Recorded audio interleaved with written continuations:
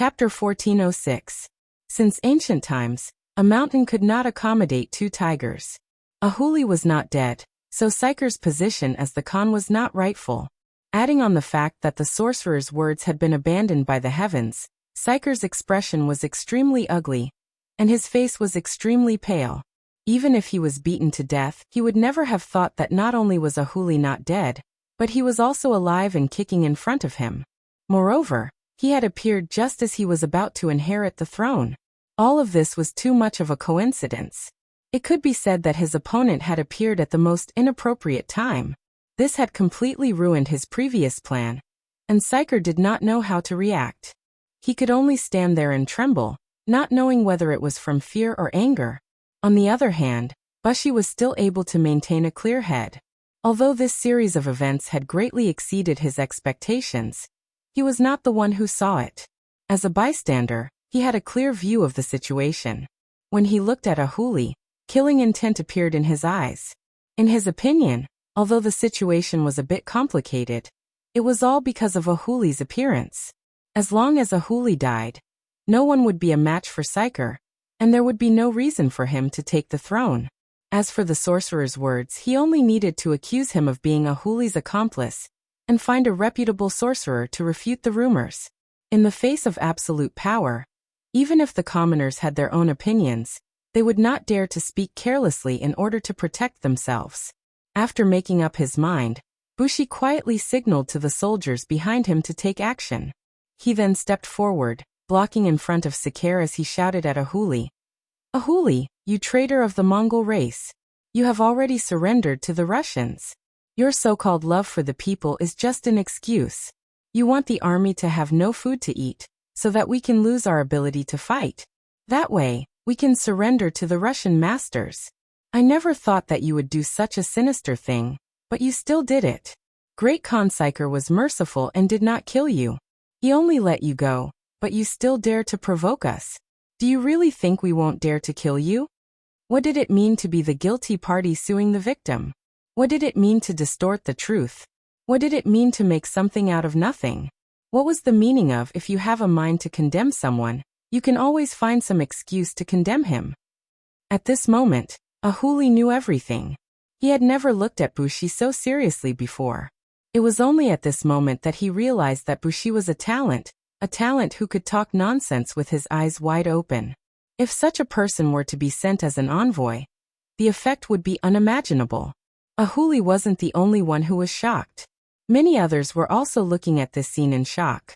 However, not all of them knew that this was a lie. Instead, they were considering the credibility of this matter. Bushi was powerful because his words were both true and false. For example, it was true that he loved the people and treated the army harshly. Because of this, many people believed in this saying. If that was the case, then everything would be easy to explain.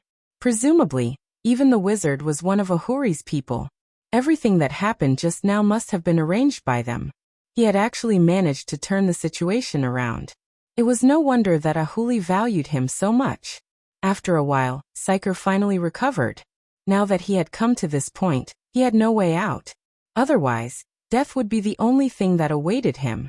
Psyker, who couldn't retreat anymore, used Bushi's words to shout loudly, "That's right, Ahuli. I once spared your life out of kindness, but I didn't expect you to be so unrepentant. You colluded with the wizard to fool everyone. Since that's the case, I can't let you live anymore. Men, take him down." Bushi's personal guards, who were already prepared, drew their swords and rushed forward after receiving the order.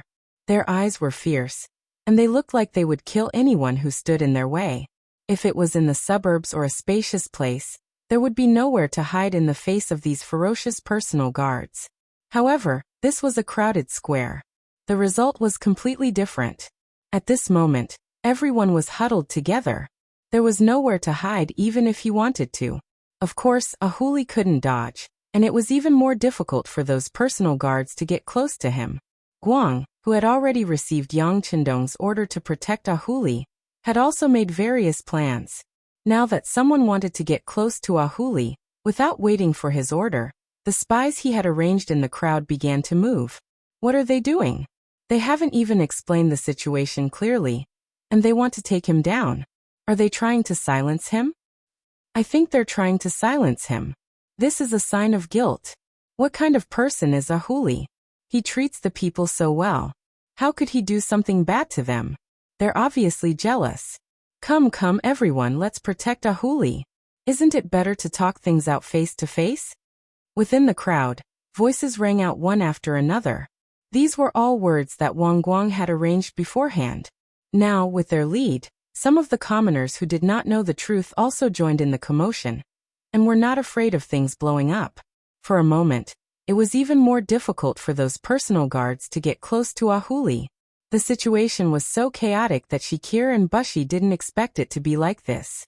Ahuli, who was being protected by the crowd, was slowly moving out. Once he escaped, there would be two voices in the Great Crow City. This was definitely not what they wanted to see. After they looked at each other, they saw a fierce look in each other's eyes. Let's kill them.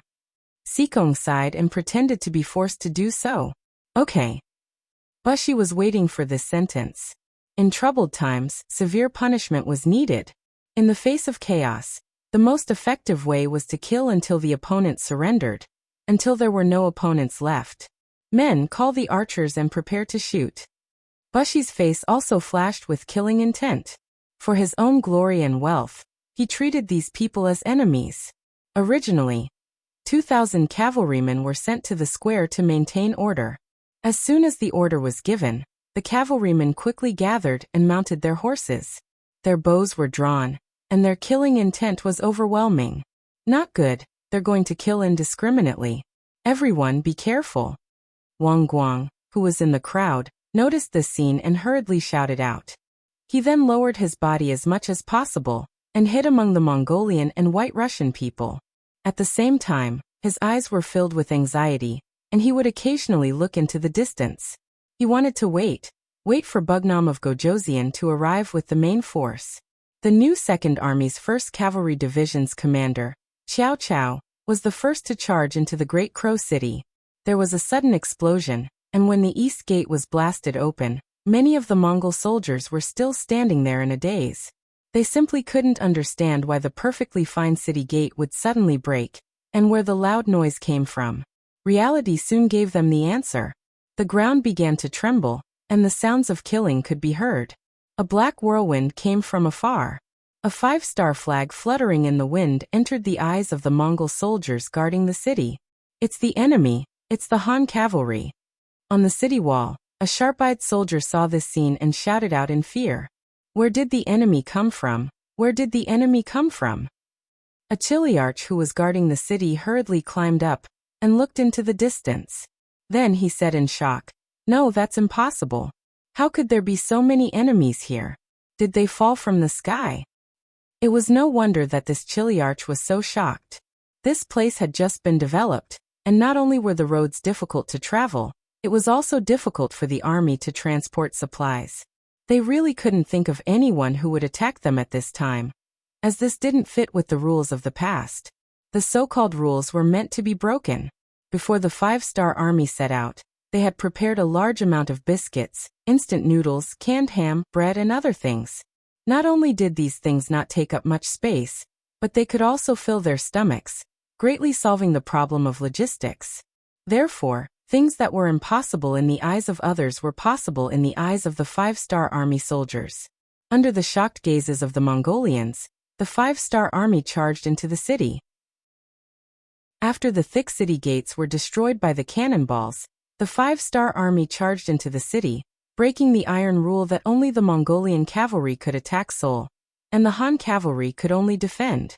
With the reward of military merits, all the 5-star cavalry soldiers led the charge. They were like an unstoppable black whirlwind that no one could stop as they charged into the city. From time to time, they would even take out their bows and shoot at the Mongolian cavalry, killing people along the way. No one could stop them, and they were invincible. Division Commander Xiao Chao led the 1st Cavalry Division, and charged into the city at lightning speed. Before the Mongolian cavalrymen could understand what was going on, they were already heading towards the square in the city. Before they set out, Division Commander Qiao had already looked at the map of the city, and he was very clear about his destination. After the 1st Cavalry Division, the other 3 divisions of the new Second Army also charged into the city. The Mongolian cavalry did not even have time to report, and they had already charged into the city, arriving at the city walls and taking control of the situation. Those who resist will be killed. Those who surrender will live. The moment the 5-star army cavalry appeared, their battle cries shook the city, following which, arrows flew in all directions, and the Mongolian soldiers who wanted to resist were killed before they could even find their war horses.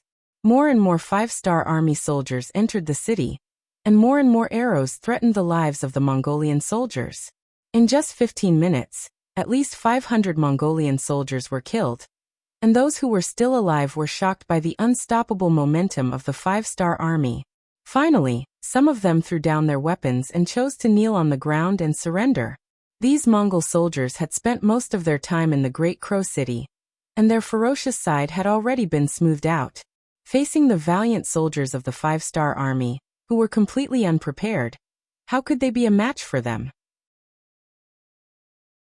Chapter 1407. Entering from the east gate, the sound of iron hooves stomping on the ground spread out. On the streets, some of the citizens who didn't attend the ceremony of the Great Khan fell to their knees in fear when they saw the 5-star army's cavalry, dressed in black armor and riding on tall horses. Because the Mongol cavalry was too poor, their clothing was not uniform, and most of them wore cloth armor, unlike the 5-star army who wore standard armor. When the cavalry passed by, the trembling commoners knelt on the ground, trembling all over. They did not know what fate awaited them. On the square, there were already hundreds of Mongolian cavalry raising their bows and arrows. Under Percy's orders, the arrows shot out and landed on the crowd in front of them. In an instant, many of the civilians who had nowhere to hide were hit by the arrows and started to bleed. Chaos ensued. No one had thought that watching the ceremony of the Great Khan would be life-threatening. In order to protect their lives, or perhaps it was out of instinct, the commoners fled in all directions. They did not know where was safe, but they knew that standing in the same place was dangerous. Many of the commoners who fled in all directions ran towards the east gate. Their homes were there, and they were escaping back to their homes. However, very quickly, those people turned back and ran towards the square at an even faster speed. What's going on?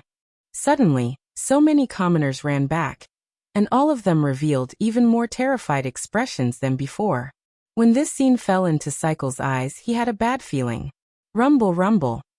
The sound of horse hooves hitting the ground could finally be heard as they got closer and closer. It reached the square and reached the ears of the Mongolian soldiers. To the veterans, this sound was not unfamiliar. Cycle and Bushy's eyes were filled with suspicion. They did not order the other cavalry to come to the square, so who did it? Could it be him? At the same time, the two of them thought of Ahuli. After all, only this former Great Khan had the ability to mobilize a cavalry army. However, they had already replaced the generals with their own confidants, so who would have the guts to do this? At this moment, they did not think that there would be enemies charging into the city. Perhaps it was because they had always been the ones looking for trouble, and no one had taken the initiative to attack them, so their vigilance had been lowered to the lowest. How could such an army not be defeated?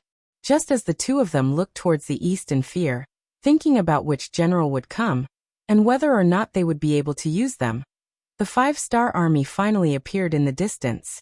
Black armor, cavalry swords that shone under the sun, as well as the unforgettable flag of the 5-star army. When Cycle and Bushy saw it, their expressions changed, and they said in unison, "It's the 5-star army." The 5-star army, they had fought with them before. It was the Third Army led by Wuxia. A few years ago, they had entered Siberia through the Far East region, but they quickly entered the territory of the Golden Horde. Cycle had fought with them before and lost. Fortunately, Wuxia didn't intend to stay for long. Otherwise, the most powerful force in Siberia would have already changed hands. Even so, that battle had left a deep impression on Cycle. The enemy's discipline was strict, and they attacked and defended well. Their soldiers were brave, and even the most elite Mongol cavalry would not be much stronger than them. He had once rejoiced that the 5-star army did not intend to stay, but now they had appeared again, and in such a silent manner. In Cycle's eyes, not only was there shock, there was also deep fear. How could it be them? Bushi recognized the other party and thought of something. His original calmness was finally replaced by panic. He was not afraid when the wizard said that he was the son of heaven, and he was not afraid when a huli appeared, because in his eyes, these people could be killed at any time. But now that the 5-star army had appeared, he finally felt fear. Especially when he saw them enter the city, the fear grew even stronger. Great Khan. Bushi turned around and asked for Cycle's opinion. He wanted to gain some confidence from Cycle, but he was destined to be disappointed. Cycle's situation was not much better than his, and there was also deep fear in his eyes. After hearing Bushi's call, he swallowed his saliva and said, "It's the 5-star army. How did they enter the city? I'm afraid we can't beat them." "Then should we retreat?" Block had the same idea. Although he was also curious about why the other party appeared in the Great Raven City, and what the soldiers guarding the gate were doing, compared to these questions, preserving their lives was more important. Cycle and Bushi saw that the situation was not good, so they prepared to escape. But Wang Guang, who had been watching their every move, began to move. He had already heard the sound of horse hooves and knew that the main force of the army had arrived. His courage was immediately boosted, and he immediately gave the order to attack. Although the security bureau only had 20 people, some of them had to be sent to protect Ahuli, so they could only mobilize 20 people. But they were still not afraid, and quickly approached Cycle and Bushi while the crowd was retreating. Amidst the chaos, no one noticed these 20 people. Only when they formed a circle and began to close in did they stand out. First, a group of personal guards shouted for the newcomers to stop. Then swords and sabers clashed together. As the team leader, Wang Guang had an epic-making grenade on him. He had prepared it early in the morning, just in case he needed it. And this grenade was also something he had painstakingly brought from the headquarters, and he had always regarded it as a treasure. But now he could not care less. Seeing the guards surrounding him and blocking his team's path, he gritted his teeth, pulled out the grenade from his waist, and threw it forward. The grenade drew a beautiful arc in the air, and then fell 3 feet away from Cycle and Bushi. Although it was not very accurate, following the loud explosion, the 2 generals who had just mounted their horses were shocked by the loud explosion. Their horses also neighed and went crazy. Their horses did not listen to their commands, and after the 2 generals calmed down, they tried a few times, but could not get on their horses. At this time, the vanguard cavalry of the 5-star army finally began to approach. Commander Qiao Qiao was still far away, but he had already knocked his bow. When he saw the scene of fighting, he did not hesitate to shoot. Immediately, an arrow pierced through a Mongolian soldier's back, and his body trembled as he fell to the ground. Xiao xiao xiao. Xiao xiao xiao. A wave of arrows arrived. Not only were the Mongolian guards dealt with, but even the main generals Cycle and Bushi were not much better off, and were hit by arrows. Although it was not fatal, their movements were restricted, and they could not escape. After throwing the grenade, Wang Guang, who had fallen to the ground, saw the main army arrive. A smile finally appeared on his face. He immediately got up, took out a waist plate from his waist and shouted, "I am the team leader of the security bureau stationed in Siberia, Wang Guang. The 2 over there are the Mongolian guards, Cycle and Bushi. Quickly take them down." As his voice rang out, a group of 5-star army cavalry passed by him, and surrounded Cycle and Bushi, who were still howling in pain after being hit by the arrows.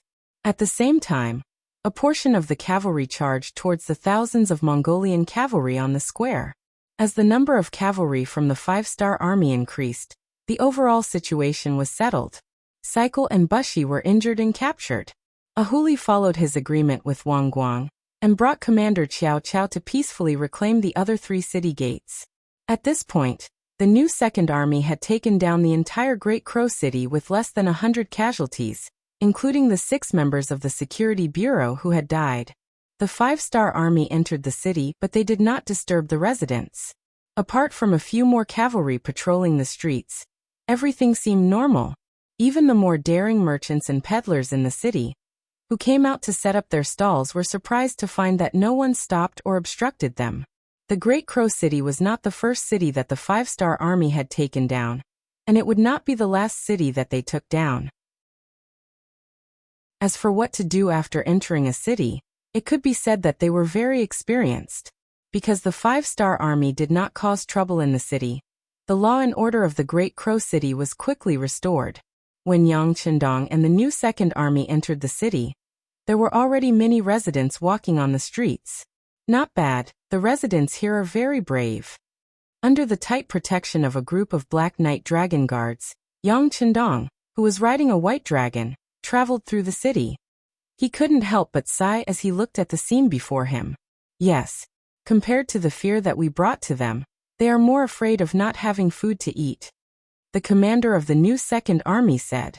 Half of his blood was Mongolian, and he was used to being cold and hungry since young. He knew that in the eyes of the poor, sometimes life was not the most important thing. Being able to eat was more important.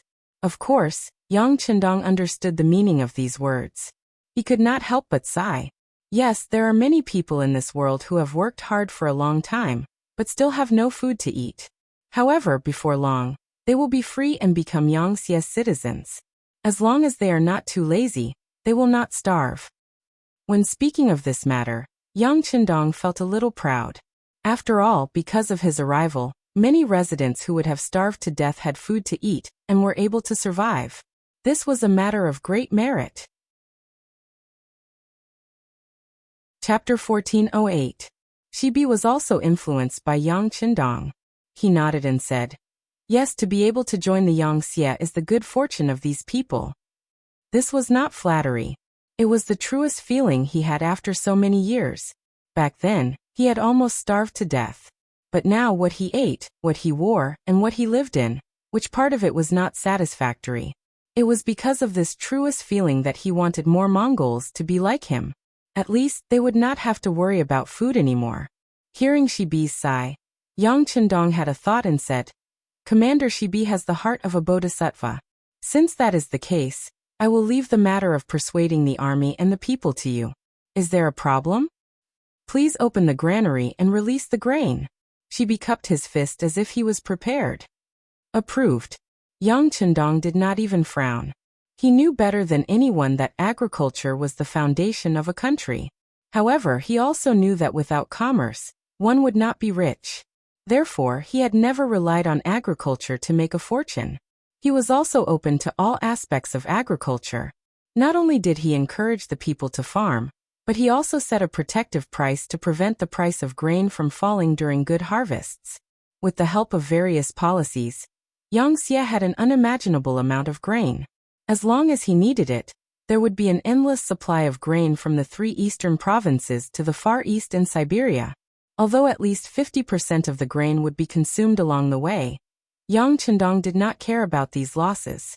Just like when he came from the Far East, a few large grain transport teams also left the city. It would not be long before they arrived at Great Raven City to solve the grain problem. On behalf of the people, I thank the king. Shibi cupped his fist and bowed solemnly. Then he left with the guards. Yang Qindong was accompanied by leader Wang Guang from the Security Bureau to his residence in the city. Guang had made a great military contribution this time. Not only had he saved Ahuli Khan, but he had also left behind the 2 main culprits, Ziker and Busi. Hearing that he had wasted a grenade because of this, Yang Qindong laughed and said to Beta Persei, "When group leader Wang leaves, give him 2 boxes of grenades. Oh right, give him a gun. Don't forget." "Yes, young master," Beta Persei agreed with a chuckle. Wang's face was naturally filled with gratitude.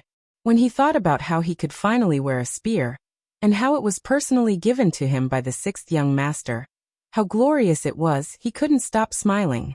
From Wang Guang, Yang Qindong had a clearer understanding of the situation in Great Wu City.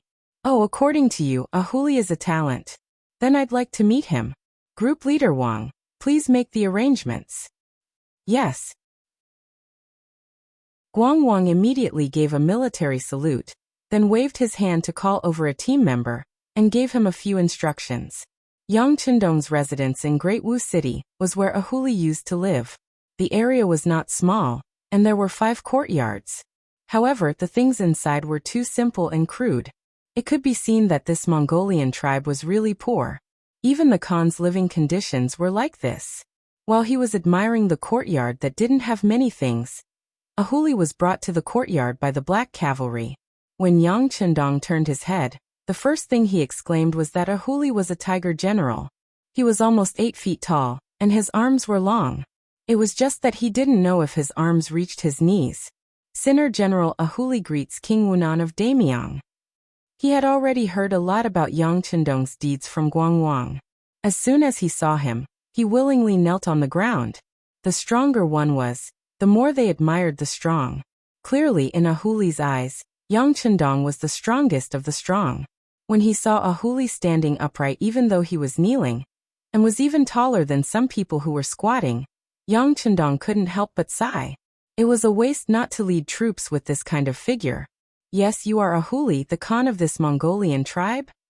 Bugnam of Gojoseon, don't humiliate Sinner General. In your eyes, how could I dare to be called Khan? Ahuli had already heard from Guangwang that the King Wunan of Damyang in front of him had the title of Heavenly Khan.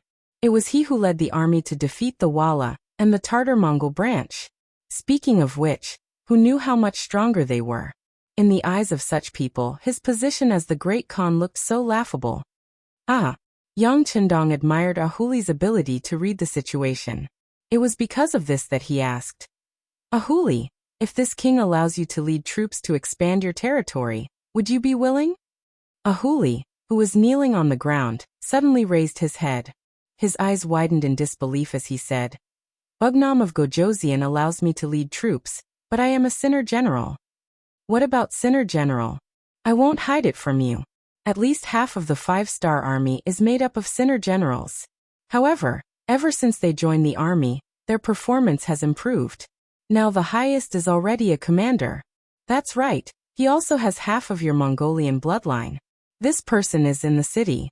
If you have the chance, you can go and talk to him. Yang Chendong thought of parting ways and said with a smile. Hearing that there was someone like him, Ahuli was immediately interested. Bugnam of Gojoseon, the Sinner General wants to meet with this person and talk to him before making a decision. Is that possible? Of course. Men, take him to parting ways. Tell him that this king said so. Tell Commander Parting to tell him everything he knows. Yang Chendong did not intend to force Ahuli to become a commander. A forcibly picked melon would not be sweet. If Ahuli still wanted to govern a place after meeting Parting ways, then he would let him leave the army and start as a small official. The Yang faction had developed to this point, and both the number of generals and civil officials had greatly increased. Although with the expansion of the territory, it was still somewhat insufficient, but it was no longer as strained as before. The Great Raven City was taken down by Yang Chendong with the smallest price. This was also because of Yinji meeting. On the other hand, in Wuxia City to the north, Tian Hu's 1st Cavalry Army couldn't find a suitable opportunity, so they set up their formation and engaged in a bloody battle with Hurahan. Last year, Hulihan led 30,000 Iron Cavalry into the Far East region, and took advantage of the chaos to enter All City. However, when Yang Chendong led his army to All City, they suffered several defeats in succession. Even great General Akmu died in battle. In the end, not only did they lose All City, they only brought back 10,000 Iron Cavalry. With their strength greatly reduced, they became much more obedient. After returning to All City, they began to recruit new soldiers. They were waiting for the time when they were strong enough to take revenge. During this time he was afraid that someone would cause trouble for him, so he sent a messenger to the Great Raven City to instigate a rebellion. This was also a way to weaken the enemy's strength. Hulahan was not like Ahuli. He did not know how to prioritize the common people. In his opinion, the common people would always be common people. They were only fit to be his slaves, his soldiers, and die for him. His thinking was not right, so the treatment of soldiers was very poor. As a result, the expansion of his army was not very smooth. After half a year, he finally recruited 5,000 soldiers with great difficulty. Before he could even gather enough war horses for these 5,000 new soldiers, the world's #1 cavalry army suddenly appeared. When he found out that the 5-star army was coming, Hulihan did not put up any resistance out of instinct. Under the protection of the new General Yilahan, He led 5,000 of the most elite cavalry to escape. His fighting ability was average, but his escaping ability was top-notch. Afraid of being caught, Houlihan escaped with a light carriage. His speed was not something that Tian could catch up to. In the end, he could only watch as Houlihan escaped from his sight. Without the protection of the Great Khan, the Mongolian army was nothing more than a pile of loose sand. When Tian took out the 5 cannons that accompanied the army and began to bombard the city gate, there was a loud explosion accompanied by cries and screams. The city gate was opened, and the city was in chaos. Different from the firearms of this era, they only used solid bullets. Compared to the bombs used by the 5-star army, the difference was too great. The moment the cannons exploded, many things were already decided. When the cannons blew open the city gate, it also destroyed the morale of the Mongolian soldiers. The 5-star army's cavalry was like a ferocious tiger descending from the mountain as they neatly entered the city. This allowed the soldiers and commoners in the city to see what a true elite was. After seeing the world's #1 cavalry army in high spirits and well-equipped, the commoners who originally did not have a good impression of Houlihan completely gave up on resisting. In their eyes, no matter how bad their lives were, could it be worse than having Houlihan as their great Khan? Tian, who was Yang Qindong's student, and could be considered an all-rounder. He knew that it was easier to conquer a country than to defend it. After taking over the city, he sent a telegram to Chun Bo in the Far East, asking him to send people to transport military supplies and send local officials to take over the city. At the same time, he calmed the hearts of the commoners and did the same thing as Yang Qindong, opening up the granaries to the commoners. The 2 armies unexpectedly descended from the sky, and the Siberian region quickly became part of the Yangtze's territory.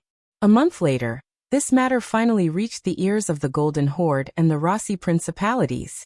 After Houlihan escaped, the first person he sought refuge with was the great Khan of the Golden Horde, Uluhe Mahama.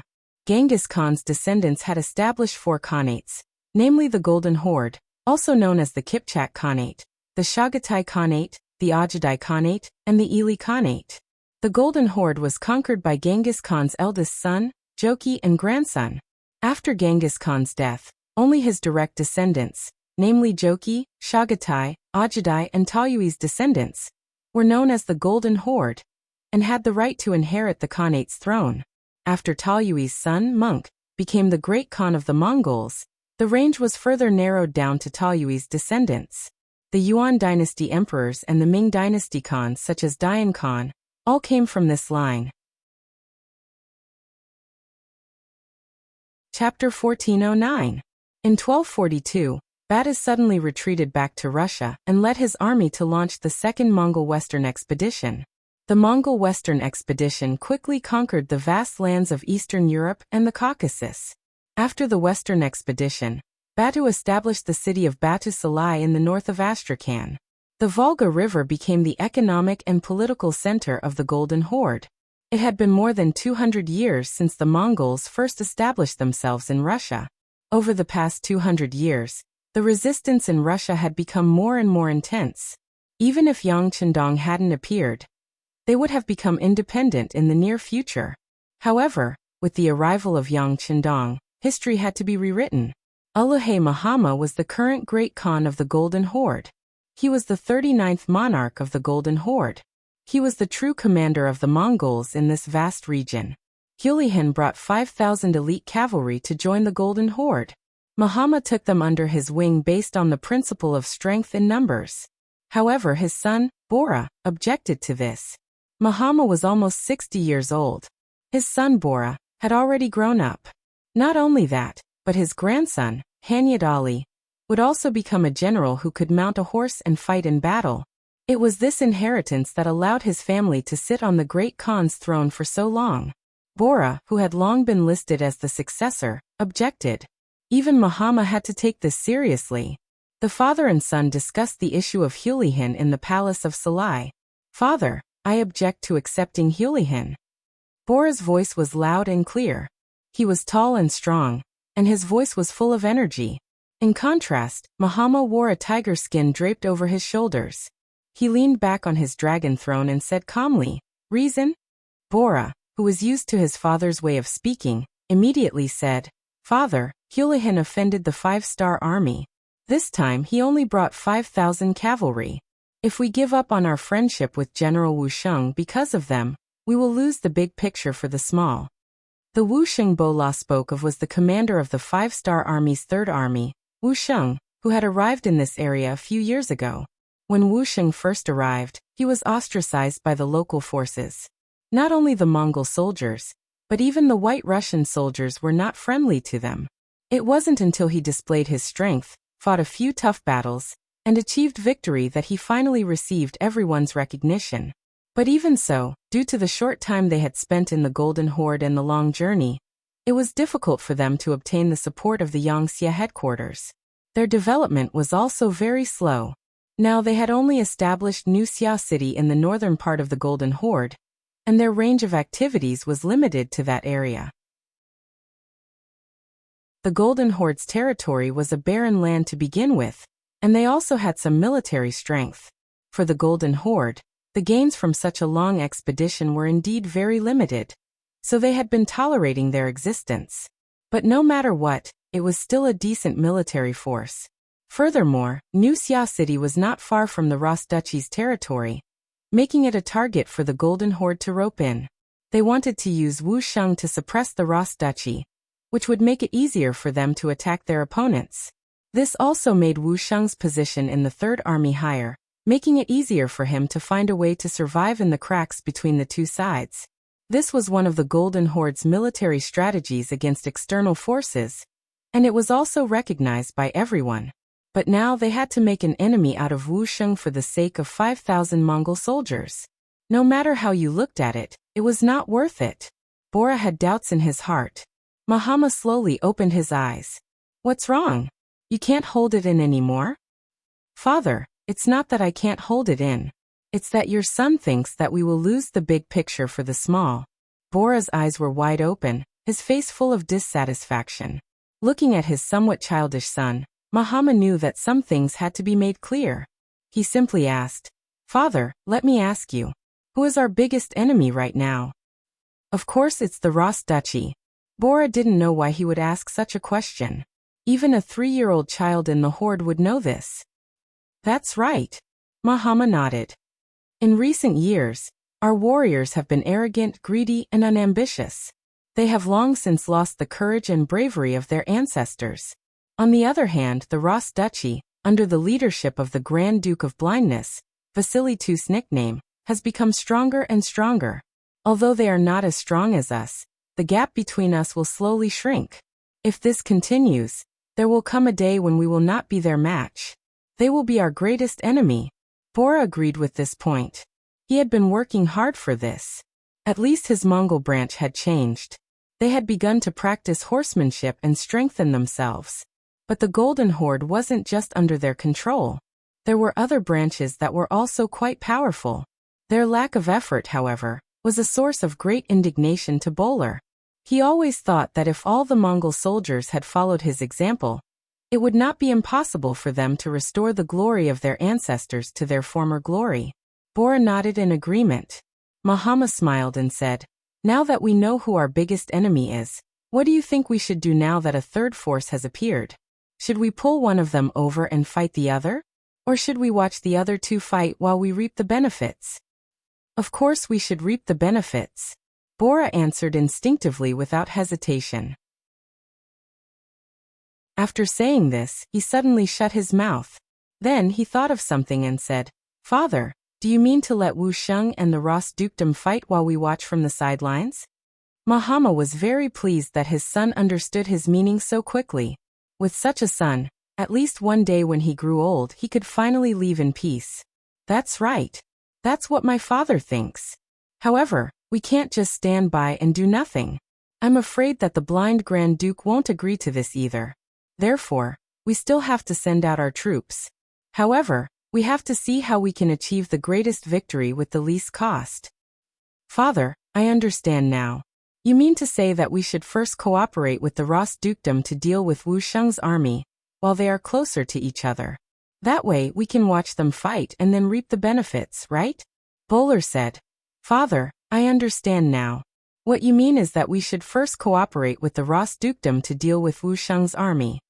Well said. That's exactly what father means. Think about it. Since we are already going to war with Wu Sheng, why don't we accept Hulihan's surrender? He has 5,000 elite cavalry. Mahama chuckled. Bora finally understood Mahama's meaning. Excitement appeared on his face. Was the war finally about to begin? He, as a hero, could finally be put to use.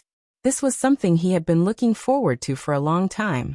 But then he thought of something and said worriedly, "Father, how many men does Wu Sheng have? Can they be a match for the Ross Duchy's army?" Of course they can't, but didn't Hulihan say that? King Wunan of Damyang is here. With them, we should have the strength to fight. Mahama said as if he was giving advice. King Wunan of Damyang? Those two-legged sheep? When Bora said this, a trace of disdain appeared in his eyes. Two-legged sheep was a term that the Mongol cavalry used to call the weak Han Chinese. In their eyes, the Han Chinese were too weak and they were like sheep that could be taken at any time. The only difference was that they lacked two legs. In other words, it was the same reason that some people in history called the Han Chinese the sick man of East Asia. No. Mahama shook his head and said, "These two-legged sheep are very different. They are very good at war. The Wara and Tatar tribes have been defeated by them.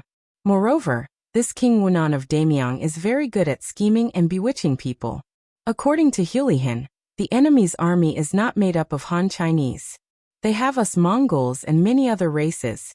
There is even a White Russian division with over 20,000 men. He is just like our ancestors, full of ambition." Speaking of this, Mahama seemed to have recalled something, and a look of yearning appeared on his face. Bora, on the other hand, fell into deep thought. It could be said that he understood his father very well. This Wunan Wang of the Great Ming Dynasty could be valued by his father so much. It could be seen that he was not an ordinary person. However, the more it was like this, the more he wanted to meet this person. He did not believe that a two-legged sheep could go against the heavens. Bora was convinced by his father, and the matter of Hulihan's defection became a matter of course. The next step was to send a message to the Ross duchies, stating that they detested General Wu Sheng and the Han army in Wuxia city. This was originally their world, and even if there was a battle, it should be decided between them, not an outsider. In addition, there was news that the master behind Wu Sheng, King Wunan of Damyang, had led an army from afar. In order to prevent them from becoming stronger after meeting, it was time to eliminate this armed force. The capital of the Rossi Principalities, Vasily II, the Grand Duke of Moscow. Because he was blinded, his vision was extremely limited, and he was nicknamed the Grand Duke of Blindness. During Vasily II's reign, almost all the independent feudal territories within the Grand Duchy of Moscow were abolished. The independence of the Republican city-states of Novgorod, Vyaka, and Pskov was weakened. History said that he did a lot of preparatory work for Ivan III Vasilyevich to unify Russia. He was an extremely capable talent in troubled times. The letter sent by Mahama was already in the hands of the Grand Duke of Blindness. After he learned the contents of the letter, he summoned a group of officials to discuss specific military matters. Among them was the extremely famous Ivan the Great in Russian history. In 1440 AD, the second son of Vasily II, the Lord of the Grand Duchy of Moscow, was born. Vasily II's first son, Yuri, died at an early age, so Vasily II placed a lot of hope on this child. According to the suggestion of the Archbishop of the Moscow Principality, the child was named Ivan, which later became Ivan the Great. Chapter 1410. His son Ivan, his generals Boris, Pyotr, Sergei, as well as Maxim from Novgorod, Turgenev from Vyatka, and Vanya from Pskov were involved in the meeting. The first thing the blind duke did was to announce Mahama's letter to the public. After that, he sat there quietly. He knew that after reading the letter, his subjects would definitely have something to say. As expected, after the letter was passed around, one of the generals, Sergei, was the first to speak. "Grand Duke, this is a good thing. As long as we occupy Wuxia city, it will be equivalent to expanding our influence. This will be a great boost to our duchy and our Russian independence. Previously, They were afraid that the Mongols would suddenly interfere when they made a move on New Summer City. Now that the Mongols had the same idea and no longer had any concerns, it was time to make a move. Yes, we agree. Maxim and the others immediately voted in favor. Under the pressure of the blind Grand Duke, the power in their hands was getting smaller and smaller. If there was a chance to expand their influence, it would be a great opportunity to develop their strength. Naturally, no one wanted to miss out on something beneficial. After a while, several people spoke. Only Supreme General Boris and Ivan remained silent. They seemed to be thinking about something. The blind Grand Duke didn't hear them say anything, so he knew that they must have other ideas. He took the initiative to ask, "Ivan, what do you think?" "Father-in-law, I don't have any ideas. Everything will be done according to everyone's wishes." Ivan raised his head. His voice was calm, but in his heart he was somewhat unwilling. As early as when Wuxia first appeared here with the new army, Ivan had already dealt with them. At that time, Wuxia had received Yang Qindong's order to help the Rossi Duchy resist the pressure of the Golden Horde to the best of his ability. After the cooperation, the relationship between the two sides quickly became closer. It was also from then on that Ivan gained a better understanding of this Han army called the Five-Star Army. This army was well-equipped and well-trained. They fought in a methodical manner. Many of their advanced military concepts were often eye-catching. Furthermore, they often cooperated with each other to deal with the military oppression of the Mongol army. Gradually, Ivan began to have thoughts of using them for his own purposes. For this reason, Ivan made a heavy promise. He said that as long as Wuxia was willing to lead the army and surrender to him, he would become one of the great generals of the Ros Duchy in the future. At that time, there would not be many people in the entire country who would have a more important position than him. With such a promise, Wuxia only said that he would consider it. At that time, Ivan was still full of confidence, but after several years he still did not receive an answer, so he knew that the other party was tactfully rejecting him. Although Ivan was puzzled by this, he had never given up on the idea of making the other party surrender. In his opinion, the Five-Star Army was too far away, and there were many things that were beyond his reach. As long as he sincerely invited them, they would definitely be moved by his sincerity.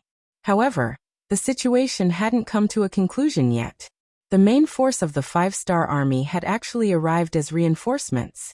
This made him completely lose all hope of getting the other party to surrender. It was inevitable that he would feel disappointed, but he was a determined person after all.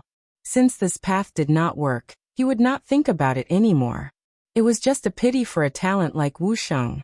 Right, the main force of the Five-Star Army had arrived. He heard that his master, King Wunan of Damyang, had also come. If that was the case, would Wuxia realize his prowess after he defeated this opponent? Would it be possible for him to come under his banner? Unknowingly, Ivan was filled with anticipation for Yang Qindong's arrival. He wanted to see what kind of ability this person had to be able to make a valiant general like Wuxia work for him. Now that Ivan had expressed his stance, only great General Boris was left. This was a person that even the blind duke respected greatly. It wasn't an exaggeration to say that this person's words could sometimes be compared to several people, especially when it came to military matters. He had the ability to keep his word. After asking Ivan, Boris knew that it was time for him to express his stance. He summarized his thoughts and said, "Speaking of the Han army in New Summer City, they can't be considered our friends anymore. Although they helped us fight a few battles with the Mongol army a few years ago and played a big role, as the Mongol army gradually restrained their blade rays, and we continued to grow stronger, they didn't do anything for us anymore. Dealing with them is something that should be done." This meant that he agreed, but everyone knew that Boris didn't finish his words. He must have something else to say. Sure enough, Boris continued to express his stance. This time, the Mongol Khan made his stance clear and decided to make a move on New Summer City. Moreover, he intentionally sent us away. This clearly means that he wants to borrow our hands to deal with Wuxia. Moreover, I heard that Wuxia's master is about to arrive. If we act rashly and fail, countless variables will appear in the outcome of this matter. This is very disadvantageous to me. You should know that King Wu Nan of the Great Ming Dynasty was able to build a 20,000-strong White Russian army. This is enough to prove that this person has some means. Otherwise, why would our people risk their lives for him? Either we don't make a move against such an opponent, or if we do, we have to beat them until they have no choice but to retreat from this area. Well said. Great General Peter echoed loudly. This King Wunan of Damyang actually dares to build a White Russian army and use our people to fight. Does he really think that we don't exist? This kind of person needs to be taught a lesson. After everyone reached a consensus, a smile appeared on the face of Grand Duke Blindness, who was sitting at the head of the table.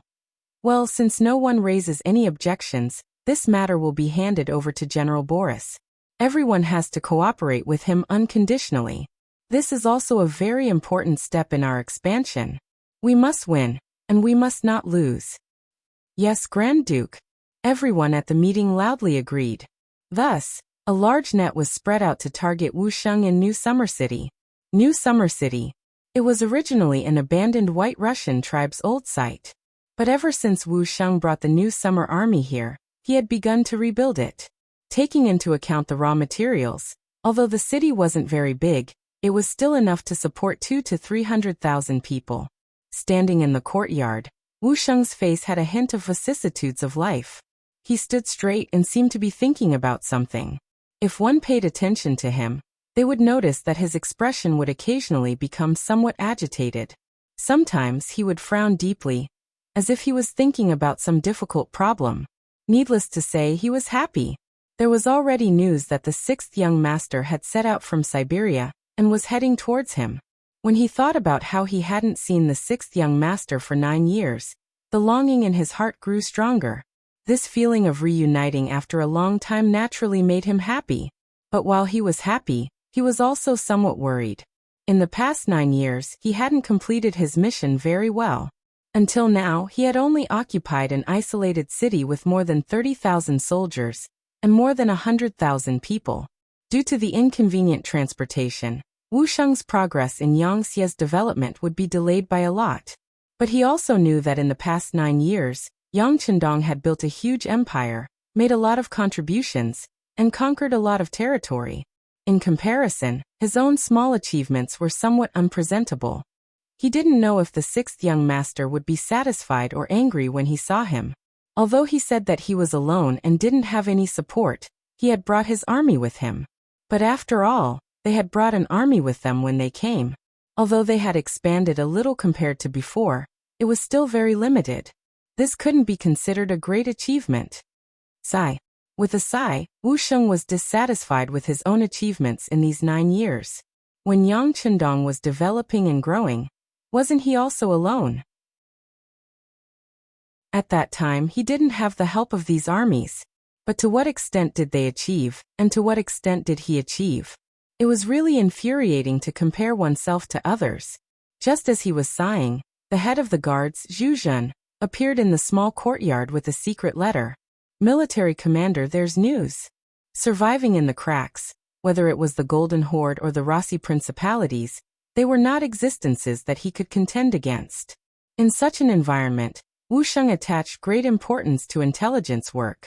In his opinion, a good piece of intelligence and a good intelligence officer could be equivalent to 10,000 elite soldiers at a critical time. Because of this, although he didn't expand his territory, and the number of personnel was very limited, his intelligence work was progressing well. He had a stable source of information in these 2 large forces. Reaching out to take the report, Wuxia opened it and read. Soon his expression became very serious. Military commander, did something big happen? Commander Zhu Zhen asked with concern. As Wuxia's most trusted person, he knew that ordinary small problems wouldn't attract intelligence officers to send reports. After all, spying was the best. If he didn't want to be exposed, he had to be less active. Since the report was sent, it was enough to prove that something big had happened. Looking at Wuxia's expression, it also confirmed this point. Yes, something big has happened. The Mongolian Khan is going to attack us. He even informed the Blind Duke. It won't be long before the enemy's troops arrive. They actually joined forces? Zhu Zhen was very shocked when he heard the news. The Mongolians and the White Russians were mortal enemies. They had been at war for hundreds of years. How could they join forces just like that? Haha, the sixth young master once said that there are no eternal friends, only eternal interests. Obviously, our existence has made some people worried. Especially the sixth young master who is about to bring his main forces. They are afraid that we will attack them from the inside. Wu Sheng's face showed a trace of a bitter smile, but it was immediately replaced by a determined expression. You want to deal with me? No matter how strong you are, what can you do? Commander Zhu, we should also make some preparations. There are some things that should be settled. Chapter 14:11. Ever since the Mongols weakened and the White Russians became stronger, Wu Xing knew that Wuxia would be besieged one day, but he didn't expect it to be so soon. Presumably, it had something to do with the sixth young master's imminent arrival. If it was in the past, Wu Sheng would have considered bowing to one of the powers in exchange for some space to survive. But now, the sixth young master was coming. He should make some achievements for the world to see. He had endured humiliation for so many years, and it was time to show his sword. Zhu Zhen was also excited at this moment. Was the army commander finally going to fight a big battle? This was great. As a soldier, war was the best platform to show one's worth. He must seize this opportunity. Next, under Wu Sheng's signal, the whole Wuxia became busy. The commoners were persuaded to leave one after another. They were advised to find a safe place and return only after Wuxia city was completely safe. The army also began to mobilize before the war. But anyone with a mind and knowledge could feel that this was going to be a big battle. For a moment, everyone became nervous, afraid, and excited. It didn't take long for the Grand Duke of Blindness to hear about what happened in Wuxia city. When he heard that Wuxia was ready for war, he knew that the news must have been leaked. But he couldn't figure out whether the person who leaked the news was from the Golden Horde or his own men. He only knew that some things needed to be done quickly. He sent for his son Ivan to inform him of the situation. Then he asked, "How is the army's preparation?" "Father-in-law, the time is still too short. If the army is to be assembled and ready, it will take at least 10 to 15 months. Ivan didn't expect Wu Sheng to get the news so quickly. His face couldn't help but turn ugly. "No, it's too long. We can't wait. How about this? Isn't Kashgar the closest to Wuxia? Let's mobilize troops from there first. In a while, take my order to Beojul and send troops from there. Don't ask to take the city immediately, just entangle their main force." The blind duke shook his head. The opportunity was fleeting. Since the enemy was already prepared, they couldn't wait any longer. Otherwise, the situation would change even more as time passed. Bowler also knew that his father-in-law was right. He was also worried that the Han reinforcements wouldn't arrive as time passed. If that was the case, then it would be troublesome. He immediately gave the order to go. At the same time that the Ross Empire made the decision, the Golden Horde also sent a light cavalry of 30,000 men from the northernmost Beojul to Wuxia. The two armies, one in the west and one in the south, vowed to destroy Wu Sheng in Wuxia. During this period of time, the evacuation of the civilians in the city was basically completed. When Wu Sheng saw that there were no longer any civilians on the originally bustling streets, he knew that it was time to abandon the city. That's right, Wu Sheng had never thought of defending New Summer City to the death. Otherwise, he wouldn't have sent the commoners out of the city. As for why he wanted to defend, it was because he knew that there was an enemy spy in the new army, and this spy's status wasn't low. Now that he was about to leave the city, it was time to get rid of this spy buried in the army. Zhu Zhen passed down the order to convene the meeting. The Third Army was originally the Yangtze's trump card. The soldiers under its command were the earliest Lungfeng soldiers. However, they hadn't received the support of a single Yangtze soldier for 9 years. Now the army was in chaos. They were no longer pure Han like they used to be. Apart from the Lungfeng's 3rd Division, which was still made up of Lungfeng soldiers, the 1st, 2nd, and 3rd divisions were made up of young men from Mongolia and Russia. Apart from these 4 divisions, there was also the Nuzan Cavalry Division under the command of the Third Army. In the large tent, Wu Sheng sat at the head of the table. Below him stood the 3rd Division's division commander Chen Yang, and the Nuzhen Cavalry Division's division commander Yi La. Below them stood the 1st Division's division commander Min Fu, the 2nd Division's division commander Luo Rui, and the 3rd Division's division commander Dan Shi. When Wuxiang saw that all the military officers above the division level were present, he first swept his gaze across everyone. His gaze was unfathomable. Ladies and gentlemen, we have received intelligence that the Rossi Duchy of the Golden Horde has sent an army to our new Xia city. In line with the principle of saving the people and losing the land, I have decided to abandon New Xia city and leave this place. What? When he said this, the 5 division commanders were shocked. Obviously, this was the first time they had heard this news. Wuxiang sat at the head of the table and saw everyone's reaction. Especially when he saw the 3rd Division's division commander Dan Shi, he sneered. After a long while, the 5 division commanders stopped their discussion and looked at Wuxiang. They wanted to continue listening to their commander. They also wanted to ask, since they were not going to defend the city, why did they still dig a horse trap outside the city? What was the use of doing these useless things? Wuxiang had already guessed what everyone was thinking. His lips moved and he said, I know that everyone must have a lot of questions. Well, I will explain it to you. Division Commander Dan, you say it. Dan Shi, the 3rd Division's division commander, was suddenly called out. This made him, who was already nervous and had an ugly expression, tremble uncontrollably. When he noticed that everyone was looking at him, he knew that he had to open his mouth. He pretended to be confused and said, Military Commander, why? I don't know either. Oh, you still don't know? Don't you always tell the Great Khan of the Golden Horde about our 3rd Division's actions? Why are you saying that you don't know now? Wuxiang said with interest. The moment Wuxiang's words fell, Dan Shi's expression changed drastically. He instinctively wanted to draw his saber, but Zhu Jun, who had been watching him from the side, was one step faster than him.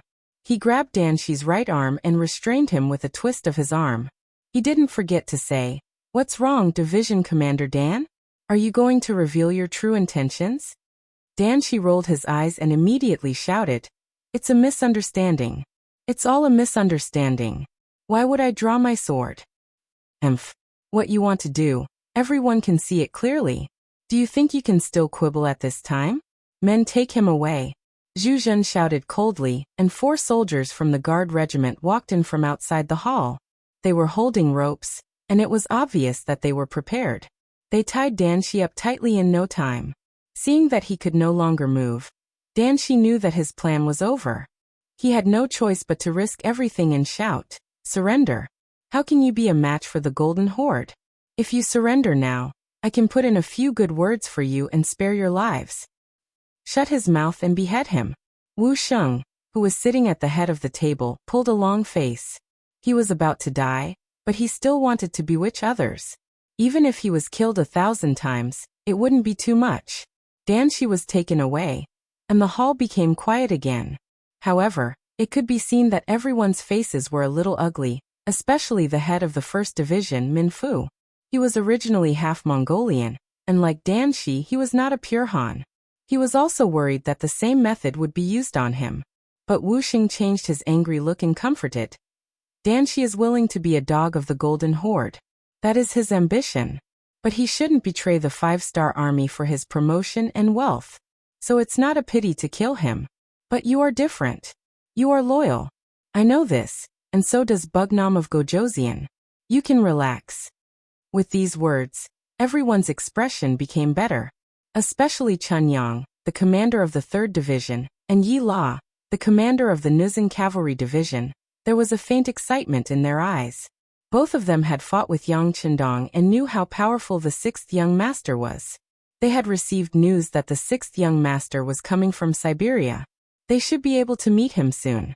Thinking that the 6th young master was coming, their bitter days would come to an end. Now was the time for them to perform well. They couldn't help but feel a little excited. Now, they naturally listened to Wuxiang's words. Wuxiang was also in a good mood.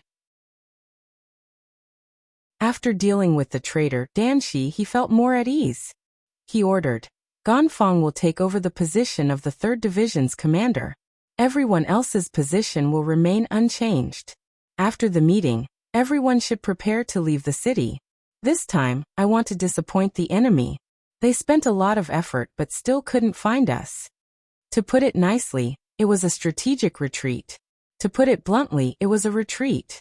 Wuxia had no choice. With more than 30,000 men under his command, he really couldn't fight the enemy head-on. Otherwise, he would be digging his own grave. After the meeting, the division commanders returned to their troops. Half a day later, New Summer City became an empty city. Except for the city walls and houses that couldn't be moved, nothing that could be used in the future was left behind. 2 days later, the 30,000 infantrymen of the Ross Duchy, led by Ivan, were the first to arrive outside New Summer City. When they saw the city gates open, they didn't dare to enter directly. Instead, they arranged for 100 people to enter the city to take a look. Only after he was certain that everyone in the city had left did he enter the city. As soon as they entered, they saw an extremely poor and empty city. After searching for half a day, they couldn't find a single grain of food. As for cattle, horses, and sheep, they couldn't even find their feces. Half a day later, the 30,000 cavalrymen of the Golden Horde arrived and got the same result. Chapter 14:12. Ivan was naturally very angry that Wuxia had retreated without a fight. What made him even angrier was that the general of the Golden Horde actually wanted to occupy a city that had nothing. In a fit of anger, he ordered his men to burn down all the houses in New Summer City and tear down the city walls. He even had someone leave a letter on the broken city wall with the words, "Wuxia is a coward," written in large letters. Ivan left angrily, leaving behind the general of the Golden Horde, who didn't know whether to laugh or cry. There was nothing to linger about in such a deserted city. He had no choice but to retreat and report back to his superiors. When New Summer City regained its silence and desolation, the scouts sent by Wuxia rushed back. When they saw that the city had been destroyed to this point, they were naturally very angry, especially when they saw the words left on the broken wall. They turned around and left. They wanted to tell the army commander what had happened here, and let the army commander make a decision. In the forest not far away, Wuxia met the scouts who had returned to report and learned of what had happened in New Summer City. His eyes immediately turned blood red. He was very angry. The destruction of the city meant that his years of hard work had been destroyed. How dare they call him a coward? Did they really think that he couldn't do anything to them? Gather all troops. Target Toph City. Set out. Wuxia decided to give them a taste of their own medicine. Although he didn't have the strength to attack a strong city, he had no problem dealing with a few small cities in the Ross Duchy. As long as he was fast enough and retreated in time, there shouldn't be any problems in terms of safety. The army commander made the decision. Although the division commanders thought that it was a little hasty, there was no such military plan before. But when they heard that New Summer City had been completely destroyed, they were all angry. No one tried to persuade the army commander, so they decided to take revenge. Toph City was about the size of a county. It was the northernmost city of the Ross Duchy. There were no more than 1,000 soldiers stationed here, and only about 20,000 civilians. A small city like this had neither resources nor wealth. Very few people would take a fancy to it. Therefore, when Wuxia appeared outside the city with more than 30,000 cavalrymen, and entered the city without much effort, the people here either ran or fled. Those who couldn't escape would simply close their doors and hide in their homes, not daring to make a sound. Only a few people were injured, and they were injured by the Ross Empire's muskets. However, they were able to take over Toph City. This made Wuxia and the others feel less angry. Seeing that it was getting late, they decided to rest here for the night. They would also rob the city's storage of food, and leave the next morning. It had only been one night, and there was no prior plan for this operation. Presumably, even the Russian Empire would not be able to find out about his goal. Wuxia, who was very confident about this, found a relatively large courtyard and went to sleep. In the middle of the night, the sound of galloping horses could be heard. The head of the guards, Zhu, pushed open the door and entered. He said with a panicked expression, "Military commander, something bad has happened. There are many people outside the city and they have surrounded us." "There's such a thing?" While feeling shocked, Wuxia put on his armor and quickly rushed up the tower. At this moment, several teachers were standing on top of the city gate tower. All of them had solemn expressions. Clearly, they had realized that the situation was not good. After Wuxia reached the top of the city gate tower, all he could see were torches. The number of enemies gave him a feeling that it was impossible to count. Military commander, it's too dark. We can't see how many enemies are coming. We also don't know which direction to charge in. What should we do? 3rd Division Commander Chunyang walked over and asked for military orders. Wuxia was not a god. If others couldn't see clearly, he naturally couldn't see clearly either. However, as a military commander, he still had the calmness that he should have. Don't panic. We'll deal with whatever comes our way. Since we've been surrounded, we won't be able to figure out if there's an ambush outside. We might as well stay here and wait for reinforcements to come and rescue us. When the time comes, a bad thing will turn into a good thing. Although he said it so confidently, it frightened the other teachers. They were waiting for the military commander to decide which direction to break out of the encirclement, but they didn't expect that they would have to defend the city. Seeing that everyone's expression was not good, Wuxia said confidently, "What? Have you all forgotten? The 6th young master will be here soon. As long as we spread the news, it won't take long for reinforcements to arrive. We are no longer homeless children, rootless duckweeds." Yes. Chunyang nodded. Then we'll defend the city. There's a lot of food in the city. We can hold on for a while, until the 6th young master arrives. That will be the time for us to take revenge. Division Commander Yi Dai was also excited. As high-ranking officers who joined the 5-star army early on, they all treated Yang Chendong like a god. It was as if as long as the 6th young master arrived, there was nothing that couldn't be solved. Since the 2 teachers had expressed their opinions, the other 3 teachers couldn't say anything. Although they didn't know why everyone was so confident, the discipline in the 5-star army was strict. Once the military commander gave an order, everyone had to follow it. Otherwise, they would be beheaded. Seeing that everyone agreed, Wuxia said, "If that's the case, then send someone out to deliver the message. We have to inform the 6th young master as soon as possible." Is Vice Division Commander Lu Dai here? I am here. The Deputy Division Commander of the Nuzan Cavalry Division, Lu Dai, stepped forward. The 6th young master knows about you. This time, you'll be the one to deliver the message. Don't worry, you'll only take a few people out. They'll only treat you as a decoy and won't chase after you. Remember, before we find the main force, we can't rest for a moment. The hope of the 3rd Army is all on you. Wuxia walked up and patted Lu Dai's shoulder. Yes. Lu Dai felt a lot of pressure. He saluted and repeated, "Please don't worry, even if I die from exhaustion, I won't rest for a moment before we find the main force." Lu Dai left with less than 100 cavalry out of the city. Sure enough, as Wuxia had said, the enemy soldiers on the outer perimeter only stopped them for a moment, and then let them go. With the help of the enemy's torches, Wuxia heaved a sigh of relief when he saw that Lu Dai and the others had broken out of the encirclement. He then confidently said to everyone, "Leave a small group of people behind to guard the city. The rest of you can go back and sleep. Don't worry, it's so dark. We can't rush out, and the enemy won't rush in." Being able to remain calm even if Mount Tai collapses in front of you was the style of a general. On this point, Wuxia had done it. In fact, his heart was not as calm as it seemed on the surface. He did not know where Yang Chendong had gone with the main army, nor did he know if Lu Dai could find them. However, as the commander of an army and the main general of the army, he had to cheer everyone on at this moment. Outside Tove City, Ivan was leading 70,000 White Russians to the city gate. They were waiting for Wuxia to escape.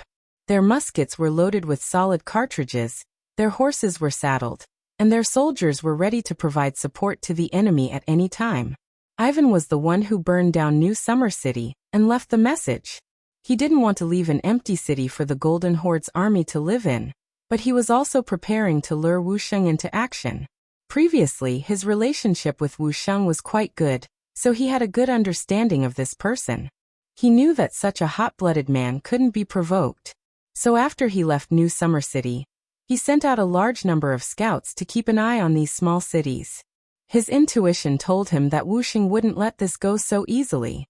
Sure enough, just as he met up with the 50,000 reinforcements sent by the duchy, he received a report that the Third Army was spotted outside Tove City. Immediately, he rushed over with his army and blocked the way. Ivan was satisfied, but he didn't let his guard down. After all, it was night time. The enemy couldn't see him, and he couldn't see them either. So he immediately ordered his men not to attack unless they had his orders. He had to wait for the new summer army's main force to leave the city before attacking. Because of this order, Lu Dai and his cavalry weren't troubled too much when they left. But after half a day, they still didn't see any movement in the city. This time, General Shigao was suspicious. Gongzi, could it be that Wuxia who escaped just now? Impossible. Without any hesitation, Ivan said with certainty, Wuxia is a man with a strong sense of pride. Running away from a battle is not something he would do. Because they were once friends, he dared to say this with confidence. Although he didn't know what Wuxia was thinking, he was confident that there would be a bloody battle between the two of them. The next step would be to see who was more powerful. The night passed just like that. Compared to the 5-star army, the White Russian army outside the city was much worse off. They had to be on guard against the people in the city escaping, so they didn't sleep much. So when the sun rose, the White Russian army didn't have the energy to immediately charge. When the sun rose, Wuxia, who was on the city wall, saw the White Russian army's true strength. When he saw that the enemy had an army of 70,000, with 30,000 cavalry and 20,000 musketeers, he could not help but rejoice that he had not rashly attacked last night. Otherwise, who knew how many soldiers he would have lost when the musketeers fired in the night? After seeing the enemy's true strength, Wuxia knew that this was going to be a tough battle. He placed all his hopes on Lu Dai, who had gone out to report the situation. As for himself, there was only one thing he had to do, and that was to set up a trap. For example, the White Russian army didn't immediately attack the city. This was what he wanted. He ordered his soldiers to defend the city well. There was no need to provoke the enemy. Then he went to check the city's warehouse. He had to calculate carefully to see how long the city's rations could last and how long he could last.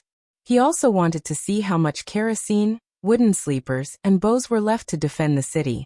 If they weren't complete, he would have to demolish the houses in the city. Chapter 14:13. A country may be big, but a warmonger is bound to die. At this time, although the Yang faction was incomparably powerful, the pace of expansion was a little too fast. Just the external forces alone were divided into 3. Along the way, there were battles between the Ili region and several other countries. Hundreds of thousands of cavalrymen and infantrymen were mobilized there. Just the amount of food needed to feed the men and horses every day was not a small number, not to mention the fact that there were always deaths in war. Those who were injured needed money to be treated. Those who died needed money to be buried, and those who died needed to be compensated. The second front was the sea. There were hundreds of thousands of soldiers, hundreds of ships, and thousands of cannons. Every time they fought, the amount of ammunition used was not small. Along the way were 100,000 cavalrymen, 1,000,000 peasants, and a steady stream of people from all over the world who were marching towards the Golden Horde from Siberia. The road was rugged, the distance was long, and the consumption was astronomical. Over time, it would form a considerable pressure on the finances. Fortunately, the Yang faction had a vast territory, and most of the provinces were already on the basis of self-sufficiency. They could effectively support the Yang faction headquarters. If it were any other dynasty, they probably wouldn't have been able to hold on. Even so, in the long run, it would be a burden on the finances. Yang Qindong knew this. When he led the troops into the Liaodong region, he made the decision to fight as quickly as possible. While there were disadvantages, there were also advantages. For example, when the navy attacked the cities, they seized a large amount of wealth and transported it back to Qiqian City. There were not only gold and silver, but also a large number of minerals that Yangxia needed. This income had exceeded the cost of the navy. This was a good start. And it also made many people in Yangxia realize how useful the sea could be. It was because of this that no one openly questioned Yang Chendong's expansion. Even if someone said something, he might not care, and it would not affect the morale of the army. But it was good that nothing happened. There was also the silver mining in Shaowei province that was starting to show results.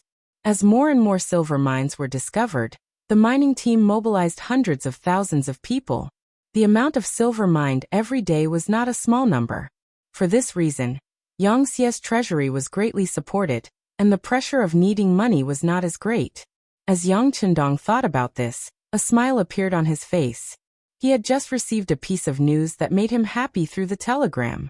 Feng Ke's research team in Crimson City, after he went back to teach them last time, had finally rushed out the first true steam engine. This was all thanks to the engine prototype that Yang Chendong had proposed, and after pushing it back, the experiment was finally successful. Historically, in 1679 AD, the French physicist Denis Barbin built the first working model of a steam engine after watching steam escape from his pressure cooker. His contemporary Samuel Morand also proposed the idea of a steam engine. Now that they had appeared more than 200 years earlier, Yang Chendong did not dare to imagine how great of an advantage they would have. Although the vacuum steam engine was now used to pump water into the mine, the principle was that after steam was introduced into the cylinder, the valve was closed, and then cold water was poured into the cylinder. When the steam condensed, it created a vacuum. The air pressure on the other side of the piston pushed the piston. In the mine, a rod that went deep into the shaft was connected to drive a pump. The movement of the steam engine's piston was transmitted through the rod to the pump's piston to pump water out of the well. But no matter what, there was still a steam engine. If there was one, there would be two. He saw hope. To the people of the future, this thing was not complicated. To put it bluntly, a steam engine needed a boiler that boiled water to produce high-pressure steam. This boiler could use wood, coal, oil, natural gas, or even combustible garbage as a heat source. The steam expanded to push the piston to work. Once the steam engine technology matured, it was widely used in power stations, factories, locomotives, ships, and other fields. It was especially used on warships as the only prime mover at that time. After the telegram was sent, Yang Chendong was excited and happy for a while. He knew that with the steam engine, whether it was mining or other fields, the efficiency would increase a lot. This was the beginning of real industrial development. He personally wrote a telegram praising the research team led by Feng Ke. He also gave a large reward and a second-class medal to show their merit. Yangtze had a total of 7 medals, representing 7 different merits. From low to high, they were iron, bronze, silver, gold medals, third class, second class, and the highest level, first-class medal. These medals were not only a symbol of status and honor, but they could also be used to exchange for large amounts of money and land with the Yang faction. In times of crisis, they could even save one's life and had some of the effects of the death exemption medal. This was a good thing that everyone in the Yang faction wanted, especially a second-class medal. As a second-class medal, it could probably be used to offset any mistakes other than those that committed a rebellion. This was the first time such a medal was issued, and Feng Ke was the first recipient. It was clear that Yang Chendong valued him highly. It was also clear that technology was the #1 development force. Who knew how many people were envious and jealous of him? At the same time, Yang Chendong also asked the other party to build more steam engines and continue to improve them, so that they could be a great help to Yangtze's development. In a good mood, Yang Chendong, who was riding on the white dragon, had a smile on his face. It wasn't until another telegram was sent in front of him that his good mood was broken. The telegram was sent by the commander of the world's first cavalry army, Tian Hu. It said that the cavalry scouts he sent out met the deputy division commander of the 3rd Army, Lu Dai, at the border between the Ural region and the Northwest region. He learned from Lu Dai that the 3rd Army was besieged in Tove City and was waiting for reinforcements. Lu Dai didn't disappoint Wuxia. He led less than 80 cavalry out of the encirclement and ran for 3 days tirelessly. Along the way, many people fell behind and many died of exhaustion on the way to deliver the message. Finally, when Lu Dai was tired and hungry, he finally met the scouts of the world's first cavalry army and was able to send the message. This telegram didn't only say that Wuxiang was besieged, it also said that the Golden Horde and the Ross Duchy were very hostile towards the Five-Star Army. Yang Chendong didn't expect that because of his sudden appearance, the two feuds would temporarily join forces.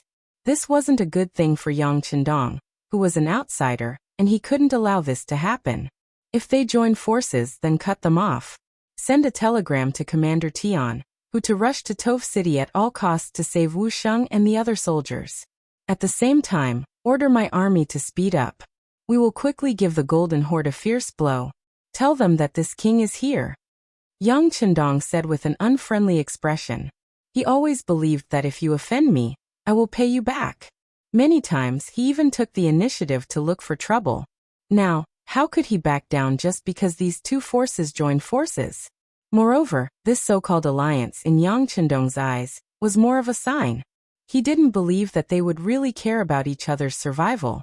They probably wanted each other to die early. This was his chance to destroy them one by one.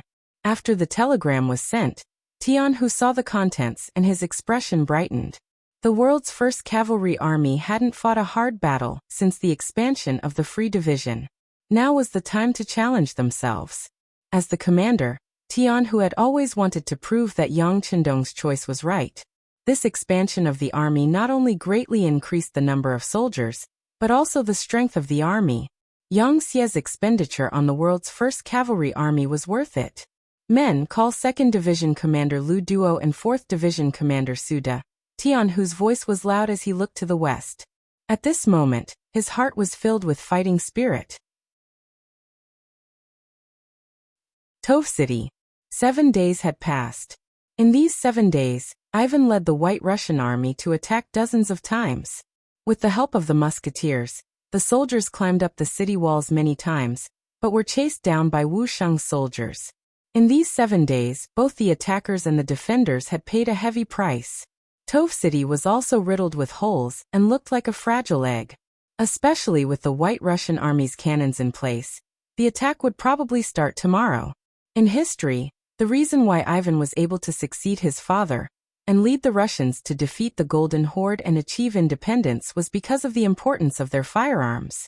Otherwise, in terms of cold weapons, who would be a match for the Mongolian cavalry? At this time, the Rossi Duchy had bought many firearms from the West and had built some factories to develop firearms. In history, they were a military power, but now they were just in the embryonic stage. Even so, under the constant pressure of the Golden Horde, the Rossi Duchy's progress was quite fast. Although their foundation was weaker, in terms of combat strength, they were much stronger than the Great Ming Dynasty. This was what it meant when there was pressure, there was motivation. Relying on the flintlock in his hand, Ivan didn't suffer much during the siege, and it was only a 1 versus 2 battle. As the cannons were sent to the front line, one could imagine that the initiative was completely in his hands. As expected of a general, you actually forced me to this point. General Wu, tomorrow I will not hold back. Ivan stared fiercely at Tove City, which was 2 miles away, with his large spirited eyes. After that, he turned around and left. He admired Wuxiang and gave him absolute respect, which was to attack with all his might. Even so, he still let Wuxiang defend the city for 7 days. Ivan could not help but sigh at Wuxiang's strength. However, he knew that with the appearance of firearms, individual bravery was no longer important. Tomorrow, he would definitely break into the city. At that time, he would give Wuxiang a chance to return to his side. Otherwise, he would have to kill him.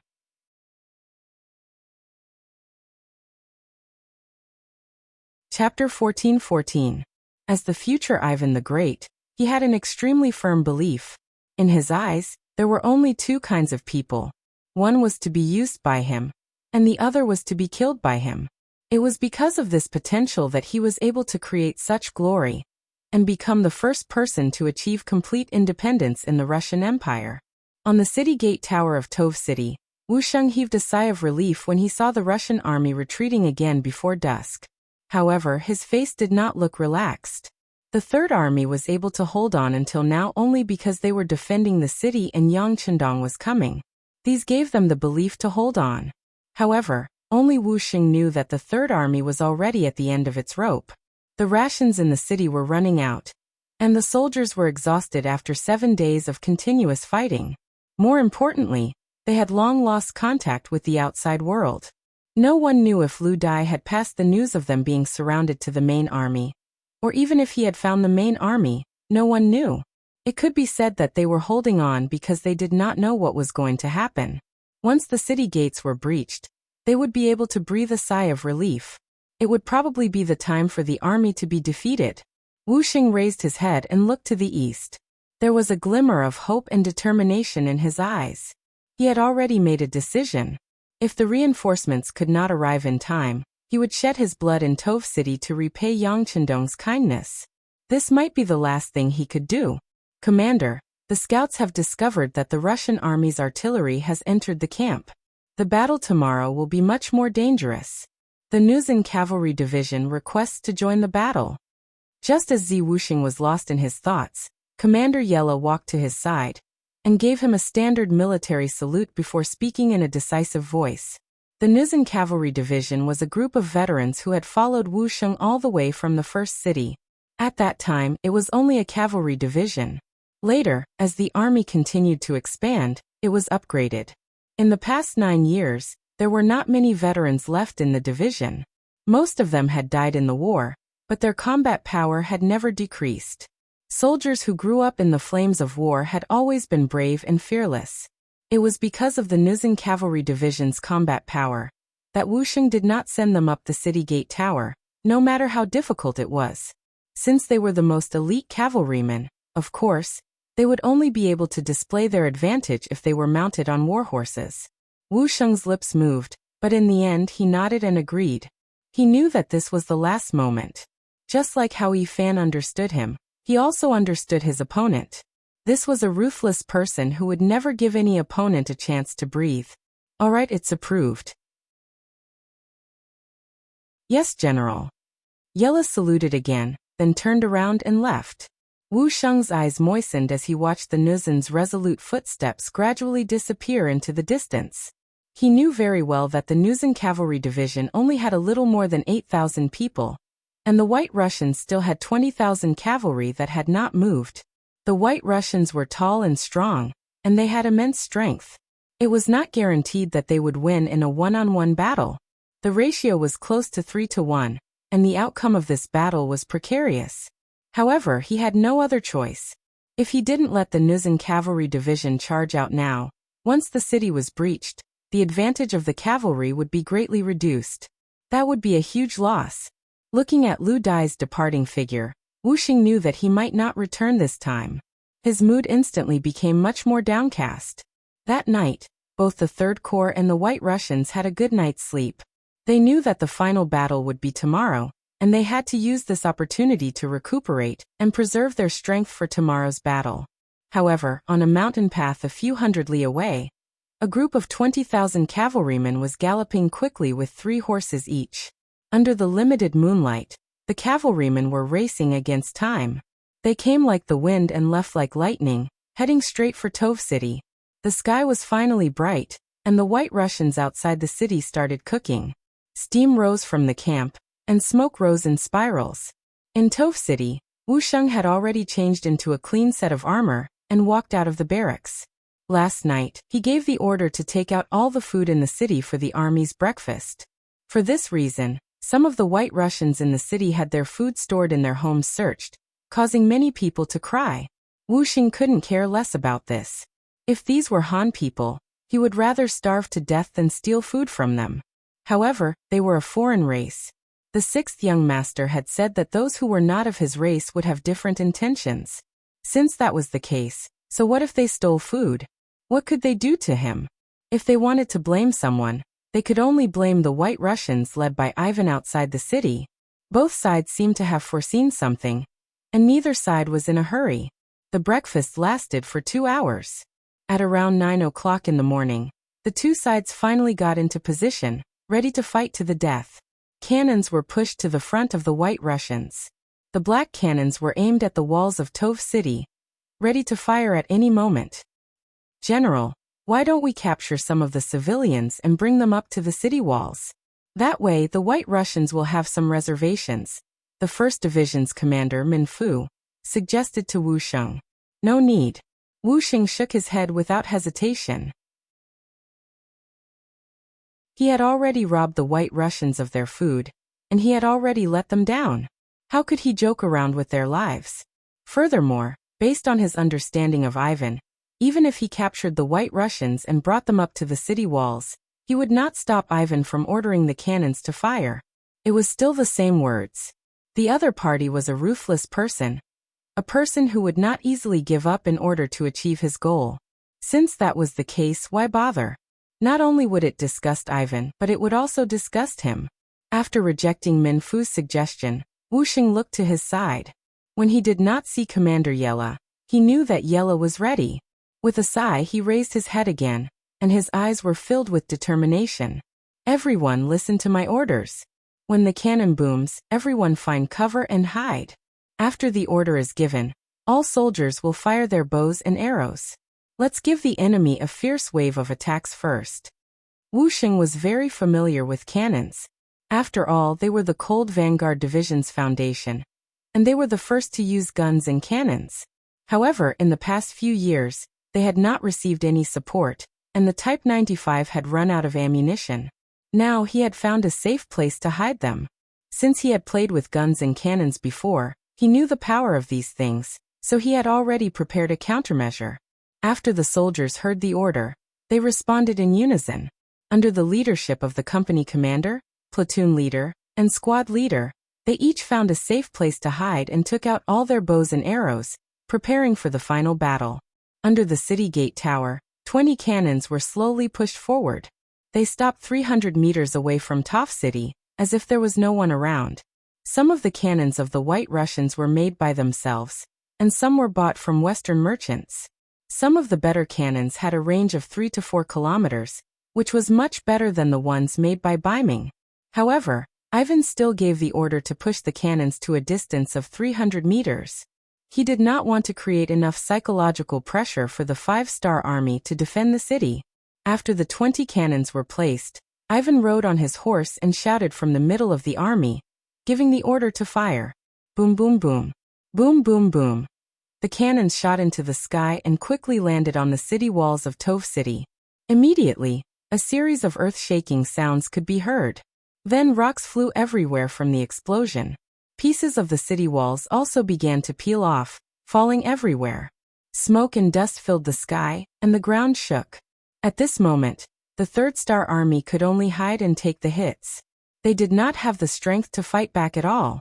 The commander of the Wu Sheng army hid in a safe bunker. His face was dark the whole time. He thought to himself hopefully, just you wait. When the 6th young master comes, he will show you what a real cannon is. When that time comes, I hope you can still be so arrogant. It was as if he was chanting scriptures in his heart. After about half an hour, the sound of the cannons finally stopped. Wu Sheng opened his eyes and shouted, "The enemy is about to attack the city. Everyone, prepare your bows and arrows." Under the city walls, after the sound of the cannons, the White Russians began to attack. In the previous cannon fire, not only did more than half of the city walls outside Toph City fall off, a part of the city walls also collapsed. This was a city wall made of mountain rocks. There was no cement to adhere to it, so it was indeed much worse in terms of sturdiness. There was a serious gap in the city walls, and the White Russians moved forward along the collapsed corner.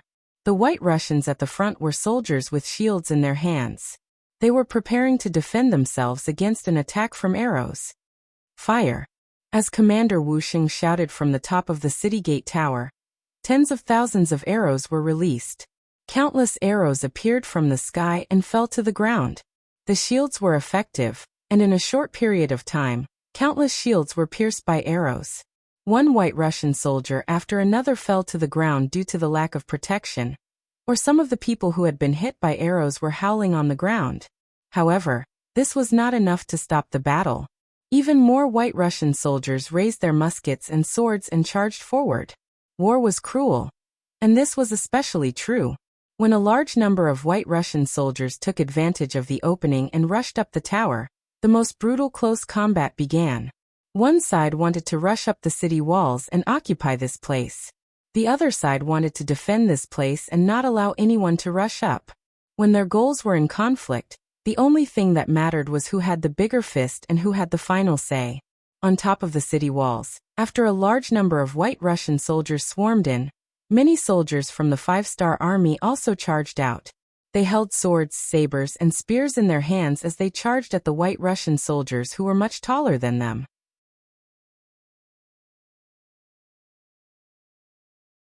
Chapter 14-15. Papa Papa. Papa Papa.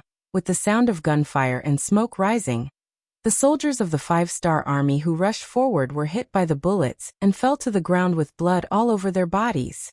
The distance of a few dozen meters was filled with human lives. Taking advantage of the short distance and the time taken for the other side to reload their gunpowder, the two sides finally clashed and began to engage in close combat. Under the brandishing of swords and sabers, heads were tossed high into the air one after another. Limbs were chopped off and fell to the ground. Lives were quickly lost one after another. There was no absolute victor here. Even if the side that survived in the end, it would be a Pyrrhic victory. Under the blades and swords, there was no distinction between identity and status. It was only about who was more agile, stronger, and luckier. The cruel close combat on the city gate tower unfolded. Ivan watched all of this with a smile on his face.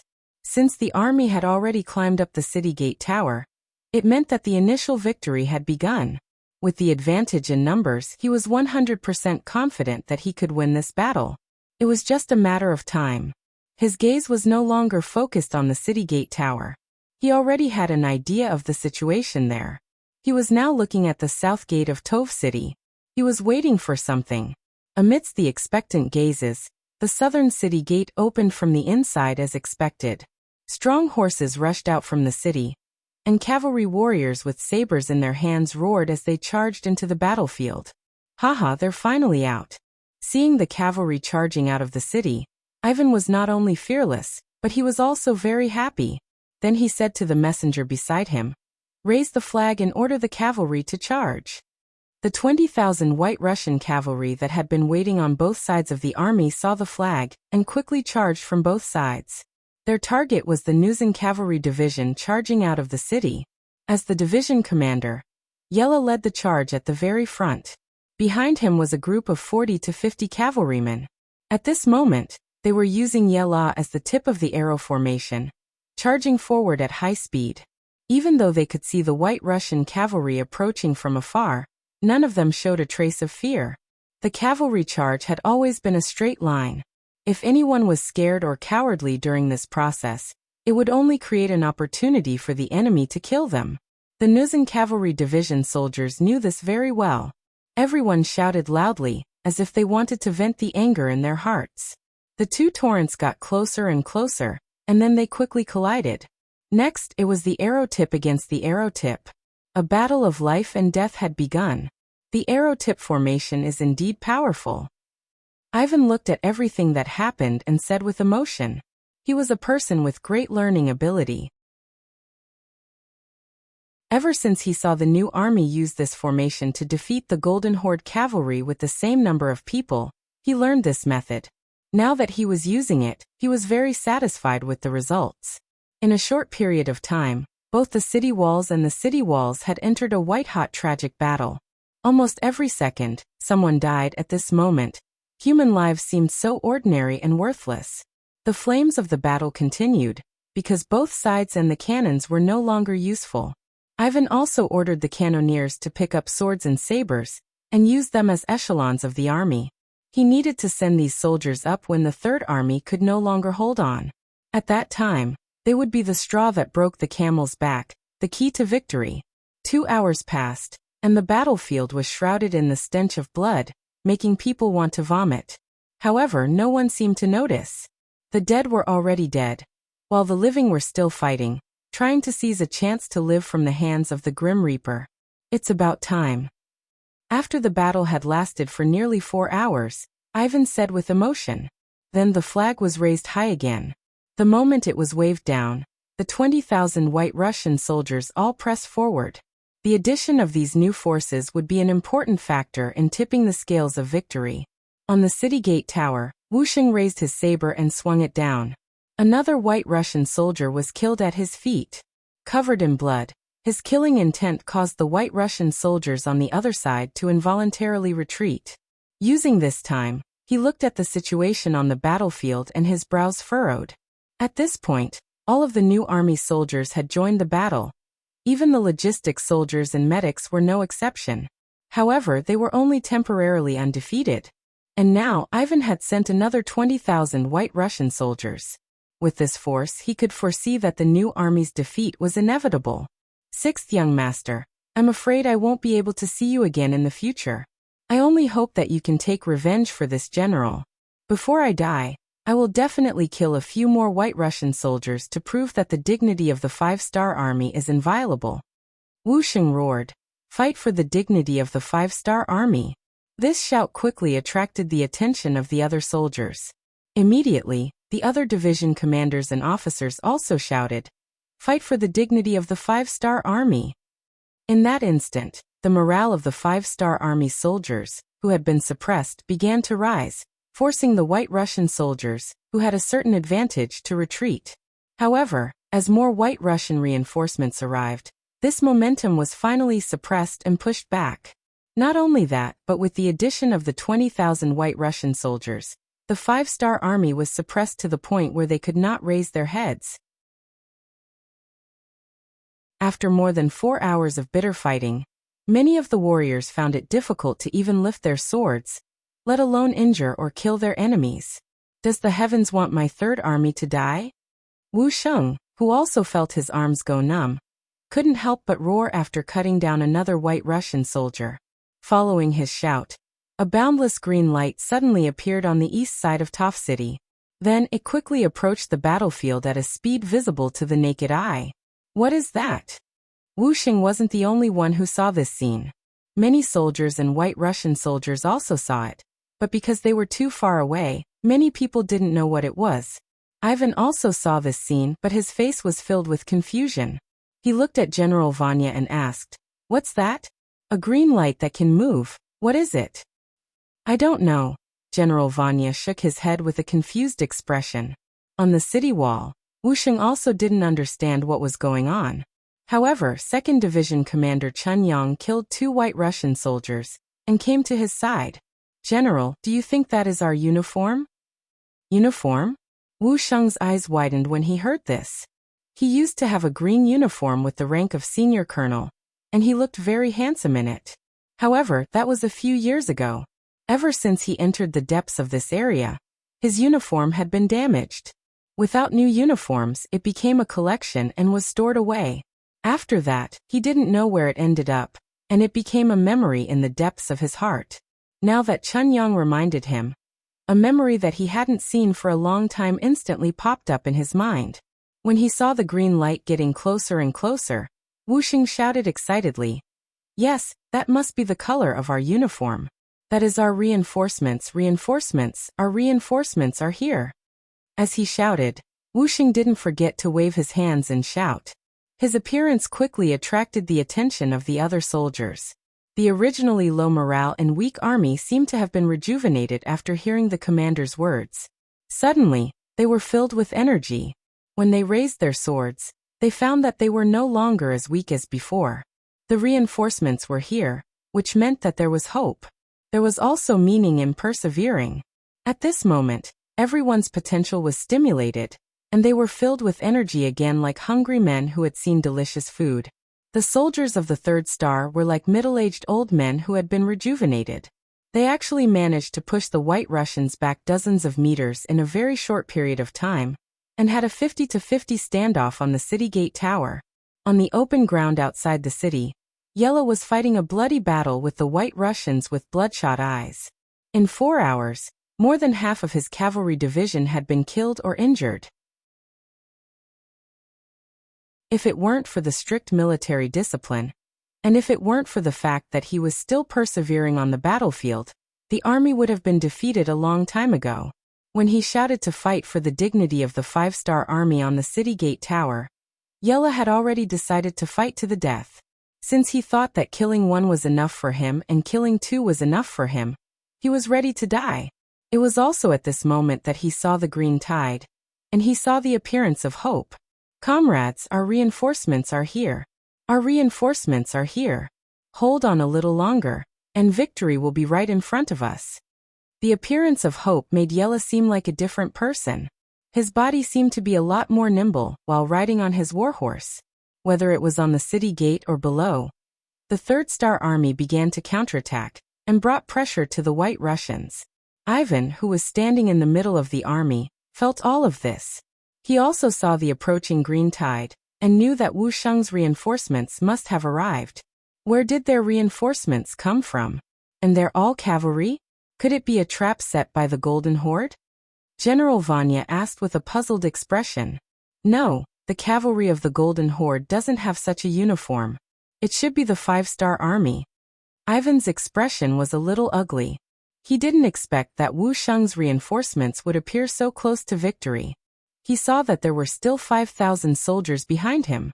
1,000 of them were on horseback and 4,000 paces. This was the last of his strength. He clenched his teeth and revealed a determined gaze as he said, "Their reinforcements are not that many, less than 20,000.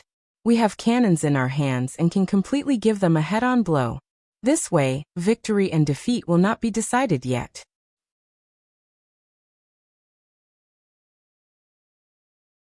Chapter 14-16. Ivan didn't want to give up just like that. In his eyes, Wu Sheng was an outstanding general. It was a blessing to have such a person as a friend. If he was an enemy, then he had to be eliminated. Otherwise, it would always be a big problem. The war had already reached this point. If he gave up now, he really didn't know when he would be able to surround the other party again. He might as well go all out and put all his forces into it. It was just the right time to test the combat power of the so-called 5-star army. He put all the 2,000 reserve troops in place, and all the cannoneers were in place. They began to adjust the direction of the cannons. They were just waiting for the green tide to enter the range to give them a good show. The green tide coming from afar was the world's first cavalry army, led by Commander Tian Hu. They were led by 2nd Division Lu Duo and 4th Division Su Ke. In addition to the military guard regiment, there were a total of 18,000 people. 1 man and 3 horses, led by Deputy Division Commander Yi Dai, finally arrived outside Tove City at the last moment. Still far away, the chaotic scene outside the city fell into the eyes of Tian Hu and the generals. At the same time, with the help of binoculars, the 20 cannons of the White Russian army were also clearly seen. They had already learned from Yi Dai that the White Russian army was good at using firearms, and the caliber of the cannons in their hands was not small. It was precisely because of this that they gradually became evenly matched with the old power of the Golden Horde. Cannons? They can deal with the Mongolian cavalry, but they are still a little lacking if they want to deal with the world's first cavalry army. Tian Hu's eyes revealed a look of contempt, but when he gave the order as he rode, he was very cautious. He said to Hu Helu, who was already the head of the guards, "Inform everyone that the other party has cannons. Don't let them hit them. Tell the soldiers to disperse and advance. Change the arrow formation to a 3-3 formation. These are solid cannons. They won't explode, so it's not a big deal. Also, inform 2nd Division Lu Duo to bring people to destroy the enemy's artillery position. Don't let them stand there and make people hate them." "Yes, Commander." After Hu Helu agreed, he quickly went to send the message. Not long after, the cavalrymen who were originally running in a group dispersed and ran forward in groups of 3. The change in the formation of the world's #1 cavalry army made it difficult for the White Russian artillerymen, who were adjusting the direction of the cannons. This was the first time they had seen such a scattered formation. Without a concentrated enemy, even if the cannons fired, the casualties would be limited. Moreover, each cannon shell was expensive to make. It was not worth it to waste them like this. "Fight, don't be afraid of wasting." Ivan's expression turned ugly. He didn't expect the 5-star army to react so quickly. Especially the cavalry, they actually changed their formation while running. Not only was there no chaos, but they were also very orderly. Just based on this point, they were not any weaker than the 3rd Star Army. The stronger the army, the more Ivan couldn't let them survive. No matter what, he still had the initiative on the battlefield. The Third Star Army was about to be destroyed. As long as he blocked the reinforcements from the 5-Star Army, after dealing with the Third Star Army, he wouldn't let a single person from the 5-Star Army escape. Pass down the order, split the cavalry into half to block the enemy's attack. Order the infantry to attack faster and finish off the Third Star Army as soon as possible. Ivan didn't have any intention of backing down. He was even prepared to eliminate the reinforcements from the 5-Star Army. Although the appearance of the reinforcements was out of his expectations, there were only 10,000 of them. He didn't put them in his eyes. On the battlefield, he still had at least 50,000 soldiers. On the other hand, the new Third Army only had about 10,000 soldiers. Even with the addition of 20,000 reinforcements, he still had a huge advantage in terms of military strength. What was there to be afraid of? Ivan, who was determined to finish off the Third Star Army, didn't realize the existence of danger. He also didn't know the strength of the enemy in front of him. On the contrary, if they were on the grasslands, mentioning the number 1 cavalry army in the world of the 5-Star Army, many opponents would be afraid before they even fought. They wouldn't be able to calmly fight to the death like this. Ivan's order was passed down, and the artillery was ready to fire. Some of the cavalry on the battlefield also adjusted their direction and went straight to Tianhu's army in the distance. Good. Seeing that there were enemy cavalry blocking the road ahead, Tianhu's face flashed with excitement. This time, after attacking the far east with Yang Chendong, he didn't have a chance to fight to his heart's content. The opponents he encountered were so weak that they couldn't withstand a single blow. He hoped that the White Russian army wouldn't disappoint him this time. On the battlefield, generals hoped that their opponents would be weaker so that their chances of winning would be higher. It was rare for Tianhu to think like this, but it was enough to prove his confidence in the cavalry under his command. The green tide finally entered the battlefield from the northeast under the eyes of tens of thousands of people. What greeted them was 20 iron bullets. They came from afar, leaping towards the number 1 cavalry army. Faced with the roar of the cannons, even the well-trained warhorses of the White Russian army seemed a little restless. However, Tianhu's army didn't have any reaction. Their charging speed didn't decrease in the slightest. Most of the soldiers didn't even try to dodge. They just pressed their bodies against the backs of their horses to reduce the wind resistance. Under the 3-3 system, the effect of the solid cannonballs was very limited. Except for a few soldiers who were unlucky and were hit by the iron bullets, most of the cavalry charged towards the White Russian army without slowing down. The distance between the two sides was rapidly closing. 800 meters, 600 meters, 300 meters, 100 meters, 80 meters. Seeing that the battle was about to begin, many of the White Russian cavalrymen had already raised their sabers above their heads and were ready to chop down. The soldiers of the world's number 1 cavalry army, who were lying on their horses, finally made their move. At some point, a crossbow had appeared in their hands. Then, when they were less than 40 meters away from the White Russian cavalrymen, they pulled the trigger and fired the Big Dipper crossbow. One arrow after another flew towards the target. With the continuous development of the steelmaking industry, the Crimson City arsenal had modified the Big Dipper crossbow. Not only were the springs more powerful, even the arrows had become sharper. After testing, they could break through 4 centimeters of planks within 80 meters, 6 centimeters of planks within 50 meters, and 5 centimeters of armor within 40 meters without a problem. This time, Tianhu's Big Dipper crossbow had used such sharp arrows. When the arrows were fired, at such a close distance and without any warning, the sound of arrows piercing flesh could be heard. Following this, the White Russian army fell from their warhorses one after another. Because the warhorses were too fast, it was impossible to see what had happened from the distance. After the two horses collided, the White Russian army fell from their warhorses and collapsed on the ground. There were more than 7,000 White Russian cavalry, but in just a single exchange, nearly half of them had fallen. The remaining 3,000 or so cavalry could only defend under the attacks of the number 1 cavalry army's 3x3 formation. They were unable to attack at all. What happened? Ivan's eyes were wide open. Just as he was waiting for the five-star army's reinforcements to be blocked or even heavily injured, he saw his own cavalry falling from their horses, as if they had been possessed.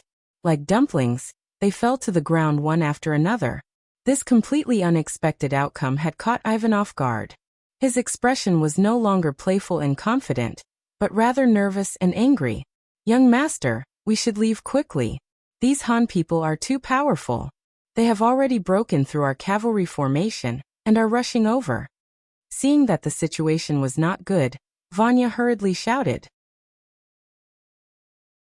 Ivan was the favorite son of the Grand Duke of Blindness, and the most likely descendant to inherit his legacy.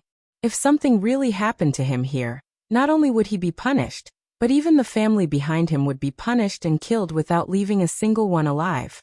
Vanya was extremely nervous as he felt threatened. On the contrary, Ivan wasn't afraid at all.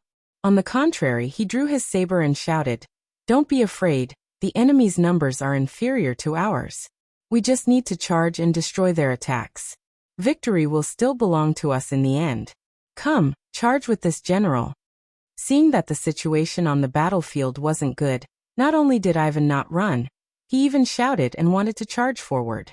Vanya wasn't going to let that happen. He hurriedly gave a few bodyguards beside him a look.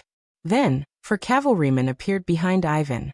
One of them raised his right hand and struck the back of Ivan's head. Ivan's excited shouts immediately stopped and he fainted. "All cavalrymen, retreat and protect young master. All infantry, stay behind to stop the enemy." Without Ivan, Vanya became the highest-ranking general here. His words became the new order. The bravery of the five-star army's reinforcements shocked Vanya. At the same time, it also made him feel the existence of danger. As the representative of Pskov city in the Rossi Principality, Vanya was able to survive until now not because of his bravery, but because of his amazing foresight. He knew when to make the right decision. Reality proved that he was right. The five-star army's cavalrymen, who were still several miles away, arrived in front of him in the blink of an eye. They rushed into the artillery formation in front of the city, as if there was no resistance. After a series of slashes with their sabers, the artillery soldiers were defeated and left behind a pile of corpses. Then, a portion of the cavalrymen led by a general wearing a white cloak went straight to the center of the army. However, Vanya had already escaped with the unconscious Ivan. He left behind thousands of soldiers to form a long snake formation to block the pursuit of the five-star army.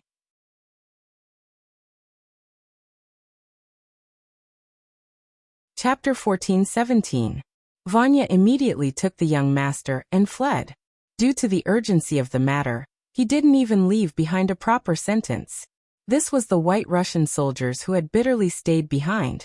Without a commander, the other generals didn't know what to do next. It was inevitable that a trace of chaos would appear in the army. At this moment, Tianhu and the others launched a fierce attack. They used the Big Dipper crossbows to shoot at the enemies from afar, while they used the divine sabers to slash at the enemies at close range. In just half an hour, the first deserter appeared in the White Russian army, followed by a second, a third, and an increasing number.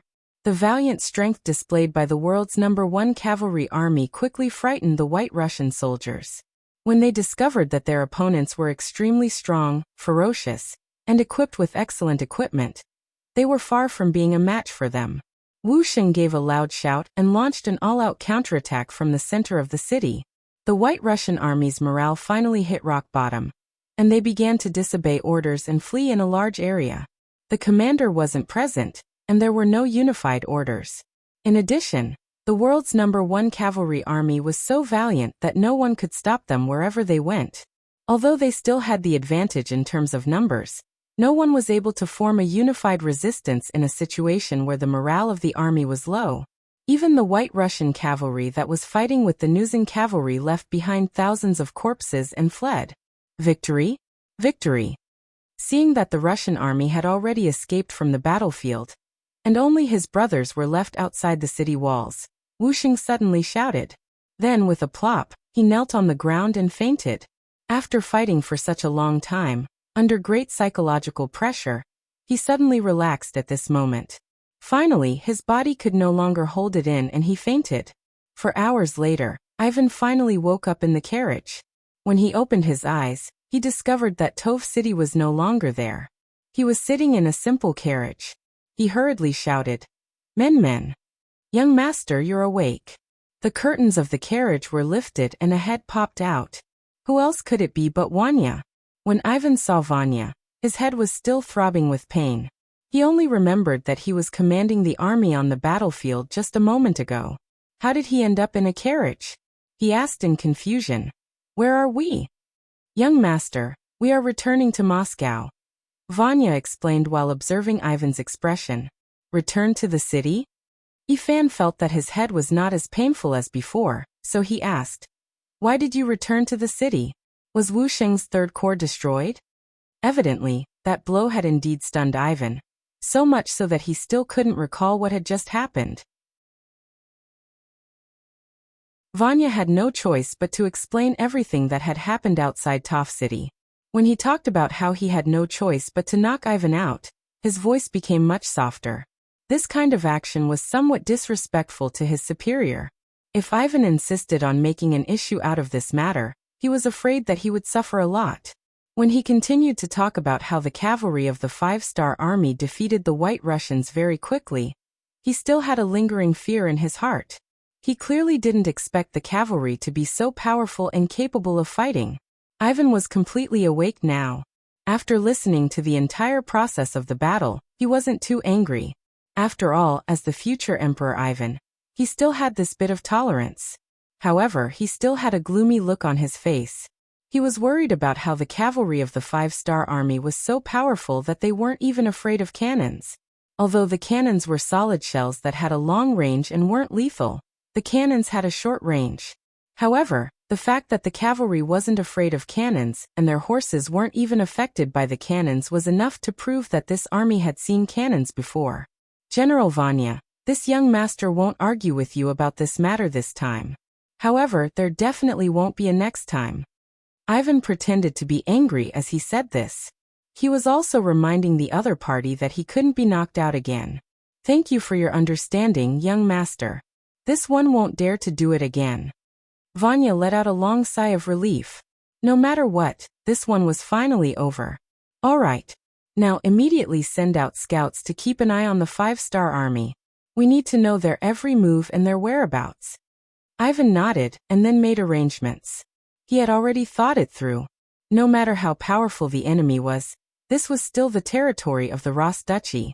He would never allow other forces to run rampant and do whatever they wanted here. He wanted to go back and see his father-in-law. He wanted to ask for reinforcements and completely defeat and annihilate the five-star army. Bulgar City, the northernmost city of the Golden Horde. As usual, the city gates opened in the early morning, and the number of people coming and going gradually increased. It was as lively as some of the cities of the Yangtze. The only difference was that the people coming and going here often led horses or other livestock. In this economically backward nation, bartering was still very popular among the people. On the contrary, the use of silver was sometimes limited. Behind a mound outside the city, Beta Persei put down a pair of binoculars in his hand, then turned sideways and whispered to Yang Chendong, "Young master, everything in the city is normal. Our people have already sneaked in.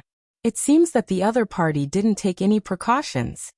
Lying on his back next to Beta Persei was Yang Chendong. At this time, he was holding an unknown grass stick in his mouth and looking at the blue sky above his head. Today's weather was good. The sky was blue, and there were a few cotton candy-like white clouds floating in the sky. It gave off a poetic and picturesque feeling. Tian, whose telegram had arrived yesterday. He had already joined forces with Commander Wuxia. Considering that the army had suffered heavy losses and had more wounded, they were heading to a Russian city called Oksino. They wanted to take the city and use it as a base for the army to rest and recuperate. In the telegram, Tian Hu explained that the White Russians had cannons and muskets. He also said that although the enemy's cannons were solid shells, they could shoot up to 3 miles away. In terms of range, they were already the strongest enemy the five-star corps had ever come into contact with. He asked if they could send a cold front unit to help them suppress the enemy's firepower on the battlefield in order to suppress them in the future. Yang Chendong had already mentally prepared himself for the fact that the White Russian army had firearms, and they were relatively powerful. How could they be easy to deal with if they could stand up to the Golden Horde when it was at its peak? How to make up for this gap was far from a problem that could be solved with the help of Wuxiang's Third Army.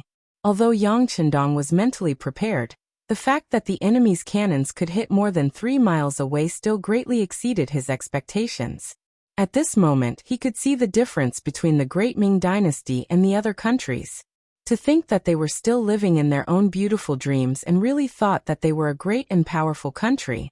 Look, the enemy's cannons can hit several times farther than yours. If they really fought, would you still be a match for them? In history, the Rasi kingdom had been suppressed by the Mongols too much and needed time to recuperate. Furthermore, their territory was large enough and their population was not large, so they did not have such great ambitions.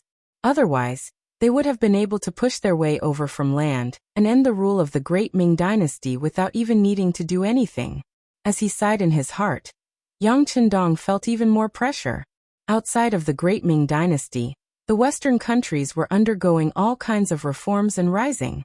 If he did not take advantage of this period of time to destroy them before they became fully powerful, it would be even more difficult to deal with them in the future. He was pressed for time. Yang Chendong would naturally fulfill the request in Tianhu's telegram. He had already sent a telegram to the army headquarters in Qiqian City when he left the Far East region, and asked them to send an elite cold vanguard division to help him. Due to the importance of the Golden Horde and the Russian Empire, they had sent the elite 2nd Division of the Cold Vanguard Division, Xiaofeng. Through the telegram, he knew that they had already entered the Arrow region and were not far behind him. He sent out a telegram and asked Division Commander Xiaofeng to send a regiment to meet up with Commander Tianhu. The reason Yang Chendong only sent one regiment was because he had his own plans.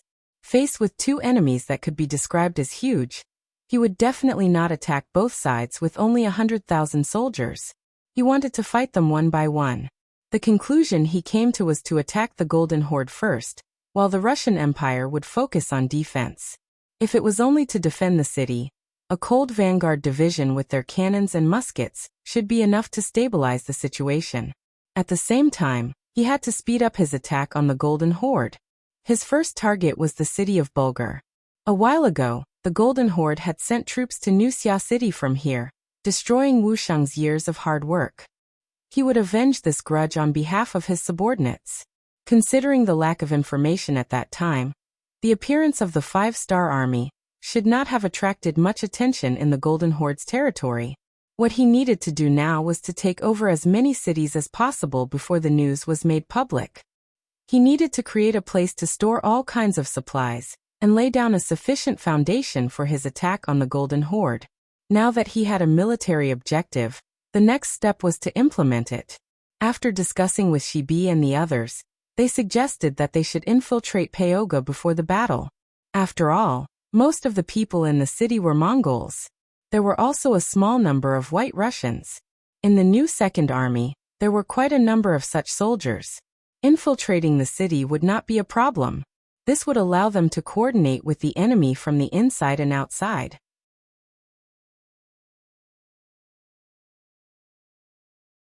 Chapter 14:18.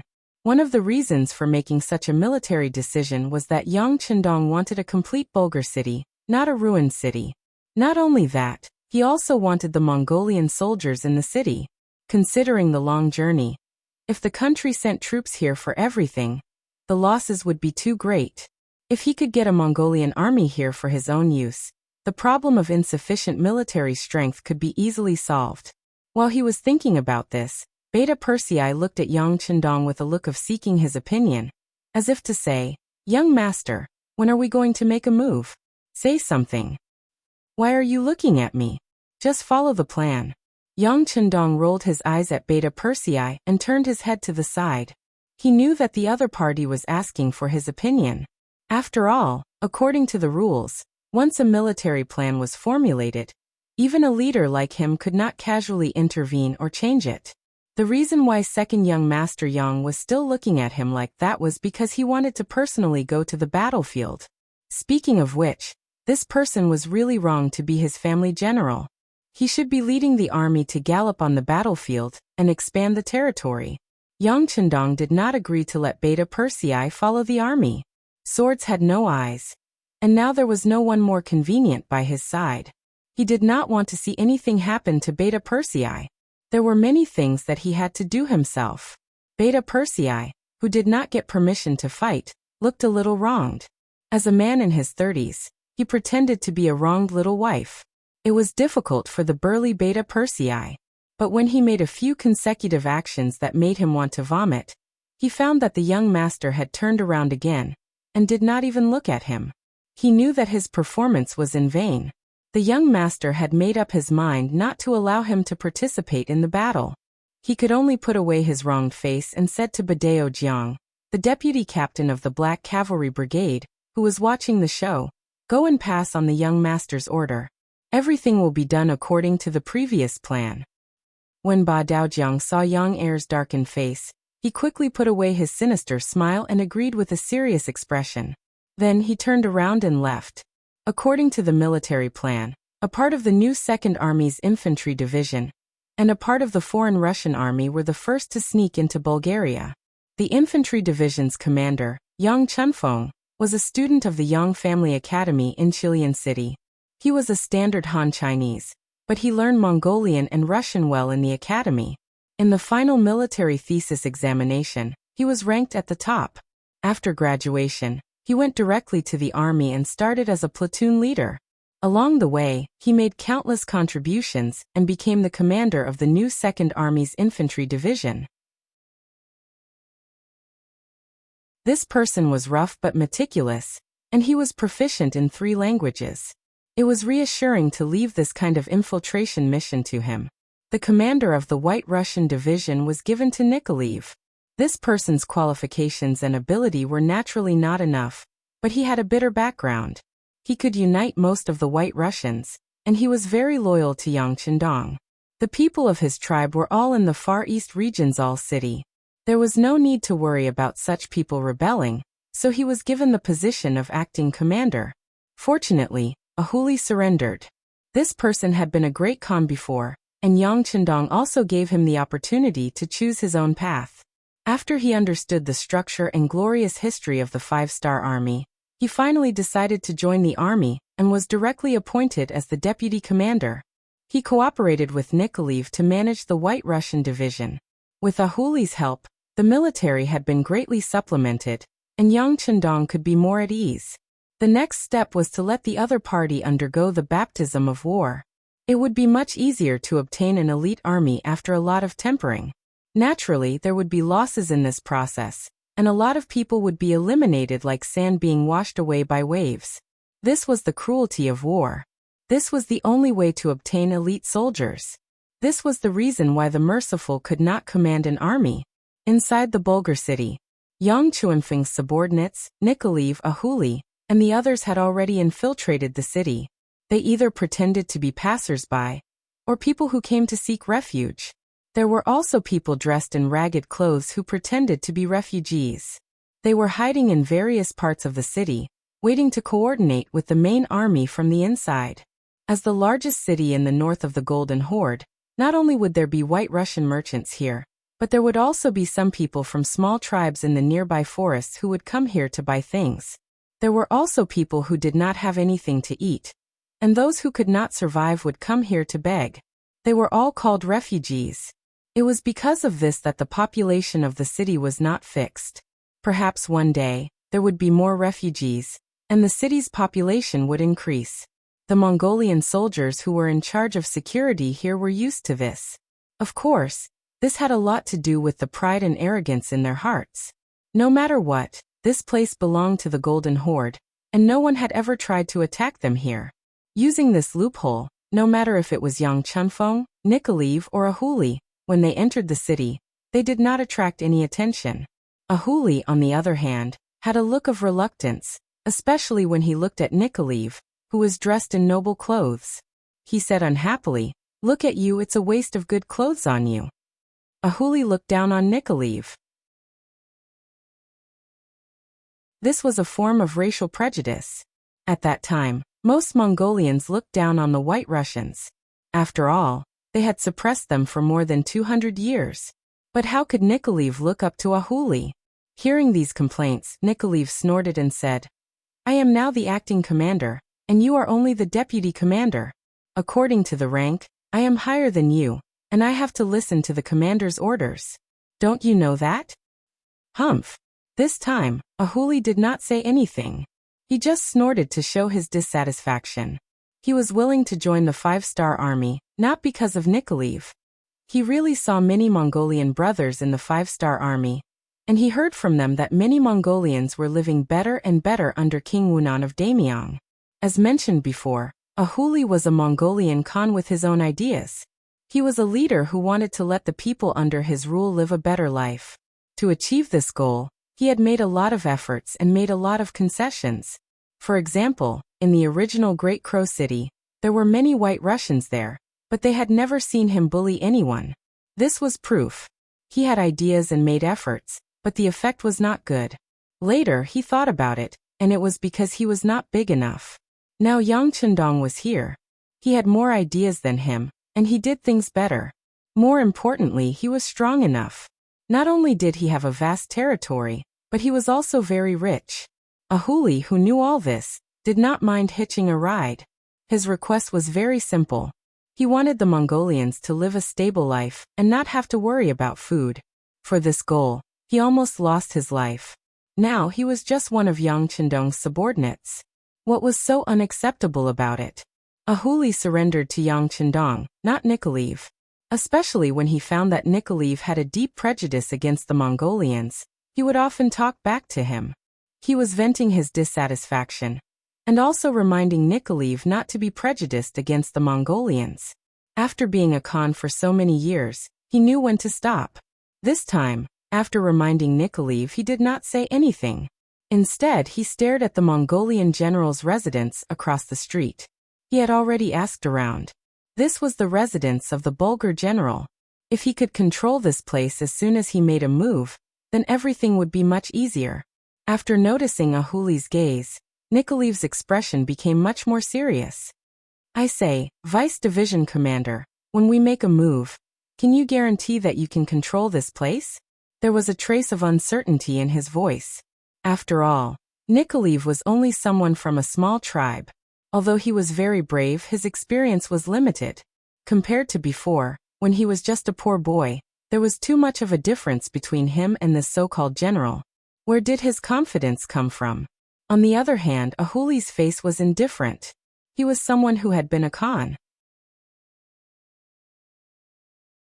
What kind of situation had he not seen before? It was just a general of a city. Naturally, he would not be scared. It's fine. When we make a move, I will be the first to rush in. You just need to bring people to guard the outside and prevent anyone from escaping. Okay. Hearing such a promise, Nikolaev nodded in relief. Although he hated the Mongols deep in his bones, if it were not for them, his tribe would not have to live such a poor life. However, he was still very confident in a huli's ability. Since he said so, there should not be any problems. Nikolaev, who was pretending to be a rich White Russian merchant, walked slowly on this street. From time to time, he would stop in front of some open-air stalls and ask about the price of some goods. It seemed that there was nothing wrong with it, but in fact his heart was in a mess. This was the first time he had carried out such a mission. In the past, he only thought that when two armies fought, they would pull apart their stances and compete with courage and perseverance. However, after joining the 5-star army, he realized that even if it was a war, there was a very special way.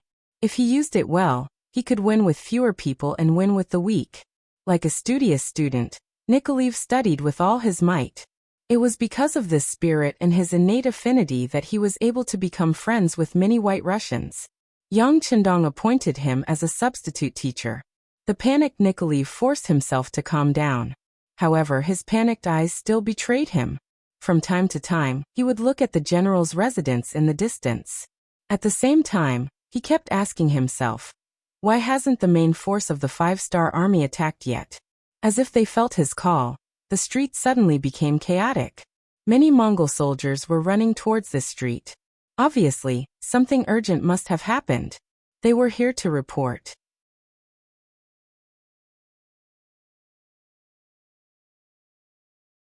Chapter 1419. Stop them.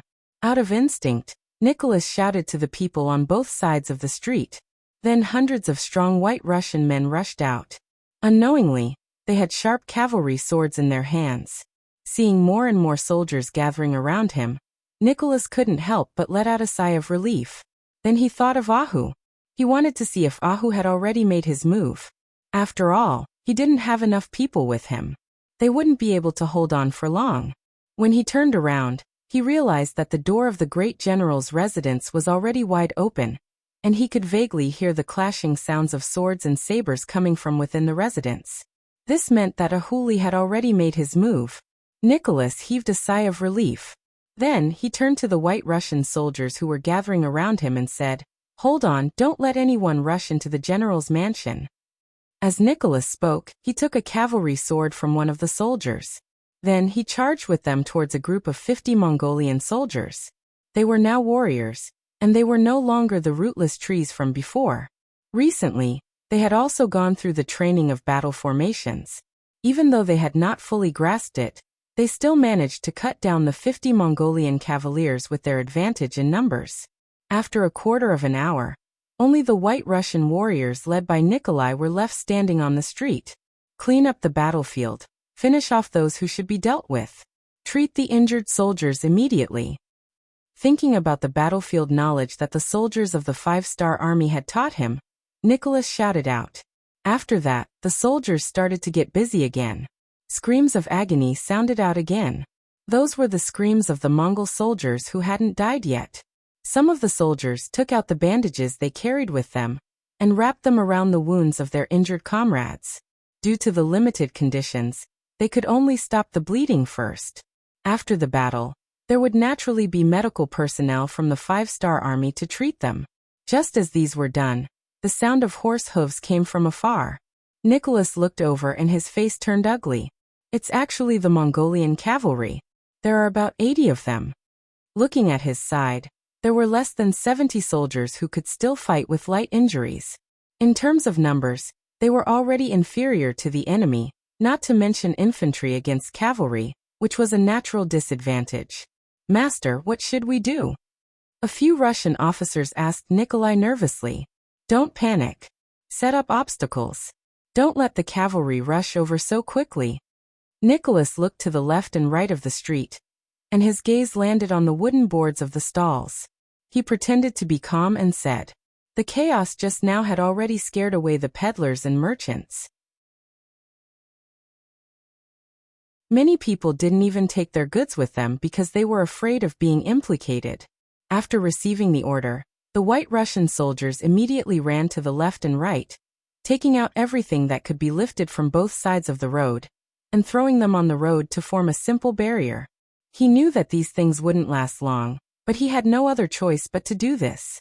Right now, he could only hope that the main force of the 5-star army would arrive quickly. He hoped that Ahuli would be able to deal with the general's manner quickly.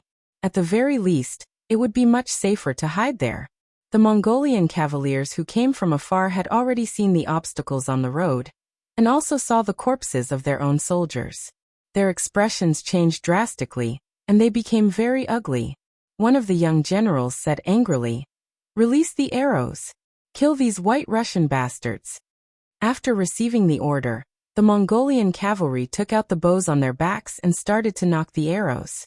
Following this, the sound of arrows piercing through the air rang out as they flew towards the White Russian soldiers.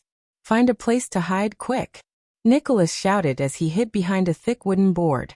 Just as he finished doing that, the arrows fell and hit the wooden board, creating a series of banging sounds. As a race that grew up on horseback, the Mongolian cavalry's archery skills were very high, and there were very few who could match them. When this wave of arrows came, many of the White Russian soldiers were hit because they didn't hide well enough. There were also some who didn't find a suitable place to hide, and the arrows still pierced through their bodies. Cries of agony rang out around him, which meant that more and more White Russian soldiers had lost their lives. Hearing this, Nikolai bit his lips. His right hand gripped the saber so tightly that it turned white. After a few rounds of arrows, the Mongolian cavalry had arrived in front of the obstacles. Following this, the cavalry at the front dismounted and started to move the objects. There were also some bleeding corpses. Kill. Feeling the Mongolian cavalry's aura getting closer and closer, Nicholas looked through the gap between the cover and saw that the distance between them was less than 6 meters. He knew that this was the best time to counterattack, so he shouted and led the 30 or so White Russian soldiers who weren't injured to charge out. The sudden battle cry did not cause the Mongolian soldiers to panic. On the contrary, one of them even smiled savagely and charged at Nicholas with a machete. An instant later, the two sides clashed, and the cruel battle of life and death began. As both sides fought, the Mongolian cavalry were unable to shoot their arrows. They simply dismounted and charged over. They wanted to surround Nicholas and the others and kill them all. They did not want to let a single one of them escape. Facing the Mongolian soldiers getting closer and closer, Nicholas only turned around to look at the general's manner before giving up on the idea of entering. He did not want to be looked down on by a huli, and he did not want to be a burden to him. Soldiers, let's go all out. Our names have already been registered. Even if we die in this battle, our families and people in Bugnam of Gojoseon will take care of us. Even if we die, what is there to fear? Seeing that more than 10 of his brothers had died in the battle in a short period of time, Nicholas knew that they were doomed this time. Therefore, he simply gave up on his fantasy and roared loudly with the thought that killing one was enough to break even, and killing two was a win for him. After joining the 5-star army, they had to register. Even if they were just auxiliary soldiers, this way, if something happened to them, their heirs would be able to receive compensation from the 5-star army. This was a form of protection for everyone, and they would not have to worry about what happened after they died on the battlefield. In the past, when there was a war between tribes, if one died, then one's wife and children would become slaves. Now they were people with an organization. If something happened, not only would their families be able to receive compensation, if someone dared to bully the family of a martyr, they would just have to find an official, and someone would support them. It was because of these policies that no one had ever heard of or even thought about before that when Yang Chendong said that he wanted to establish a division outside of Russia, the enthusiasm of the applicants far exceeded everyone's expectations. These people were carefully selected, and those who were not in their prime were not accepted. Otherwise, not to mention 20,000 people, even an army of 50,000 could be gathered. Hearing Nikolaev's shout, the remaining dozen people also had a look of determination to die. Since everything had been arranged, what else was there to worry about? They would just kill. As the saying went, the soft feared the hard feared the unreasonable, and the unreasonable feared those who did not care about their lives.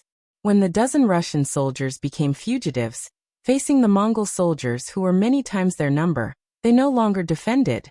Instead, they continuously attacked, and the momentum of the Mongol soldiers became sluggish, and they could not help but take a few steps back. Only then did they avoid the Russian soldiers. Come, isn't it just death? Who's afraid of who?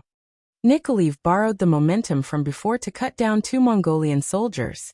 At this moment his momentum was at its peak, and when he spoke his voice was a bit louder. Lunatics, a bunch of lunatics. Don't waste words with them, just shoot them to death. When the Mongol soldiers saw that Nikolaev and his men were not afraid of death, and wanted to drag them down with them, they shook their heads and retreated to open up the distance between them. At the same time, they took out their bows and arrows and prepared to shoot. Seeing the Mongol soldiers take out their bows and arrows, Nikolaev was shocked and quickly tried to find cover. However, in such a short period of time, where could he hide? Just as he thought that he was going to die, a voice suddenly shouted, "Put down your weapons immediately, otherwise, your general will die in front of you." The one who shouted was Ahuli. At this moment he had already walked out of the general's residence, and in his right hand he was holding the Mongol general. In that short period of time he had brought his own personal guards into the residence, and after a fierce battle, he had captured the enemy general. It was only because Bulgar City had not been in a war for many years that there were less than 50 soldiers defending the residence that Ahuli was able to deal with them in such a short period of time, saving Nikolaev's life. With their general being held hostage, the faces of the Mongol soldiers turned ugly. When they saw that the saber on their general's neck was about to be pulled at any moment, they had no choice but to put down their bows. Many thanks. Nikolaev, who was still in shock, walked to Ahuli's side and said in an unnatural manner, "If you really want to thank me, why don't you let me be your division commander?" Ahuli suddenly made a request. Nikolaev was stunned at first, but he quickly reacted and shook his head. The acting division commander is personally appointed by Bugnam of Gojosian. If you have the ability, go find Bugnam of Gojosian to change your military order. Don't worry, the position of division commander will be mine sooner or later, Ahuli said without a care. The two of them were still bickering, but after what happened just now, it was obvious that their relationship had become much closer. In the words of the future, they had formed a revolutionary friendship.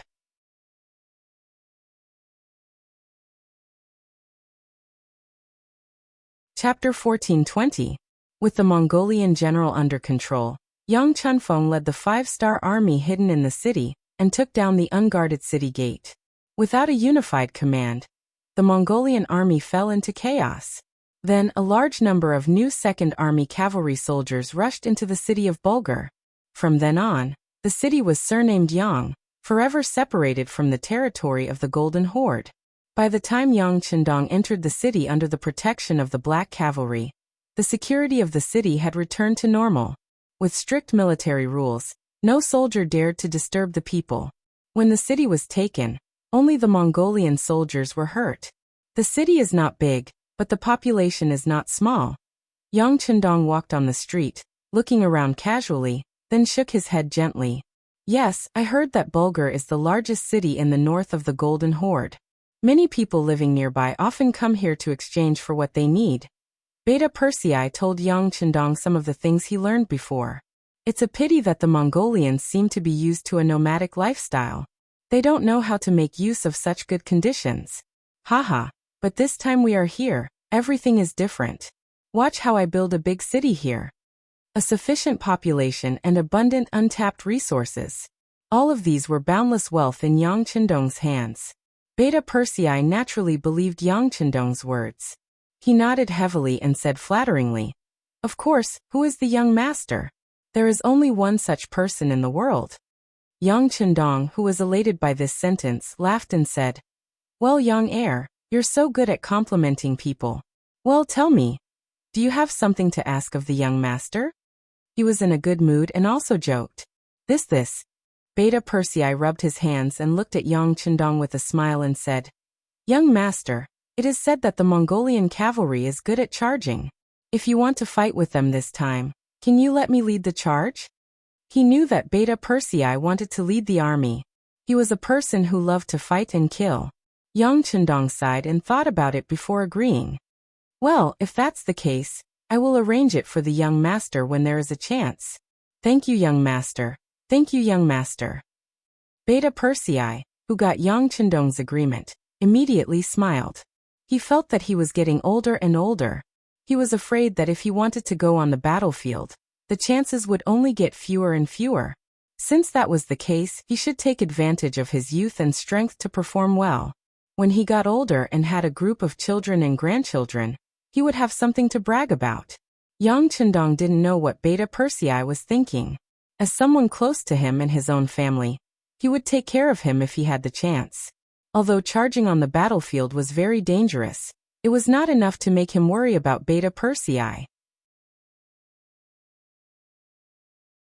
After all, his status was there, and there would be many people to protect him on the battlefield. What he needed to do now was to consider his next move. If taking down Bulgar was revenge on the Golden Horde for daring to attack Wu Sheng's Third Army, then destroying the entire Golden Horde was a necessary step for him to take over the world and make the Han Chinese the king of the world. Beta Persei passed down the order. All officers of the deputy division level and above should go to the general's mansion in the city for a meeting. Yang Qindong already had various ideas in his mind, and it was time for him to implement these decisions.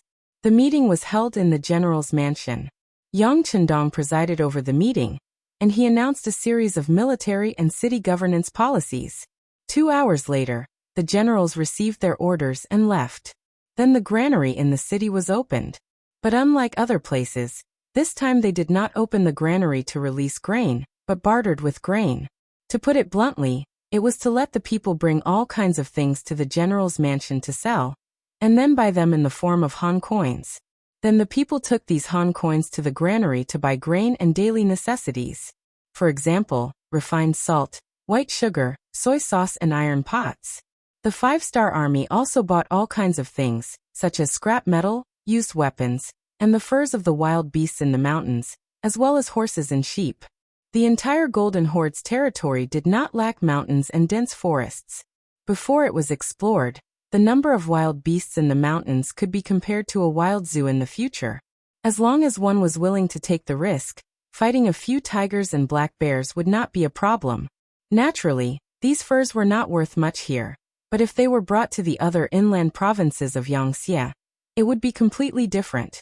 They could be sold for a high price, and it was possible to sell them for a few hundred times more than buying them. There was also a lot of rare mahogany in the mountains. The growth process of this kind of wood was slow, but it was abnormally strong. Furniture made of this wood could be sold for a sky-high price. And it just so happened that no one cared about the value of this item, so Yang Chendong did not hesitate to accept it. Using Han coins to buy mahogany was definitely a profitable thing. As for horses, cows and sheep, there were even more. The main thing was that the Mongolian people were not willing to take them out. However, using refined salt as bait should not be a problem. As for the used weapons, they were naturally useless in the hands of the people, but after they were sent back to Chichen City, they could be used again and become good things. In short, they chose the things that the commoners thought were worthless in exchange for the things that they needed. This was a win-win situation. Ahuli had heard Yang Chendong's detailed explanation during the meeting. Then he requested to stay at the general's residence to cooperate with the purchase. When the news came out, many people responded enthusiastically. They took the items that Yang Chendong wanted and exchanged them for a large amount of Han coins, then went back to the granary to buy what they needed. Ahuli's eyes widened. He saw the enthusiasm of the people, the huddling of the people, and the support of the people. This matter was fully in charge of the sacrifice. Speaking of which, he could be considered an all-rounder in both military and civilian affairs. When you get on a horse to conquer the world, when you get off a horse to rule the world, you get off a horse to rule the world. When he saw Ahuli's excited and enlightened expression, he patted his shoulder and said, "Learn, the great Bugnam of Gojosian is omnipotent." Yes, Bugnam of Gojosian is too amazing. This move not only allowed the people to quickly accept the new currency, but also received sincere praise and support from the people. Presumably, after this incident, the people no longer want the 5-star army to leave this place. If someone insists on doing this, then they will become the common enemy of the people. Ahuli was indeed a smart person. From this incident, he was able to see deeper things. Hearing this, Ahuli kept nodding. Then, when he looked to the south, he was already thinking that Yang Chendong would not have a problem conquering the Golden Horde. The question was how long it would take. At first, he was still not confident that he could defeat the Golden Horde and the Rossi principalities with only a few 100,000 soldiers. But now he knew that once he won the hearts of the people, he could get as many soldiers as he wanted. In the past, he always heard Yang Chendong say that the people were the foundation, and the people were the foundation. He also knew this principle, including the saying that water can carry a boat, but it can also capsize a boat. This was the principle of the ancient sages. But why did so many people say that only Yang Chendong could do it? Shibi had thought about this before and finally came to a conclusion. That was, other people were just saying these words. The so-called people in their eyes were the upper-class people with the right to speak, especially the landowning households and the noble families. In Yang Chendong's eyes, the people were the real people. They were the lowest class of people. They were the people who were called lowly and could be sacrificed at any time. They were the people who were looked down upon by others. It might seem that Yang Chendong was wrong, but in reality, the people at the bottom were the most common. Without them, there would be no one to farm, no one to do business, and no one to create things. The so-called high and mighty people were not far from starving and freezing to death. To borrow Teacher Guo's words, this was the difference between vulgarity and elegance. Elegance could not be separated from vulgarity, but vulgarity could be separated from elegance. Bulgar City, because of a series of measures, became lively again.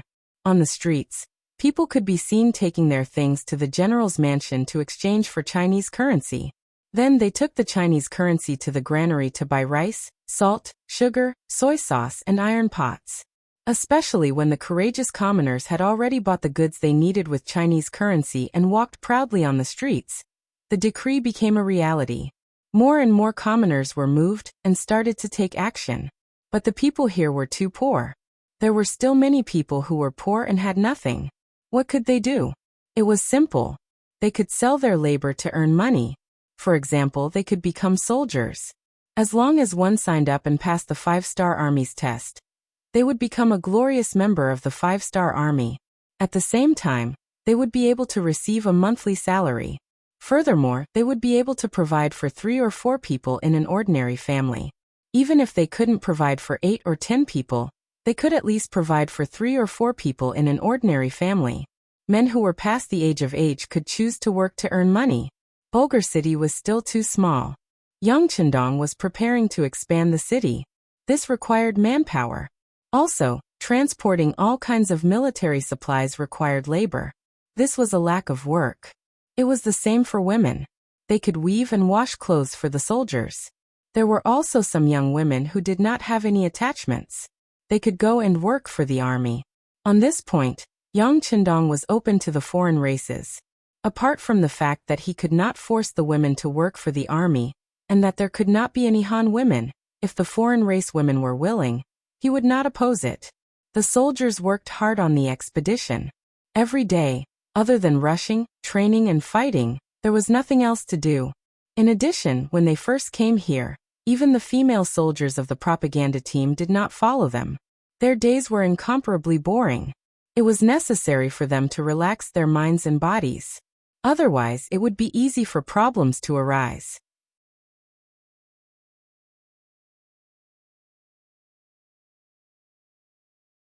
Chapter 1421. Just like that, the 5-star Army was formed. Furthermore, the treatment of the soldiers of the 5-star Army was not low, and money was easy to earn. The only condition was that these women had to be healthy, and they had to be able to withstand investigation. If they were spies sent by the enemy, they would be killed as soon as they were discovered. They would not be soft-hearted. In short, after Yangchendong became the ruler of Bulgar, it was as if the sky had changed. The people had more choices, and there were more varieties and colors of food on their tables. Not long after, more and more logistics teams arrived in Bulgar. More and more goods appeared in the city, dazzling the eyes of the foreign races. Right now, they could only hate the fact that they did not have enough Chinese currency, and could not buy everything they wanted. The transport team came and went in batches. When they came, they brought all kinds of supplies and rations. When they left, they brought with them all kinds of animal hides, scrap metal, and carriages of mahogany. Once these things were transported back to Crimson City, it would not take long for their value to increase by tens of times. At the very least, it would be enough to cover the expenses of the people and horses. In the past few years, potatoes, sweet potatoes, corn, and other high-yield crops were discovered. What Wuxia did not lack the least was food. The granaries of the various provinces were almost filled to the brim. Now that they could use food to exchange for the rare hides of the Central Plains, it could be considered a form of income. Not to mention the furniture made of mahogany. When brought back to Crimson City, they would be in high demand. They would not worry about not being able to sell them, but they would worry about not having enough. This was equivalent to using the money from trade to fight a war. This was also a manifestation of how knowledge could change one's fate. While others were still worrying about the cost of fighting a war, Yangchendong could already make a fortune through fighting a war. With enough money and food, he would naturally have the confidence to fight a war. With money and rewards, the soldiers would want to perform meritorious deeds. This was a kind of virtuous cycle. How could it not be powerful? Just like when Yangchendong was winning the hearts of the people and making money in Bulgar City, The new Second Army, under the leadership of several division commanders, had already begun to expand their territory. Before anyone knew that they had arrived, they had launched continuous attacks on cities and territories. Setting out from Bulgar City, they headed south. Within 2 months, they had taken down Kot City, Kilo City, and Kazan City, all the way to Samara City. Samara was the entrance to Sarai City, the capital of the Golden Horde. In other words, once this place was conquered, the safety of the Golden Horde's capital would be directly threatened. This was something that Great Khan Mahama would never allow to happen. It was only a month ago that Mahama, who had escaped from Kot City, found out about the fall of Bulgar City. The furious Mahama couldn't understand why the 5-star army's reinforcements had come so quickly, nor why they had the guts to cause trouble for the Golden Horde. Speaking of which, Mahama was a very domineering person. Ever since he became the 39th monarch of the Golden Horde, although the strength of the Rossi Duchy was slowly rising, he had always been in a position to suppress them. In history, when the Rossi Duchy became independent, this great Khan had already passed away many years ago. Of course, the main reason why the Rossi Duchy became independent was because the Golden Horde had begun to split, which gave them an opportunity to take advantage of. Perhaps because of his experience, Mahama was a very conceited person. He had always been the one bullying others. Since when did others have the chance to find trouble with him? After learning about this, he first reprimanded his generals for their incompetence. How could they not have received the news that such an important city like Bulgar City had been lost? At the same time, he hurriedly mobilized all the troops stationed at the border of the Rossi Duchy from the west to the north. He wanted to take care of the 5-star army first, and let them know who was the real king in this realm. This time, Mahama ordered his general Gray to lead 50,000 elite cavalrymen to Samara City and make preparations for the 5-star army's arrival. Mahama and his generals had already analyzed the situation. As an outsider, the King Wunan of Daimyong would not be able to fight a protracted battle with them. Just the cold winter temperature alone was not something they could handle. Therefore, the other party would definitely think of a way to end the battle quickly. Since that was the case, all they had to do was wait for the other party to arrive. The terrain outside Kazan City was wide and suitable for a cavalry charge. When the time came, he would let this outsider know that the so-called Great Ming Dynasty was just a two-legged sheep after so many years. As the descendants of Genghis Khan, the Golden Horde did not lack elite cavalrymen. They were good at war and came and went like the wind, giving people a headache. Even the Rossi Duchy, which had a certain number of firearms, had a headache. Speaking of the Rossi Duchy, after Ivan's army was defeated in Tove City, he returned to Moscow unwillingly. Not long after he entered the city, he received news that after Wu Sheng's Third Army and the 5-star army's reinforcements met up, they left the destroyed Tove City and headed for Oxino City, occupying it. While they were recuperating, they were like a tiger watching a nail over the Rossi Duchy. As the saying goes, how could one allow others to sleep beside one's bed? The 5-star army's actions were seen as a threat and a provocation by the Rossi people. Not long after Ivan entered the city, he received news that his father-in-law was going to send troops to eliminate the 5-star army. At the very least, they were going to be chased out. With regards to his father-in-law's decision, Ivan raised both his hands in approval. Especially after fighting a battle with them and witnessing their abilities, he was even more convinced. In his eyes, the 5-star army was an existence that was on par with the Golden Horde. In the main hall, when Ivan arrived, all his generals were already standing there. They were listening to Vanya's report on the Battle of Tove City. Vanya knew the importance of this matter, so he did not exaggerate. Instead, he reported the entire battle truthfully. At the end of his report, he even said, "I don't think there was anything wrong with our command in this battle. I can only say that the 5-star army's cavalry was too strong. The 5-star army's ability was even stronger than the elite cavalry of the Golden Horde. They were not even afraid of the rumbling of cannons. They were a terrifying opponent. Stronger than the cavalry of the Golden Horde." After these words were spoken, many people in the imperial court chuckled. It was no wonder that they thought so. The Golden Horde was one of the purest descendants of the Mongol army. Many of their cavalry started practicing archery when they first learned how to walk. Who could possibly be their opponent? In the face of such mocking laughter, Vanya did not respond. On the contrary, he maintained his silence. This was his way of protecting himself. The reason why he was not a direct descendant of the Grand Duke of Blindness, but still had his own position in the court, and others could not do anything to him, was because of this caution and carefulness. After all, he had already spoken the truth. As for whether they believed it or not, it had nothing to do with him. Seeing that Vanya did not respond, Ivan, who had just arrived, was not happy. His face darkened as he said, "Everyone, there is nothing funny about this. The strength of the 5-star army's cavalry will only be beyond your imagination." Haha. It would have been better if Ivan did not speak. His words caused even more laughter. What's going on? The smart Ivan sensed that something was wrong.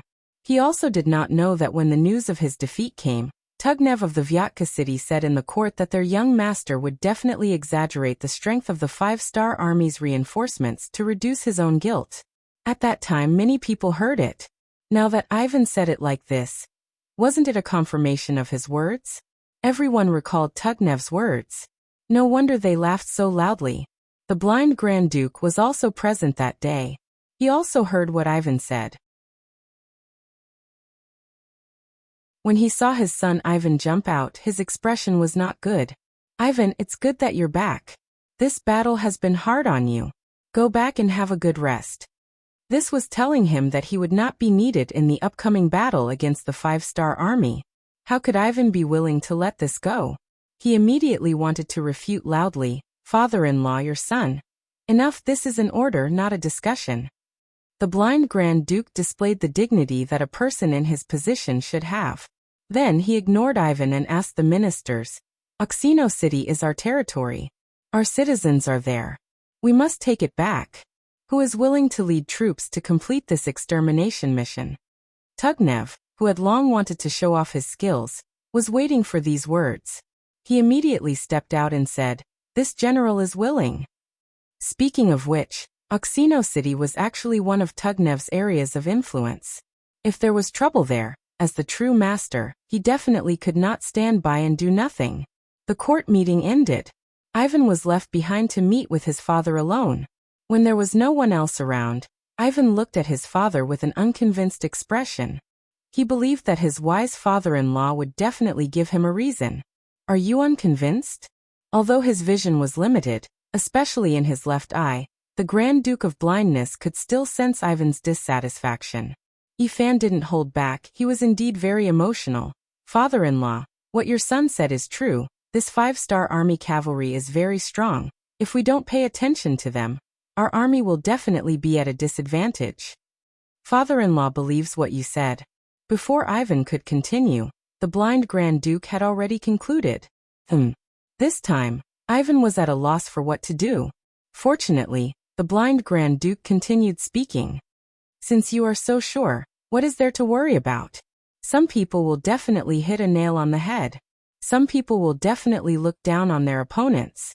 Since that is the case, why not let them suffer some losses? Whether it is the 5-star army's defeat or Tugnev's defeat, it is not a bad thing for our duchy, is it not?"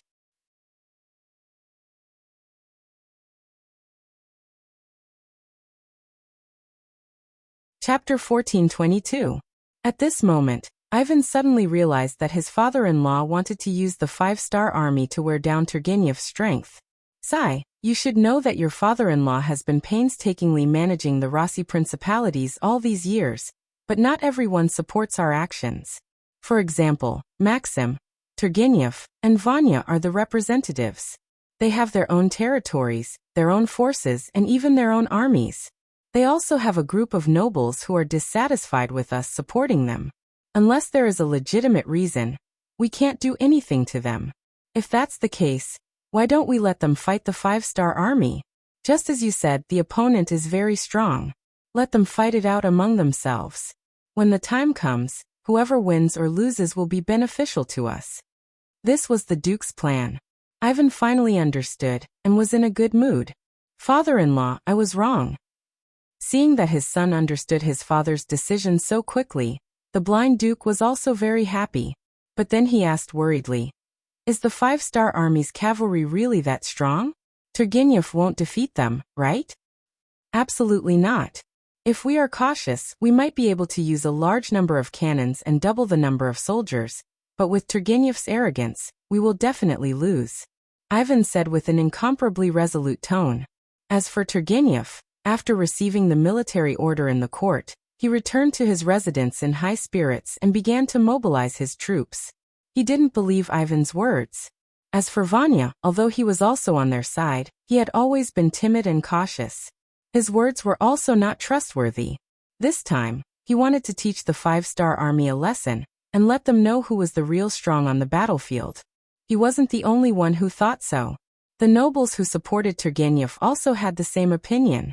Although they didn't have much contact with the Han army, they had fought with the Golden Horde for more than 200 years. From their words, it was clear who was stronger between the White Russians and the Han army. The Han people were called two-legged sheep by the Golden Horde. According to them, when faced with the attack of the Mongol cavalry, the Han people either fled or surrendered. They didn't even have the courage to resist. In comparison, the White Russians were much more courageous. Didn't this prove that they were stronger than the Han army? With the support of the nobles, provisions were naturally no longer a problem. Turgenev took his own 80,000 soldiers and the 20,000 soldiers he got from the Grand Duke of the Blind, a total of 100,000 people, 100 cannons, and 10,000 muskets to the north. In Kazan City, Yang Chendong arrived at the city under the protection of the Black Cavalry. Behind him, not only had Bulgar been liberated, and a large amount of trade had begun. Even Khat City and Kilo City, which had been taken down, had also begun to reform. The people of the Golden Horde, who had always relied on the heavens for food, didn't know that there were so many good things in the world. Moreover, they didn't need to fight or risk their lives. As long as they worked hard, they could obtain all of this. With food and water, and the hope of a better life, the 3 cities were quickly stabilized, and more Mongolian citizens were willing to work for them. Regardless of whether it was building the city, reclaiming the land, building roads, or mining, they were all very enthusiastic. Just like what Yang Chendong said before. These people had been suffering for too long. Now, as long as they put in some effort, no one would be stupid enough to go against the 5-star army. In the face of a bright future, the so-called ethnic background was worthless. If they didn't study, they wouldn't have the wisdom of the people. These people also had their own advantages. It was very simple to distinguish right from wrong. They would help whoever was good to them. As for ethnic background, the barbarians didn't care too much about it. Of course, there were some troublemakers among them. Yang Chendong didn't show any mercy to these people. He killed those who needed to be killed, and captured those who needed to be captured. After purposefully removing the troublemakers, the rest of the Mongol people became very obedient. They also received a lot of benefits, and their living conditions improved. Now many Mongol people were worried about how long this kind of life could last. After all, the land they occupied was the territory of the Golden Horde. If the Great Khan brought his army over, would the Han army be able to withstand it? Yang Chendong didn't know whether to laugh or cry at this kind of worry. However, this was a good thing. In order to solve the worries and doubts in everyone's hearts, Yang Chendong personally came to Kazan City and went to the front line. He used his actions to tell those who had doubts in their hearts that he was at the front line. If there was any danger, it would be directed at him.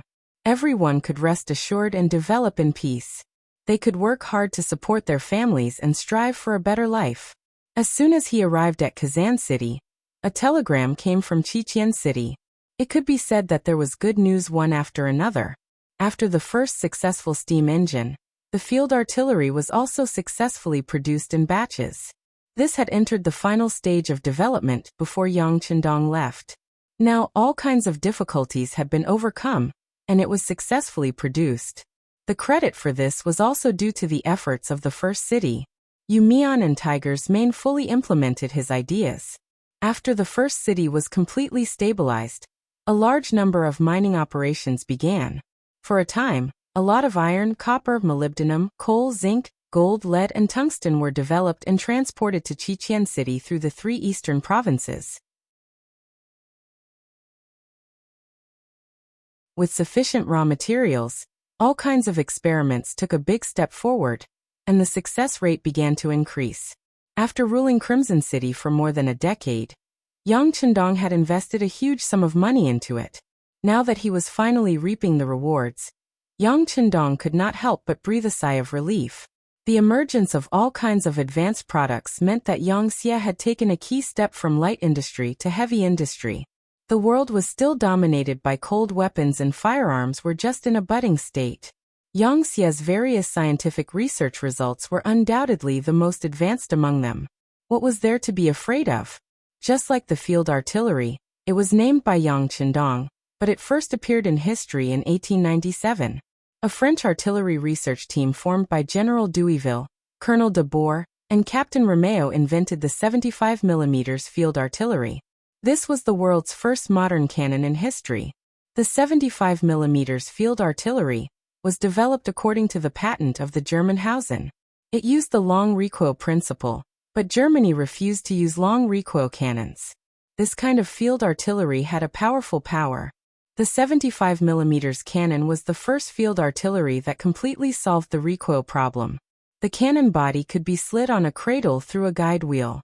The cradle was mounted on the cannon frame, and the cannon frame was connected to the piston rod in the cylinder. When the cannon was recoiled, the piston would compress the hydraulic oil, and a portion of the hydraulic oil would enter the chamber through a small valve to compress the air. When the cannon reached the end of the recoil, the compressed air would return to its original position. This was the main reason why the 75mm field artillery was so good. Now, Yang Chendong was the first to have it. This was the first time other than Daikara that a large cannon had been successfully created. Compared to Daikara's cannon, which required all kinds of excuses to be taken out, the appearance of the field artillery was undoubtedly a very important step forward. Although this type of cannon could only fire iron bullets, it was created through his own hard work. It was also a big step forward. Send a message to the Chichen City Munitions Factory to continue to develop explosive bullets based on the original iron bullets. Send a message to City Lord Yu Qian to coordinate with the relevant departments and find a way to move a portion of the munitions factory to the city and build it nearby. Send a message to Tigers Mane and Yangtze to keep a close eye on the munitions factory, especially to prevent spies from entering. If the technology is leaked, they will be killed. Also, send a message to the governor of the 3 eastern provinces, Lu Ji and General Yi Ligong. Tell them to do their best to transport the field artillery, and send a batch to us as soon as possible. Yang Chendong, who gave a series of orders, wiped his fists. He couldn't wait to see the field artillery that could shoot up to 6 miles away in his hands, and the moment it showed its power on the battlefield. After dealing with these matters, the reform of Kazan City began. With the experience of the previous 3 cities, everything was carried out in an orderly manner. Other than a portion of the army, the rest of the army was ready to go all out against the Golden Horde's army. Originally, Yang Chendong wanted to use the 100mm mortar in Daikara to attack Salai City and directly threaten the Golden Horde Shengjing. But after receiving the news of the field artillery, he decided to wait. If he could use the artillery to deal with the enemy, why would he need the soldiers to fight on the battlefield? So after arriving at Kazan City, he stopped here and did not move forward. He only waited for the artillery to arrive before carrying out the next step of the military operation. And now, what he needed to do most was to prepare for the winter. Yes, although it was only the beginning of July and the weather was very hot, it was still necessary to prepare for the winter. This was due to the climate in Eastern Europe. Winter alone lasted for half a year, which was one of the main reasons for the poverty here. Without enough time to do what needed to be done, it was indeed difficult to develop. In order to live well in the winter, a source of fire was indispensable, and warm clothes were also indispensable. Yang Chendong had already started to prepare for these. A large number of cotton-padded clothes and high-grade down jackets were made by the Chichen City Clothing Factory and sent here. Some of the coal mines near Bulgar City were also located by Yang Chendong and were being mined. There were also some coal furnaces built by the ironware factory in Chichen City that were being transported. Even some greenhouses were being built, so that there would be enough sparse vegetables in the winter.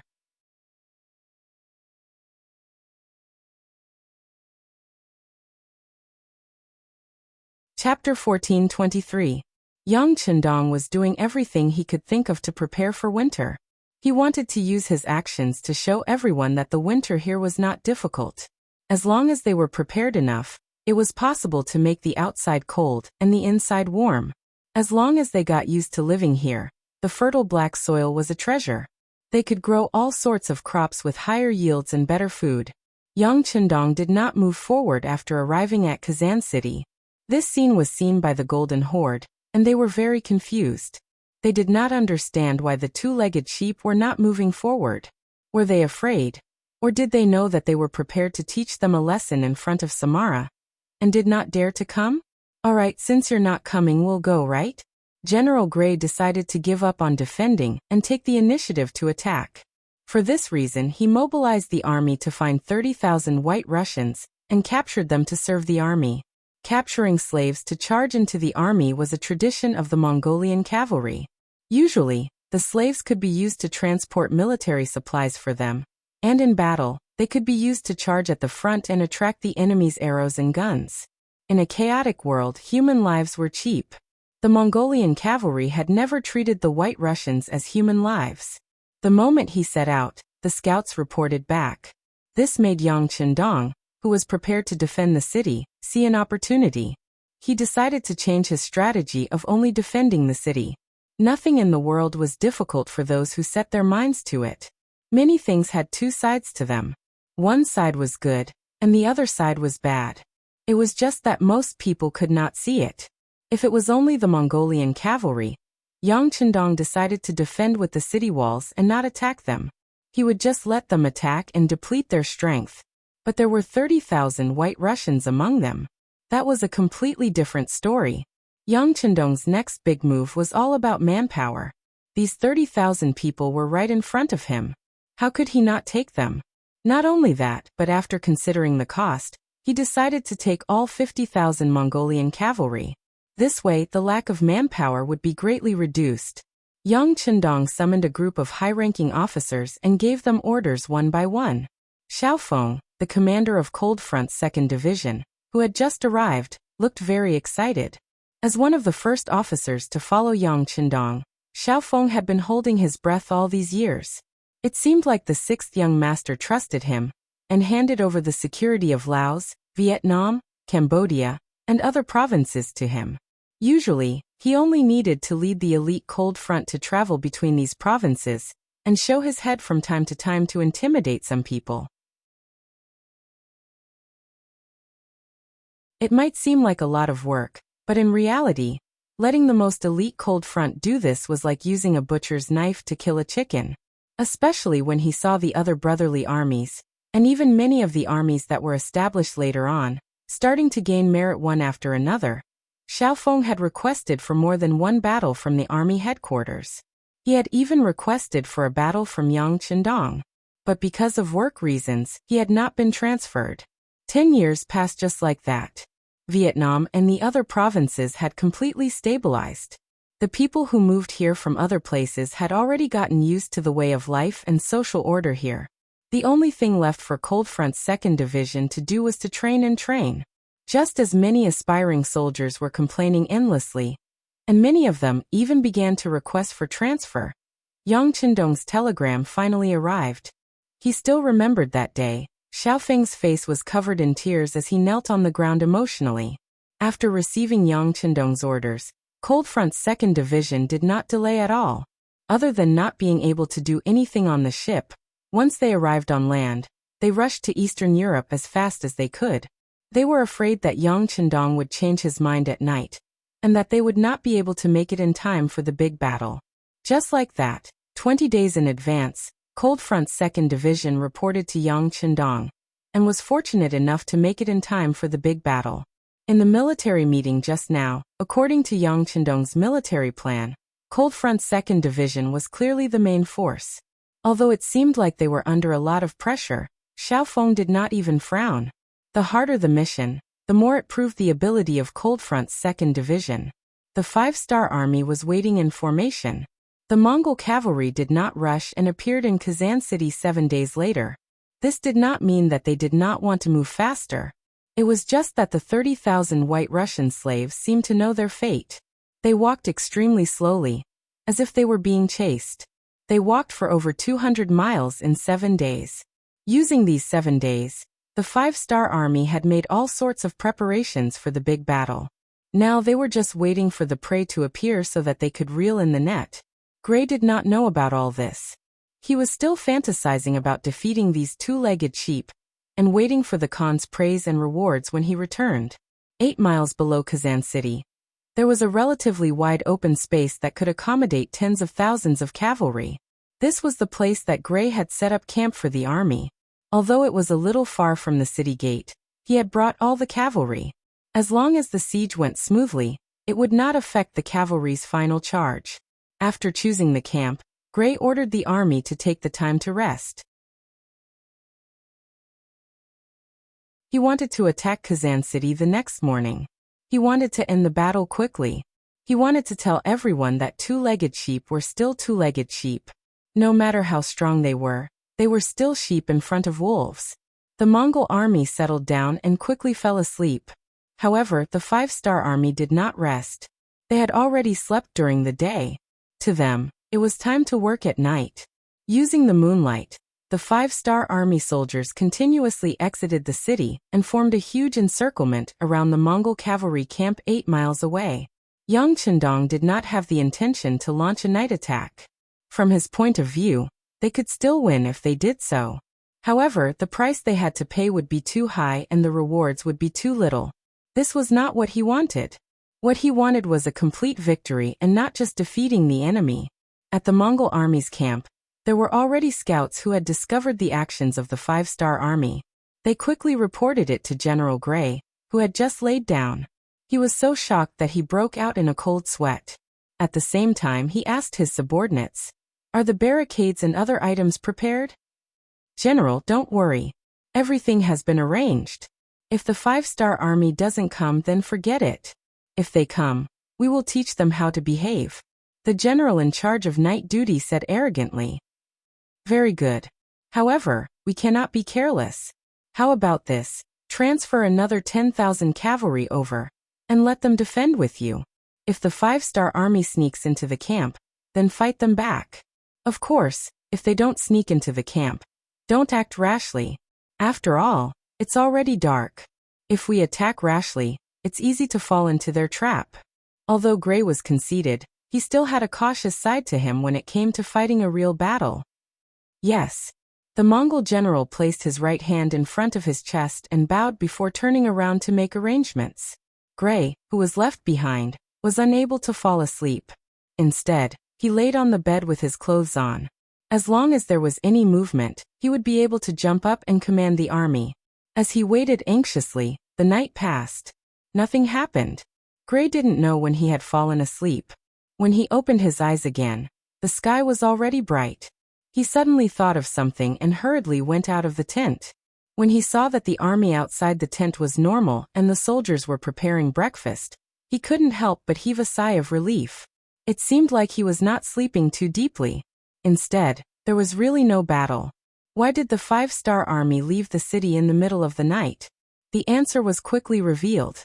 Just as the 30,000 White Russian slaves and 50,000 Mongol cavalrymen were eating breakfast and preparing for the big battle, soldiers started to appear around their camp. There were infantry, cavalry, Han Chinese, Mongols, White Russians, and warriors from some unknown ethnic groups. After a rough calculation, other than the road to Kazan City in the north, there were at least 20,000 soldiers on each of the other 3 sides. In total, there were 60,000 soldiers surrounding them. Ha ha ha ha. After Gray received the accurate information, he could not help but laugh out loud. 60,000 soldiers surrounding his 80,000 soldiers. What was the Han army doing? Was this a joke? Did they not know that there was no way to hide the truth? Come, send out 5,000 cavalrymen to attack the right side. I want to see who in the world can be our opponent," Gray said with a face of confidence. The generals under him immediately obeyed. A group of 5,000 Mongol cavalrymen left the main camp and started to gather on the right side of the army. The 5-star army on the right side had roughly 20,000 men. They were made up of the 2 regiments of the new Second Army, the 3 battalions of the 2nd Cold Front Division, 1,200 men, and the White Russian Division, 15,000 of which were cavalry and 10,000 of which were infantry. After taking down the 4 cities of Kazan, the White Russian Division's numbers had grown. They had gone from 20,000 men to 60,000 now. Although their fighting strength had not been fully formed, and they had not been tested by war, when they all stood out, they gave off a strong aura. The one in charge of the safety of the right side was the 2nd Regiment commander of the 2nd Cold Front Division, Zhong Guangquan. When he saw the Mongol army gathering their troops and charging towards them, a smile appeared on his face. "Haha, good timing, good timing. Come Cold Front Division soldiers, get ready to shoot. New 2nd Army cavalry, get ready to charge. White Russians, get ready to clean up the battlefield." Knowing what his mission was, Zhong Guangquan laughed out loud as he made arrangements for his troops. After which, he personally walked in front of a light machine gun and got into a shooting position. Trap was the tactic that Yang Qindong had prepared for the Mongol cavalry. Relying on the advantage of the Cold Front Division's firepower, they would surround the 80,000 soldiers until they surrendered. With that, they would be able to capture many strong laborers. This would be extremely important for Yang Qindong's plans.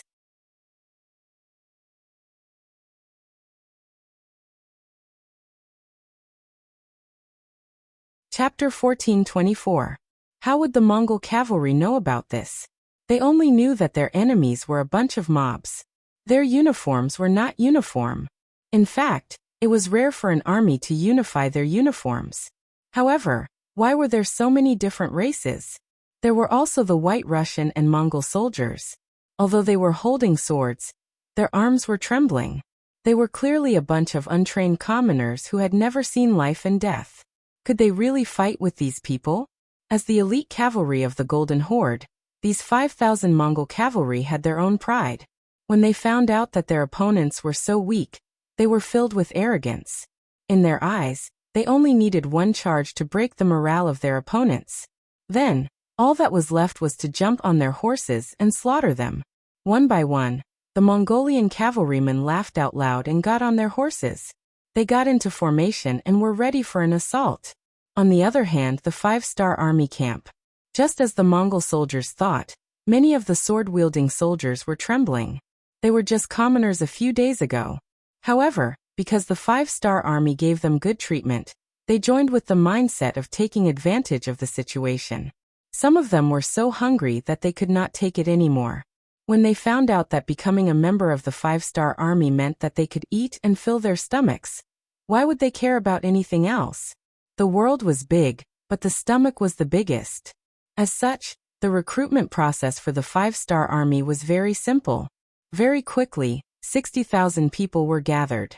In the following few days of military training, the soldiers of the new Second Army finally understood what it meant to be infuriated when compared to others, what it meant to be a bunch of mobs, and what it meant to be unteachable. Not to mention other things, just the fact that these new soldiers could not even tell left from right. When they walked in formation, there were all sorts of postures. There were even a few who walked with crutches. If they could not even understand the basics of walking, how could they win the battle? Because of this, many officers had reported the situation to their superiors. In the end, when it was reported to Yang Qindong, it was like a stone sinking into the ocean. Now these so-called unqualified soldiers had walked onto the battlefield. Looking at their performance, they were already scared out of their wits. If a fight really broke out, what would be the result? Would they be defeated before they could even meet the enemy? Although they were worried, the order was given by Yang Qindong. No matter how dissatisfied the selected instructors of the new Second Army were, they could only suppress it for now. Whether it was in Yangxia or the 5-star army, Yang Qindong's position had never been shaken, and no one could question his words. The instructors who trained them did not understand. Even the acting division commander of the White Russian Army, Nikolov, and the deputy division commander, Ahuli, could not understand. In their eyes, such unqualified soldiers should not be on the battlefield. However, there were also people who understood, such as the Cold Blade warriors. As Yang Chendong's earliest trainees, many of them had learned from him. They even slept together, ate together, and trained together. They were really inseparable. And that was why the Cold Blade warriors were so strong and loyal. Even now, the selection of the Cold Blade warriors was extremely strict. Not only did they have to go through strict background checks from the previous 5 generations, but they also had to see if they could endure hardships, and if they really had the strength. As for the Han Chinese standards, there was no need to mention them. This was the most basic. Of course, the treatment of the Cold Blade warriors was not something that other armies could compare to. Because of that, while Yang Chendong trusted them, the Cold Blade warriors also trusted Yang Chendong. As long as it was a decision made by the 6th young master, they would follow it wholeheartedly. Even if he asked them to climb a mountain of swords or dive into a sea of fire, they would not frown. Just like now, seeing that the Mongolian cavalry was about to attack, the other people were still nervous. Even the White Russian recruits were not confident, but these cold vanguard warriors did not even think about this problem. Their thoughts were very simple, and that was to destroy the enemy. Hurt them so that they would tremble when they heard their names and lose their will to fight. On the battlefield, the 5,000 Mongol cavalry who were ready finally moved. Facing the encirclement formed by the 5-star soldiers 5 li away, they launched an assault. A total of 5,000 cavalrymen formed a fan shape as they charged forward in a long snake formation. Their shouts and cries rang out incessantly. The Mongol cavalry loved to shout when charging. It was as if they did not shout, they would not be able to show off their strength. Often, such shouts could scare the enemy and cause their morale to drop by 30%. White Russian soldiers, take out your bows and get ready. One of the new Second Army's commanders yelled. Following which, the 8,000 White Russian archers raised their weapons and began to knock their arrows. Speaking of which, these archers were not up to standard. They had only trained for less than 7 days. Although some of them had come into contact with things when they were young, there were only a few of them. Most of them could only shoot arrows. As for hitting the target, that was not a joke. Although the number of 8,000 soldiers was not small, no one knew how much of a threat and lethality they could pose. Just when everyone was looking at this scene worriedly, Nicholas and Ari, who were standing on the top floor of Kazan City, were looking at these recruits with a pair of binoculars. Suddenly, many of the recruits released their arrows without listening to orders. Moreover, the distance of the arrows was very close. Some of them simply threw the arrows 5 or 6 meters away. Uft! Beta Persei, who was looking at this scene through his binoculars, could not hold his breath and spat it out. Then he felt that this was not good, so he quickly lowered his head and suppressed his laughter. How was this the performance of an army? Nikolov and Ahuli lowered their heads, wishing that there was a hole in the ground for them to crawl into. These were their soldiers. Although they were not personally trained by them, this kind of performance still made them feel ashamed. On the city tower, many people who saw this scene could not help but laugh, including Yang Chendong. However, he was not mocking them. He just felt amused. Then, when everyone was laughing, he said, "There will be a first time for everyone. But this kind of thing will not happen again in the future." Naturally, no one doubted Yang Chendong's words, but it did not stop some people from thinking otherwise. Many people even thought that after this battle, these recruits would probably die, so there was no need to talk about the future. In this way, the 6th young master was right. They did not know that the reason Yang Chendong said this was because of his confidence in the soldiers of the Cold Front Army. And after these White Russian recruits experienced such a humiliating scene, they would definitely work hard and continuously improve their abilities after experiencing a bloody and fiery battle. This way, after training hard, they wouldn't have such a useless performance. It was unknown if everyone understood Yang Chendong's thoughts, but now, everyone's eyes were on the battlefield. They watched as the Mongolian cavalry got closer and closer to the 5-star army on the right. They were less than a mile away. At this distance, Many of the Mongolian cavalry laughed. If the 5-star army did not move, they would not have the chance to move. Many of the Cold Front army laughed. At this distance, it was too late for their opponents to escape. Next, it was time for them to perform. Commander Zhongguangquan had been a little impatient for a long time, and his eyes became brighter. His right index finger had already touched the trigger, and he fired. At the same time he touched the trigger, a bullet shot out from the muzzle, and it went straight for a young Mongolian cavalier, who was dressed in armor.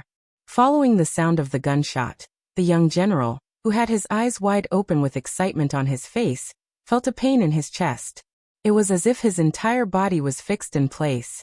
Following that, he lost consciousness. His entire body was powerless as he fell from the horse. The sound of gunfire was in order. The regiment commander took the lead and fired the first shot. The 3 battalions, a total of 1,200 soldiers, did not hold back. They raised their guns and fired in unison. Originally, they were all aiming at their targets. Now they were happily harvesting lives, displaying their powerful side. The Cold Front army had the 95 style in their hands, so they could fire in bursts or in bursts. 1,200 people against 5,000 people. It seemed like there was a huge difference in numbers, but in reality, it was just 1 against 4. This was not a big deal. Compared to the 2,000 black cavalry taking care of the 100,000 Baiming Liaodong iron cavalry, this paled in comparison. Gunshots rang out, and according to the commander's rules, a soldier could only fire 5 shots. No matter what the result was, they could not fire anymore. The meat that they ate, they had to leave the soup for their brothers, right? With each person firing 5 shots, that was 6,000 bullets. It was inevitable that some of them would miss, and some of them would be hit by 2 bullets. After the gunshots, not all of the Mongol cavalry were wiped out. At the very least, there were less than 1,000 Mongol cavalry standing there. However, they were no longer charging forward. Instead, they were either standing there in a daze or turning their horses around to escape. After 10 years of training, not everyone in the Cold Front army was a sharpshooter, but there were many who could hit the 48th circle with 5 bullets. Since these enemies had fearlessly charged right in front of them, there was no way they would be courteous to them. With each person firing 5 bullets, the results obtained were indeed not bad. More importantly, after this round of shooting, it also shattered the confidence of the Mongolian cavaliers to charge forward, causing them to feel fear as if they had met the devil, and they lost their will to fight. New Second Army, charge forward to eliminate the enemy. White Russian Division, charge forward to clean up the battlefield. Be quick. The Cold Front army will be in charge of keeping watch. Captain Zhongguangquan also only fired 5 bullets.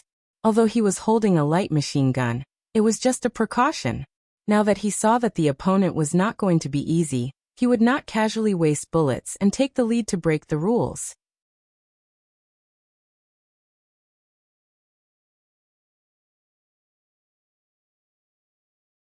Chapter 1425. The 4,000 cavalrymen of the new Second Army, who had been waiting impatiently for a long time, dashed out like arrows leaving the bowstring after receiving the military order. Following closely behind were 15,000 White Russian recruits. Although they didn't have much combat experience and their military qualities weren't up to par, they were still capable of cleaning up the battlefield. Even so, when many of the recruits arrived at the battlefield and saw the blood flowing like a river and broken limbs all over the ground, many of them couldn't help but vomit. This was normal, and no one would laugh at them. Elite veteran soldiers weren't originally so iron-blooded. They were all tempered through battle after battle. In the middle of the Mongolian army, Gray saw this scene with his own eyes, and a flash of astonishment appeared in his eyes. It wasn't that he hadn't seen firearms before. His old opponent, the White Russian army, had them. Their Khan also had a small number of firearms, but in terms of power, they were far inferior to the firearms in the hands of the 5-star army. Not only could the 5-star army's firearms fire faster, their accuracy was also higher than the firearms he had seen before. Most importantly, they could fire continuously. Heavens! Where did they get these firearms from? They were so powerful. The cavalryman's charge was just seeking death. How could they win? At this moment, panic appeared in his heart, and he was no longer as confident and conceited as he was before. After being frightened by the powerful firepower and might of the 95 style, Gray didn't immediately order his men to rescue the survivors. When the battlefield was almost completely cleaned up, he suddenly thought of something. However, at this moment, the 1,000 cavalrymen who had luckily escaped the clutches of the musketeers were being surrounded by the cavalrymen of the new Second Army. Friction, friction, and continuous friction. Their courage was broken. After losing their courage, the 1,000 Mongolian cavalrymen were like birds startled by the twang of a bow. They were completely surrounded, and if they were killed, if they were captured. Attack the left side, attack the left side. The firepower of the 5-star army on the right side had frightened him. Gray had no choice but to give up on the idea of attacking from that side. He wanted to see the situation on the left side. If he could, he would rush out from there. Now he was not thinking about how to take Kazan, but how to leave this place and inform the Khan of the fact that the 5-star army had powerful guns. Another 5,000 Mongolian cavaliers came from the left, and the third commander of 2nd Cold Vanguard Division, Chu Luo, laughed loudly. Good timing, good timing. It's time for our 3rd Regiment to show our might. Come on, listen to my orders and prepare to fire. Lung Feng's soldiers from the 3rd Regiment and 3 battalions were eager to give it a try. Even the new 2nd Army and White Russian cavalry beside them were no longer panicking. They focused their attention on Lung Feng, who was holding onto his musket. They wanted to see another miracle. Baba baba. Baba baba. The gunshots rang out just as everyone expected. Before the 5,000 Mongolian cavaliers could reach the 5-star army, most of them were killed. Then countless cavaliers rushed out to kill the survivors and clean up the battlefield. Charge and tangle with the enemy cavaliers. They won't be our match. With the lesson just now, Gray did not hesitate this time. Instead, he immediately sent out 2,000 cavaliers. He wanted to think of a way for them to tangle with the 5-star army. This way, the enemy would not use their guns out of fear, and the advantage would fall into his hands. With a single order, the 2,000 elite Mongolian cavaliers charged forward. Although they were intimidated by the powerful guns of the 5-star army, they had to charge forward since their general had given the order. Great, more people are coming to die. Everyone, 2 bullets. Once we're done, we'll call it a day. The 3rd commander, Chu Luo, laughed loudly to release his joyful mood. Then he took the lead and fired a bullet. The bullets seemed to have eyes as they charged towards the incoming Mongolian cavalry. There were only 2,000 of them, and they were only left with less than 300 in a short period of time. By the time they arrived in front of the new 2nd Army, they were no longer able to do anything. How did this happen? How did this happen?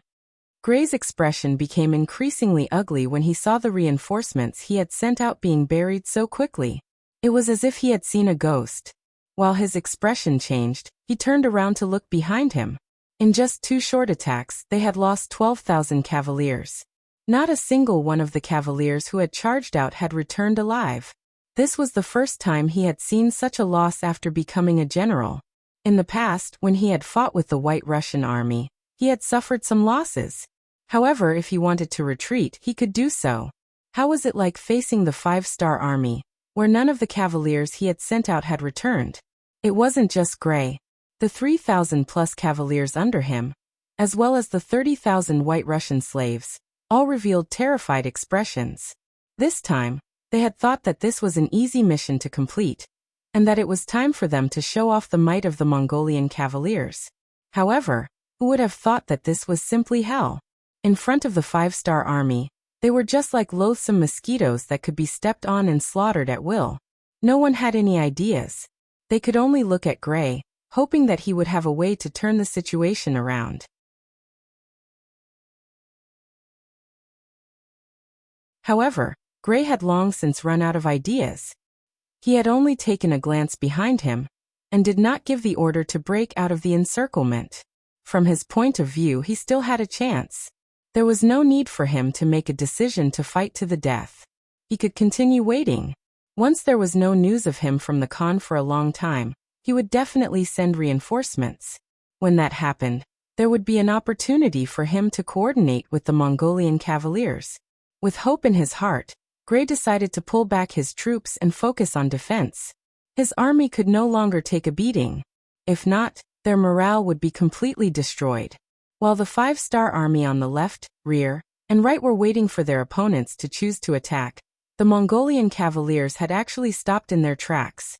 Furthermore, they quickly took out the barricades that they had put away in the morning, and assumed a stance that they were going to defend to the death. This infuriated the 3 armies surrounding them. What are they doing? They've only charged out twice, and they're already afraid. What a bunch of cowards. They're cowards. How can such people claim to be the strongest Mongolian cavaliers in the world? What a joke. Angry shouts followed, and there were even people shouting in dissatisfaction. When the shouts reached the Mongolian camp, the faces of Gray and many of the young generals turned pale. They were ashamed and embarrassed. Not long ago, they had accused the Hans of being two-legged sheep, saying that they only knew how to hide within the city walls and not dare to come out to fight.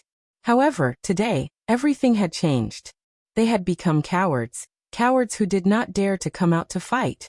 However, they were still inferior to the Hans. At the very least, the Hans had sturdy city walls, while they only had a simple camp made up of wooden fences. Could such a camp block the enemy's charge? Order the archers to prepare for a counterattack. Also, place the 30,000 White Russian slaves at the outermost perimeter. Gray said worriedly. He wanted to use the White Russians as human shields to protect their safety. Regardless of whether the White Russians were willing or not, under the threat of the 30,000 Mongolian cavaliers, they could only do as they were told. This scene was seen by the surrounding White Russian soldiers, causing many of them to reveal expressions of anger. Although these people were not their friends, from a certain point of view, they had a common ancestor. In fact, if they were a few generations older, they might even be of the same race. Seeing their fellow countrymen being humiliated and threatened, some of the hot-blooded people actually took the initiative to ask for battle. They wanted to charge up and kill the Mongolian cavaliers to save the people with the same skin as them. On the city wall, the generals were still in a state of excitement from their great victory, especially Nikolai and Ahuli. This was the first time they had seen the 5-star army show off their might with their guns.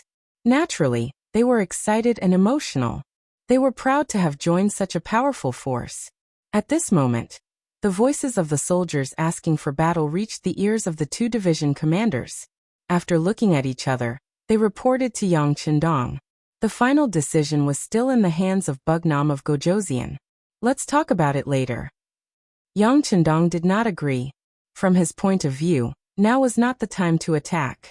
Although the White Russian soldiers were of a different race, they had surrendered to him and joined the 5-star army. He had to consider their safety. At the very least, he could not let them die for nothing. Before they could form a fighting force, Yang Qindong would not let the White Russians take the risk. This was out of kindness, and Nikolai and Ahuli were naturally clear about it. They did not fight for it. Instead, they were touched by Yang Qindong's sympathy.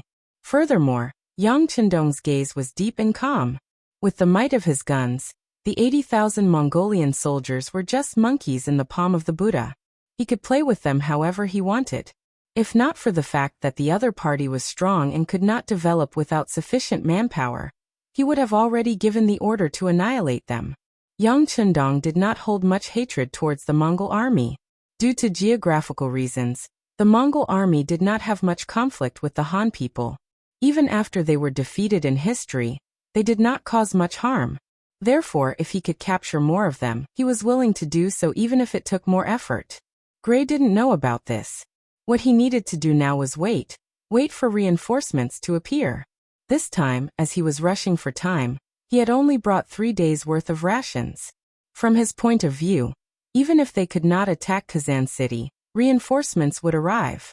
If they did not have enough rations, they could just wait patiently. In fact, he was still waiting for reinforcements to appear. At that time, he might be able to coordinate with them. After seeing the might of the 5-star army's guns, he did not dare to think about attacking the city. However, there was a high possibility of retreating.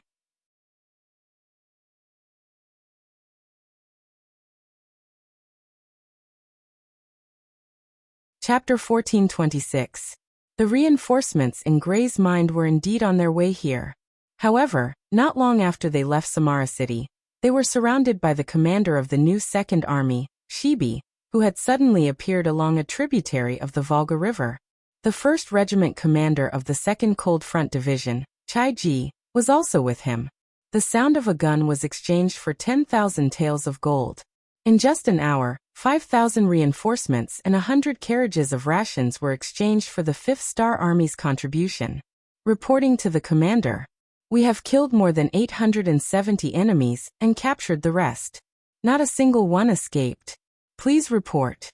The commander of the guards, Su Liang, reported the results of the battle in a loud voice. "Quickly clean up the battlefield. Do not leave behind any traces of battle." Shibi returned the salute and gave the order. Then he smiled at Chai Ji and asked, "Commander Chai, why do you look so down?" "Yes. These opponents are too weak. It's not fun to fight them." Chai Ji sighed and pretended to be a fool. At this moment, he looked as if he had taken advantage of the situation and was pretending to be innocent. After listening to him, Shibei did not expose him. Instead, he pretended to be deep in thought and said, "Since that's the case, the next time the Mongolian army sends reinforcements, let us, the new Second Army, deal with them. If there are people who try to escape, you can attack them." Chai Ji jumped up like a rabbit whose tail had been stepped on. "How is that possible?" The 6th young master said that the Cold Front Division should be the main force in the battle. Only then can we eliminate the enemy faster and more thoroughly. How can we, his subordinates, change the order? "Oh, then we will have to trouble Commander Chai." Shibi smiled bitterly. Yang Chendong's order was like this, but it was just an excuse. In short, the Cold Front Division should be the first to fight. If there were any problems, the new Second Army could only get the leftovers. But in the face of the tyrannical advantage of firearms, how could there be any problems? Just as Shibi and Chai Ji were lamenting that the enemy was too weak, and that the battle was not challenging at all. Further south, the Reconnaissance Division commander Su Yunsheng was leading a small group of cavalry on a patrol. Su Yunsheng entered the Golden Horde with the 2nd Division of the Cold Front and the transport team.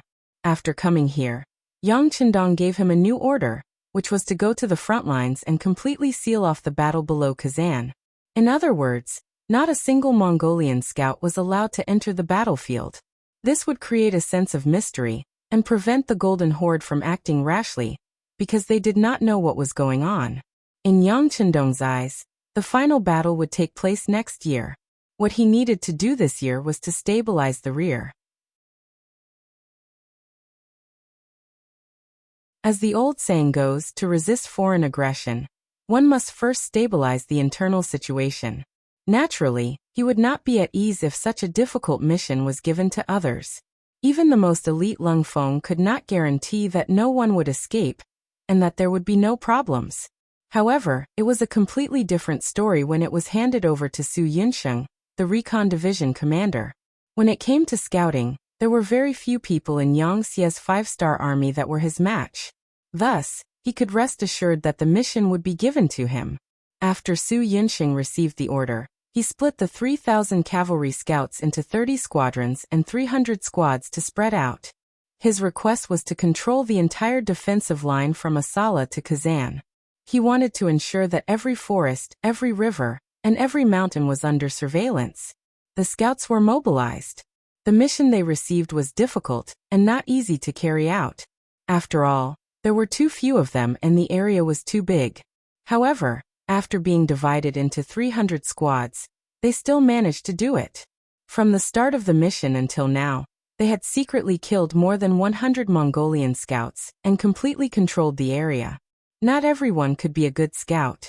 Normally, it would be difficult to find one qualified scout out of 100 Mongolian cavalrymen. This time, more than 100 of them were wiped out. No matter how strong the Golden Horde was, it was enough to cause them serious damage and make them suffer a lot. Division Commander, the soldiers have achieved a lot in the past 3 days. I think the Inner Mongolian Army will not be able to send any more scouts to gather information in the near future. Yenda, who had been promoted from battalion commander to regiment commander, said with a smile. His face was filled with excitement and pride. Don't be careless. Before we receive the order to retreat, let the soldiers keep their eyes open. This is a military order from the 6th young master. We can't be careless, and we can't ruin the reputation of our scouts, Su Yunxing replied with a serious expression. It was all thanks to Yang Chendong that he could have today. This time, it was the order of the 6th young master himself. He would never have the slightest bit of carelessness. Yen Da's expression turned serious. Division commander, please do not worry. Your subordinate will pass on this order now. The scouts were unable to find out the exact situation of the battle. Another batch of reinforcements arrived and was dealt with. In the short span of 3 days, 2 batches of 10,000 reinforcements were surrounded and captured alive. Just the number of captives was close to 8,000. At this point, Gray's troops were completely isolated. 3 days passed in the blink of an eye. There was no change in the situation. The food in the army had basically been depleted. At this moment, it was not an exaggeration to say that he had run out of food and ammunition. In just 3 days, the morale of the army had fallen to the extreme. Many soldiers were unwilling to get up in order to reduce the consumption of energy. They did not look like soldiers and did not have the morale to fight. This made him very angry. He was also very helpless. Should he charge? The 2 failures had already told him that the Han people were very powerful. Charging was just suicide. Should he retreat? Their path of retreat was blocked. Without the cooperation of reinforcements, how could they charge out? Should he surrender? As a general of the Golden Horde, his dignity did not allow him to do so. At this moment, he did not know what to do. The most terrible thing in a war was to wander around without a purpose. That would only waste time and create opportunities for the enemy to destroy you. After all, Gray was one of the top generals in the Golden Horde. He would never have thought of making such a low-level mistake, but he was making it now. Without a goal in mind, waiting to die was the only thing Gray could do at this moment, as well as the only thing he could do. He looked around and found that the Han people's camp had not changed at all. In the past 3 days, there had not been a single opening. If he continued to wait, there might not be any good opportunities. Since he could not wait for the enemy to make a mistake, he could only take the initiative to attack. Without anyone to cooperate with, he could only rely on himself to kill his way out. No matter what, he was the 2nd-ranked general of the Golden Horde. He had a resolute heart. Gray's target was the southeast side behind him. He had already observed that there were only about 20,000 Han people there. He still had 30,000 elite cavalry and 30,000 White Russian slaves. When the time came, he would leave 20,000 White Russian slaves to guard his back while the 10,000 White Russian slaves charged forward. Once they got close to the Han army, he would lead the cavalry to break through the encirclement. He did not ask for victory in this battle, nor did he ask for the number of enemies he could kill. As long as he could charge out, it would be a victory. With such low requirements, there should be a chance for him to do it. Men, distribute the rations and prepare for battle. Gray was very smart. He used the Han people's military tactics to fight to survive. Without enough rations, everyone could not continue to wait. The only path left was to fight with their lives on the line. Kazan City. Every move of the Mongolian army would be reported to Yang Chendong at any time. When he heard that the other side had started to distribute the rations, Yang Chendong, who was writing a development plan with his head lowered, slowly raised his head. His eyes flashed with a light of wisdom. Are they preparing for a counterattack? It's been 3 days. They should be unable to hold themselves back. Gray did not know that his every move had been seen clearly by Yang Chendong. Even if he knew, he would not care. He had summoned several captains and kiliarchs of the army, and was cheering them on. Everyone, the might of the 5-star army's firearms is extremely strong. They are many times stronger than the White Russian army. This kind of enemy is not something we can deal with. Therefore, I have decided to break out of the encirclement. As long as we can escape, it will be a great victory.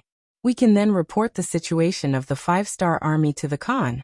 In the future, we should not be impulsive and take the initiative to find trouble. Defending our own city is the best choice. After all, it has been proven that the other side only has firearms and no cannons. This is the only thing we can rejoice about. Bang bang. It seemed to be a slap in the face. Just as Gray finished speaking, the roar of the cannons rang out, causing the faces of the generals present to turn ugly. There was no need to talk about Gray. His eyes were so red that they could be compared to a monkey's butt. At this moment, he finally understood that it was not that the other side did not have cannons. It was just that the time was not right. Just by listening to the sound of the cannons, he knew that the other side's cannons were as powerful as their firearms. The 100mm mortar started to wreak havoc in the Mongol cavalry camp. Under the command of the 2nd Division Artillery Battalion Commander Lin Luan, a total of 20 cannons landed one after another beside the camp. When the first cannonball landed, it caused a huge wave that was enough to blow over the camp and cause the neighs of war horses to ring out continuously. Although it was only a total of 60 cannonballs, it was enough to cause a huge wave, causing Gray, who was preparing to break out of the encirclement, to be completely defeated. What's going on? Where did the cannons come from? Where did the cannons come from?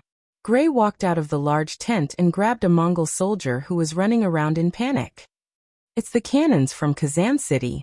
That soldier originally wanted to break free from his restraints. He did not want to die and only wanted to find a safe place to hide. However, when he saw that the person who stopped him was General Gray, he had no choice but to stand on the spot and answer. The cannons from the city? That's impossible. After hearing this answer, Gray shook his head continuously. That was a distance of 8 li. He did not believe that any cannons could reach that far. Furthermore, the cannons were not solid shells, but explosive shells. All of this had already exceeded his understanding.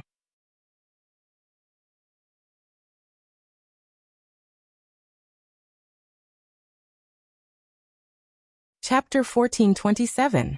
Regardless of whether he wanted to admit it or not, the moment the cannons stopped firing, all sorts of information had been sent over by the army, confirming that the Han soldiers had fired from the city walls. Upon hearing this, Gray's face turned deathly pale. How could he possibly contend against an opponent that possessed a firearm that could fire continuously, and a cannon that could fire from such a long distance? Gray did not believe that the reason why the cannon did not land in the center of the camp was because the Han soldiers were not accurate enough.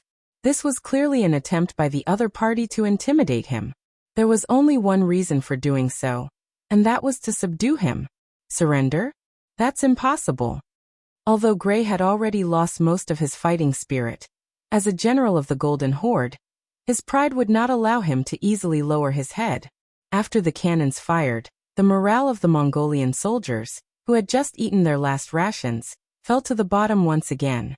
Facing such a powerful opponent that they could not even see, how were they supposed to fight this battle? Just as the morale of the entire army was at its lowest, and the soldiers were in a state of panic, the call for surrender finally rang out.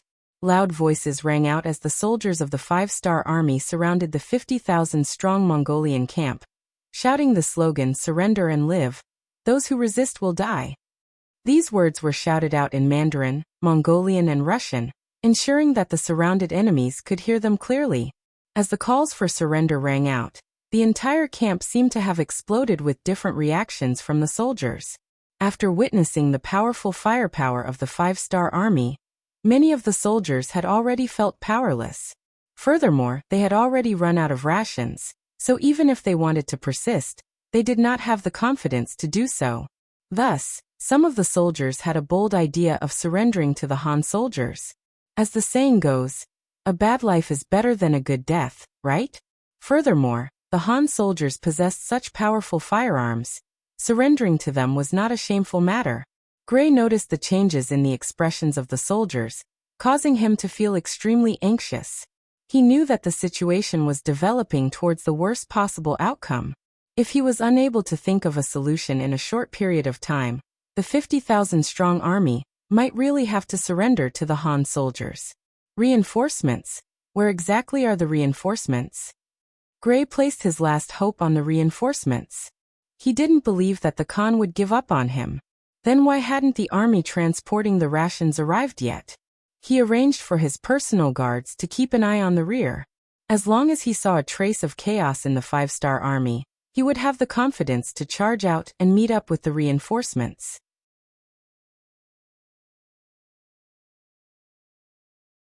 As the sky gradually darkened, Gray, who was still persevering, did not give the order to surrender.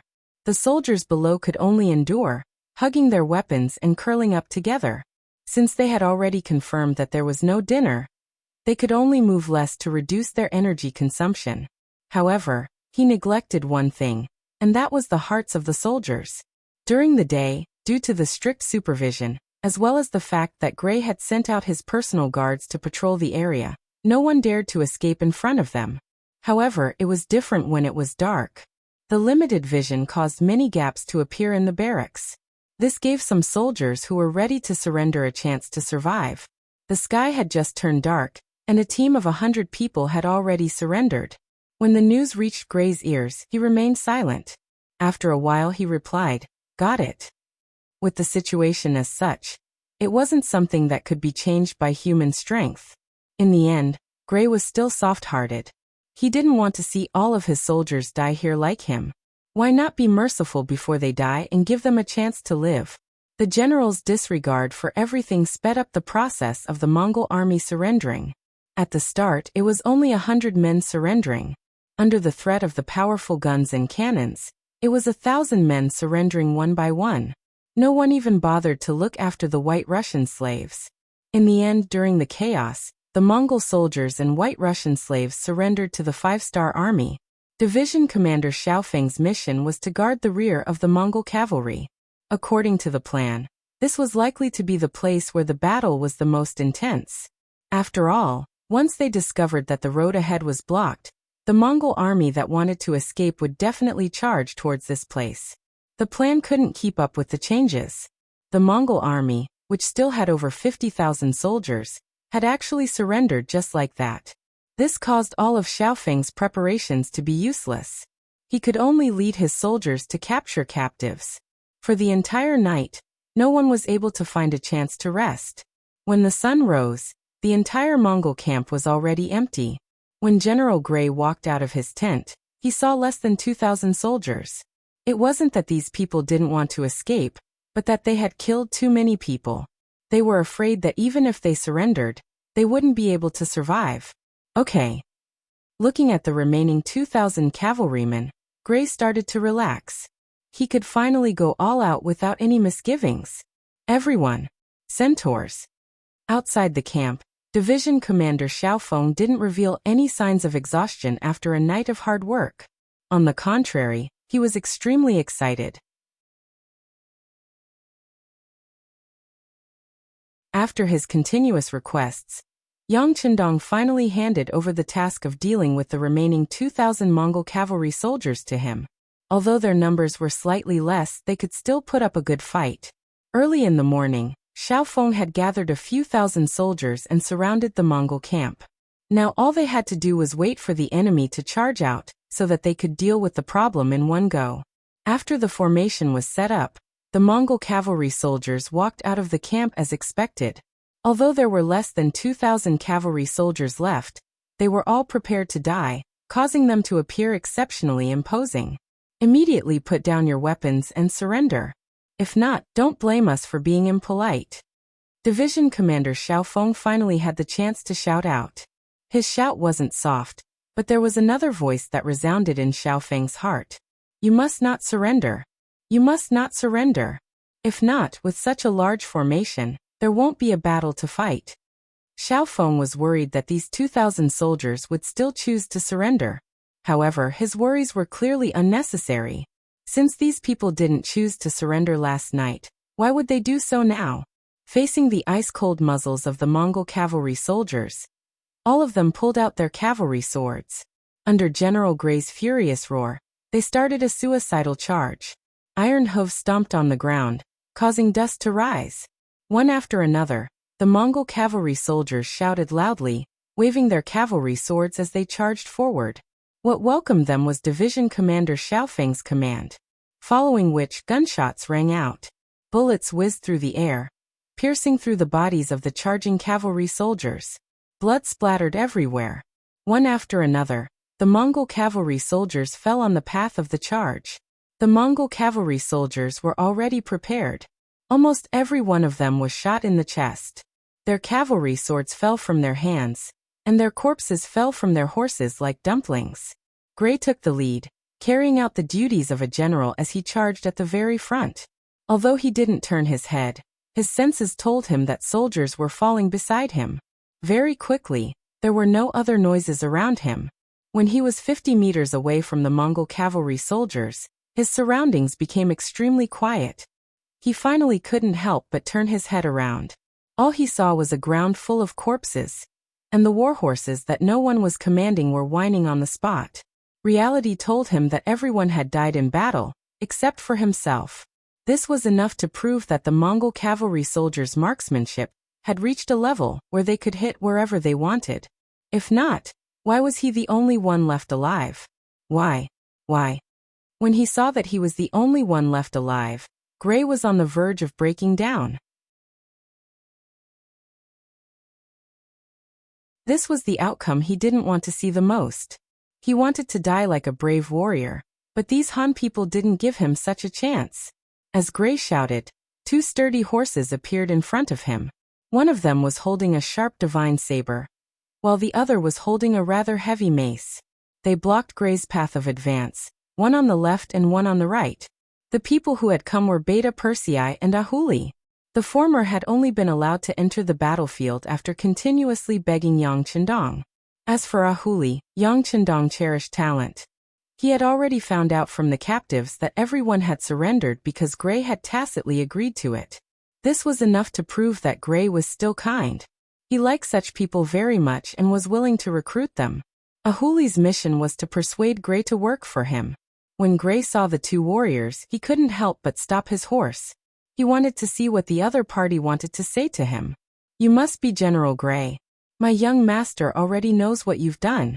He admires you very much. Now I'll give you a chance. Dismount and surrender.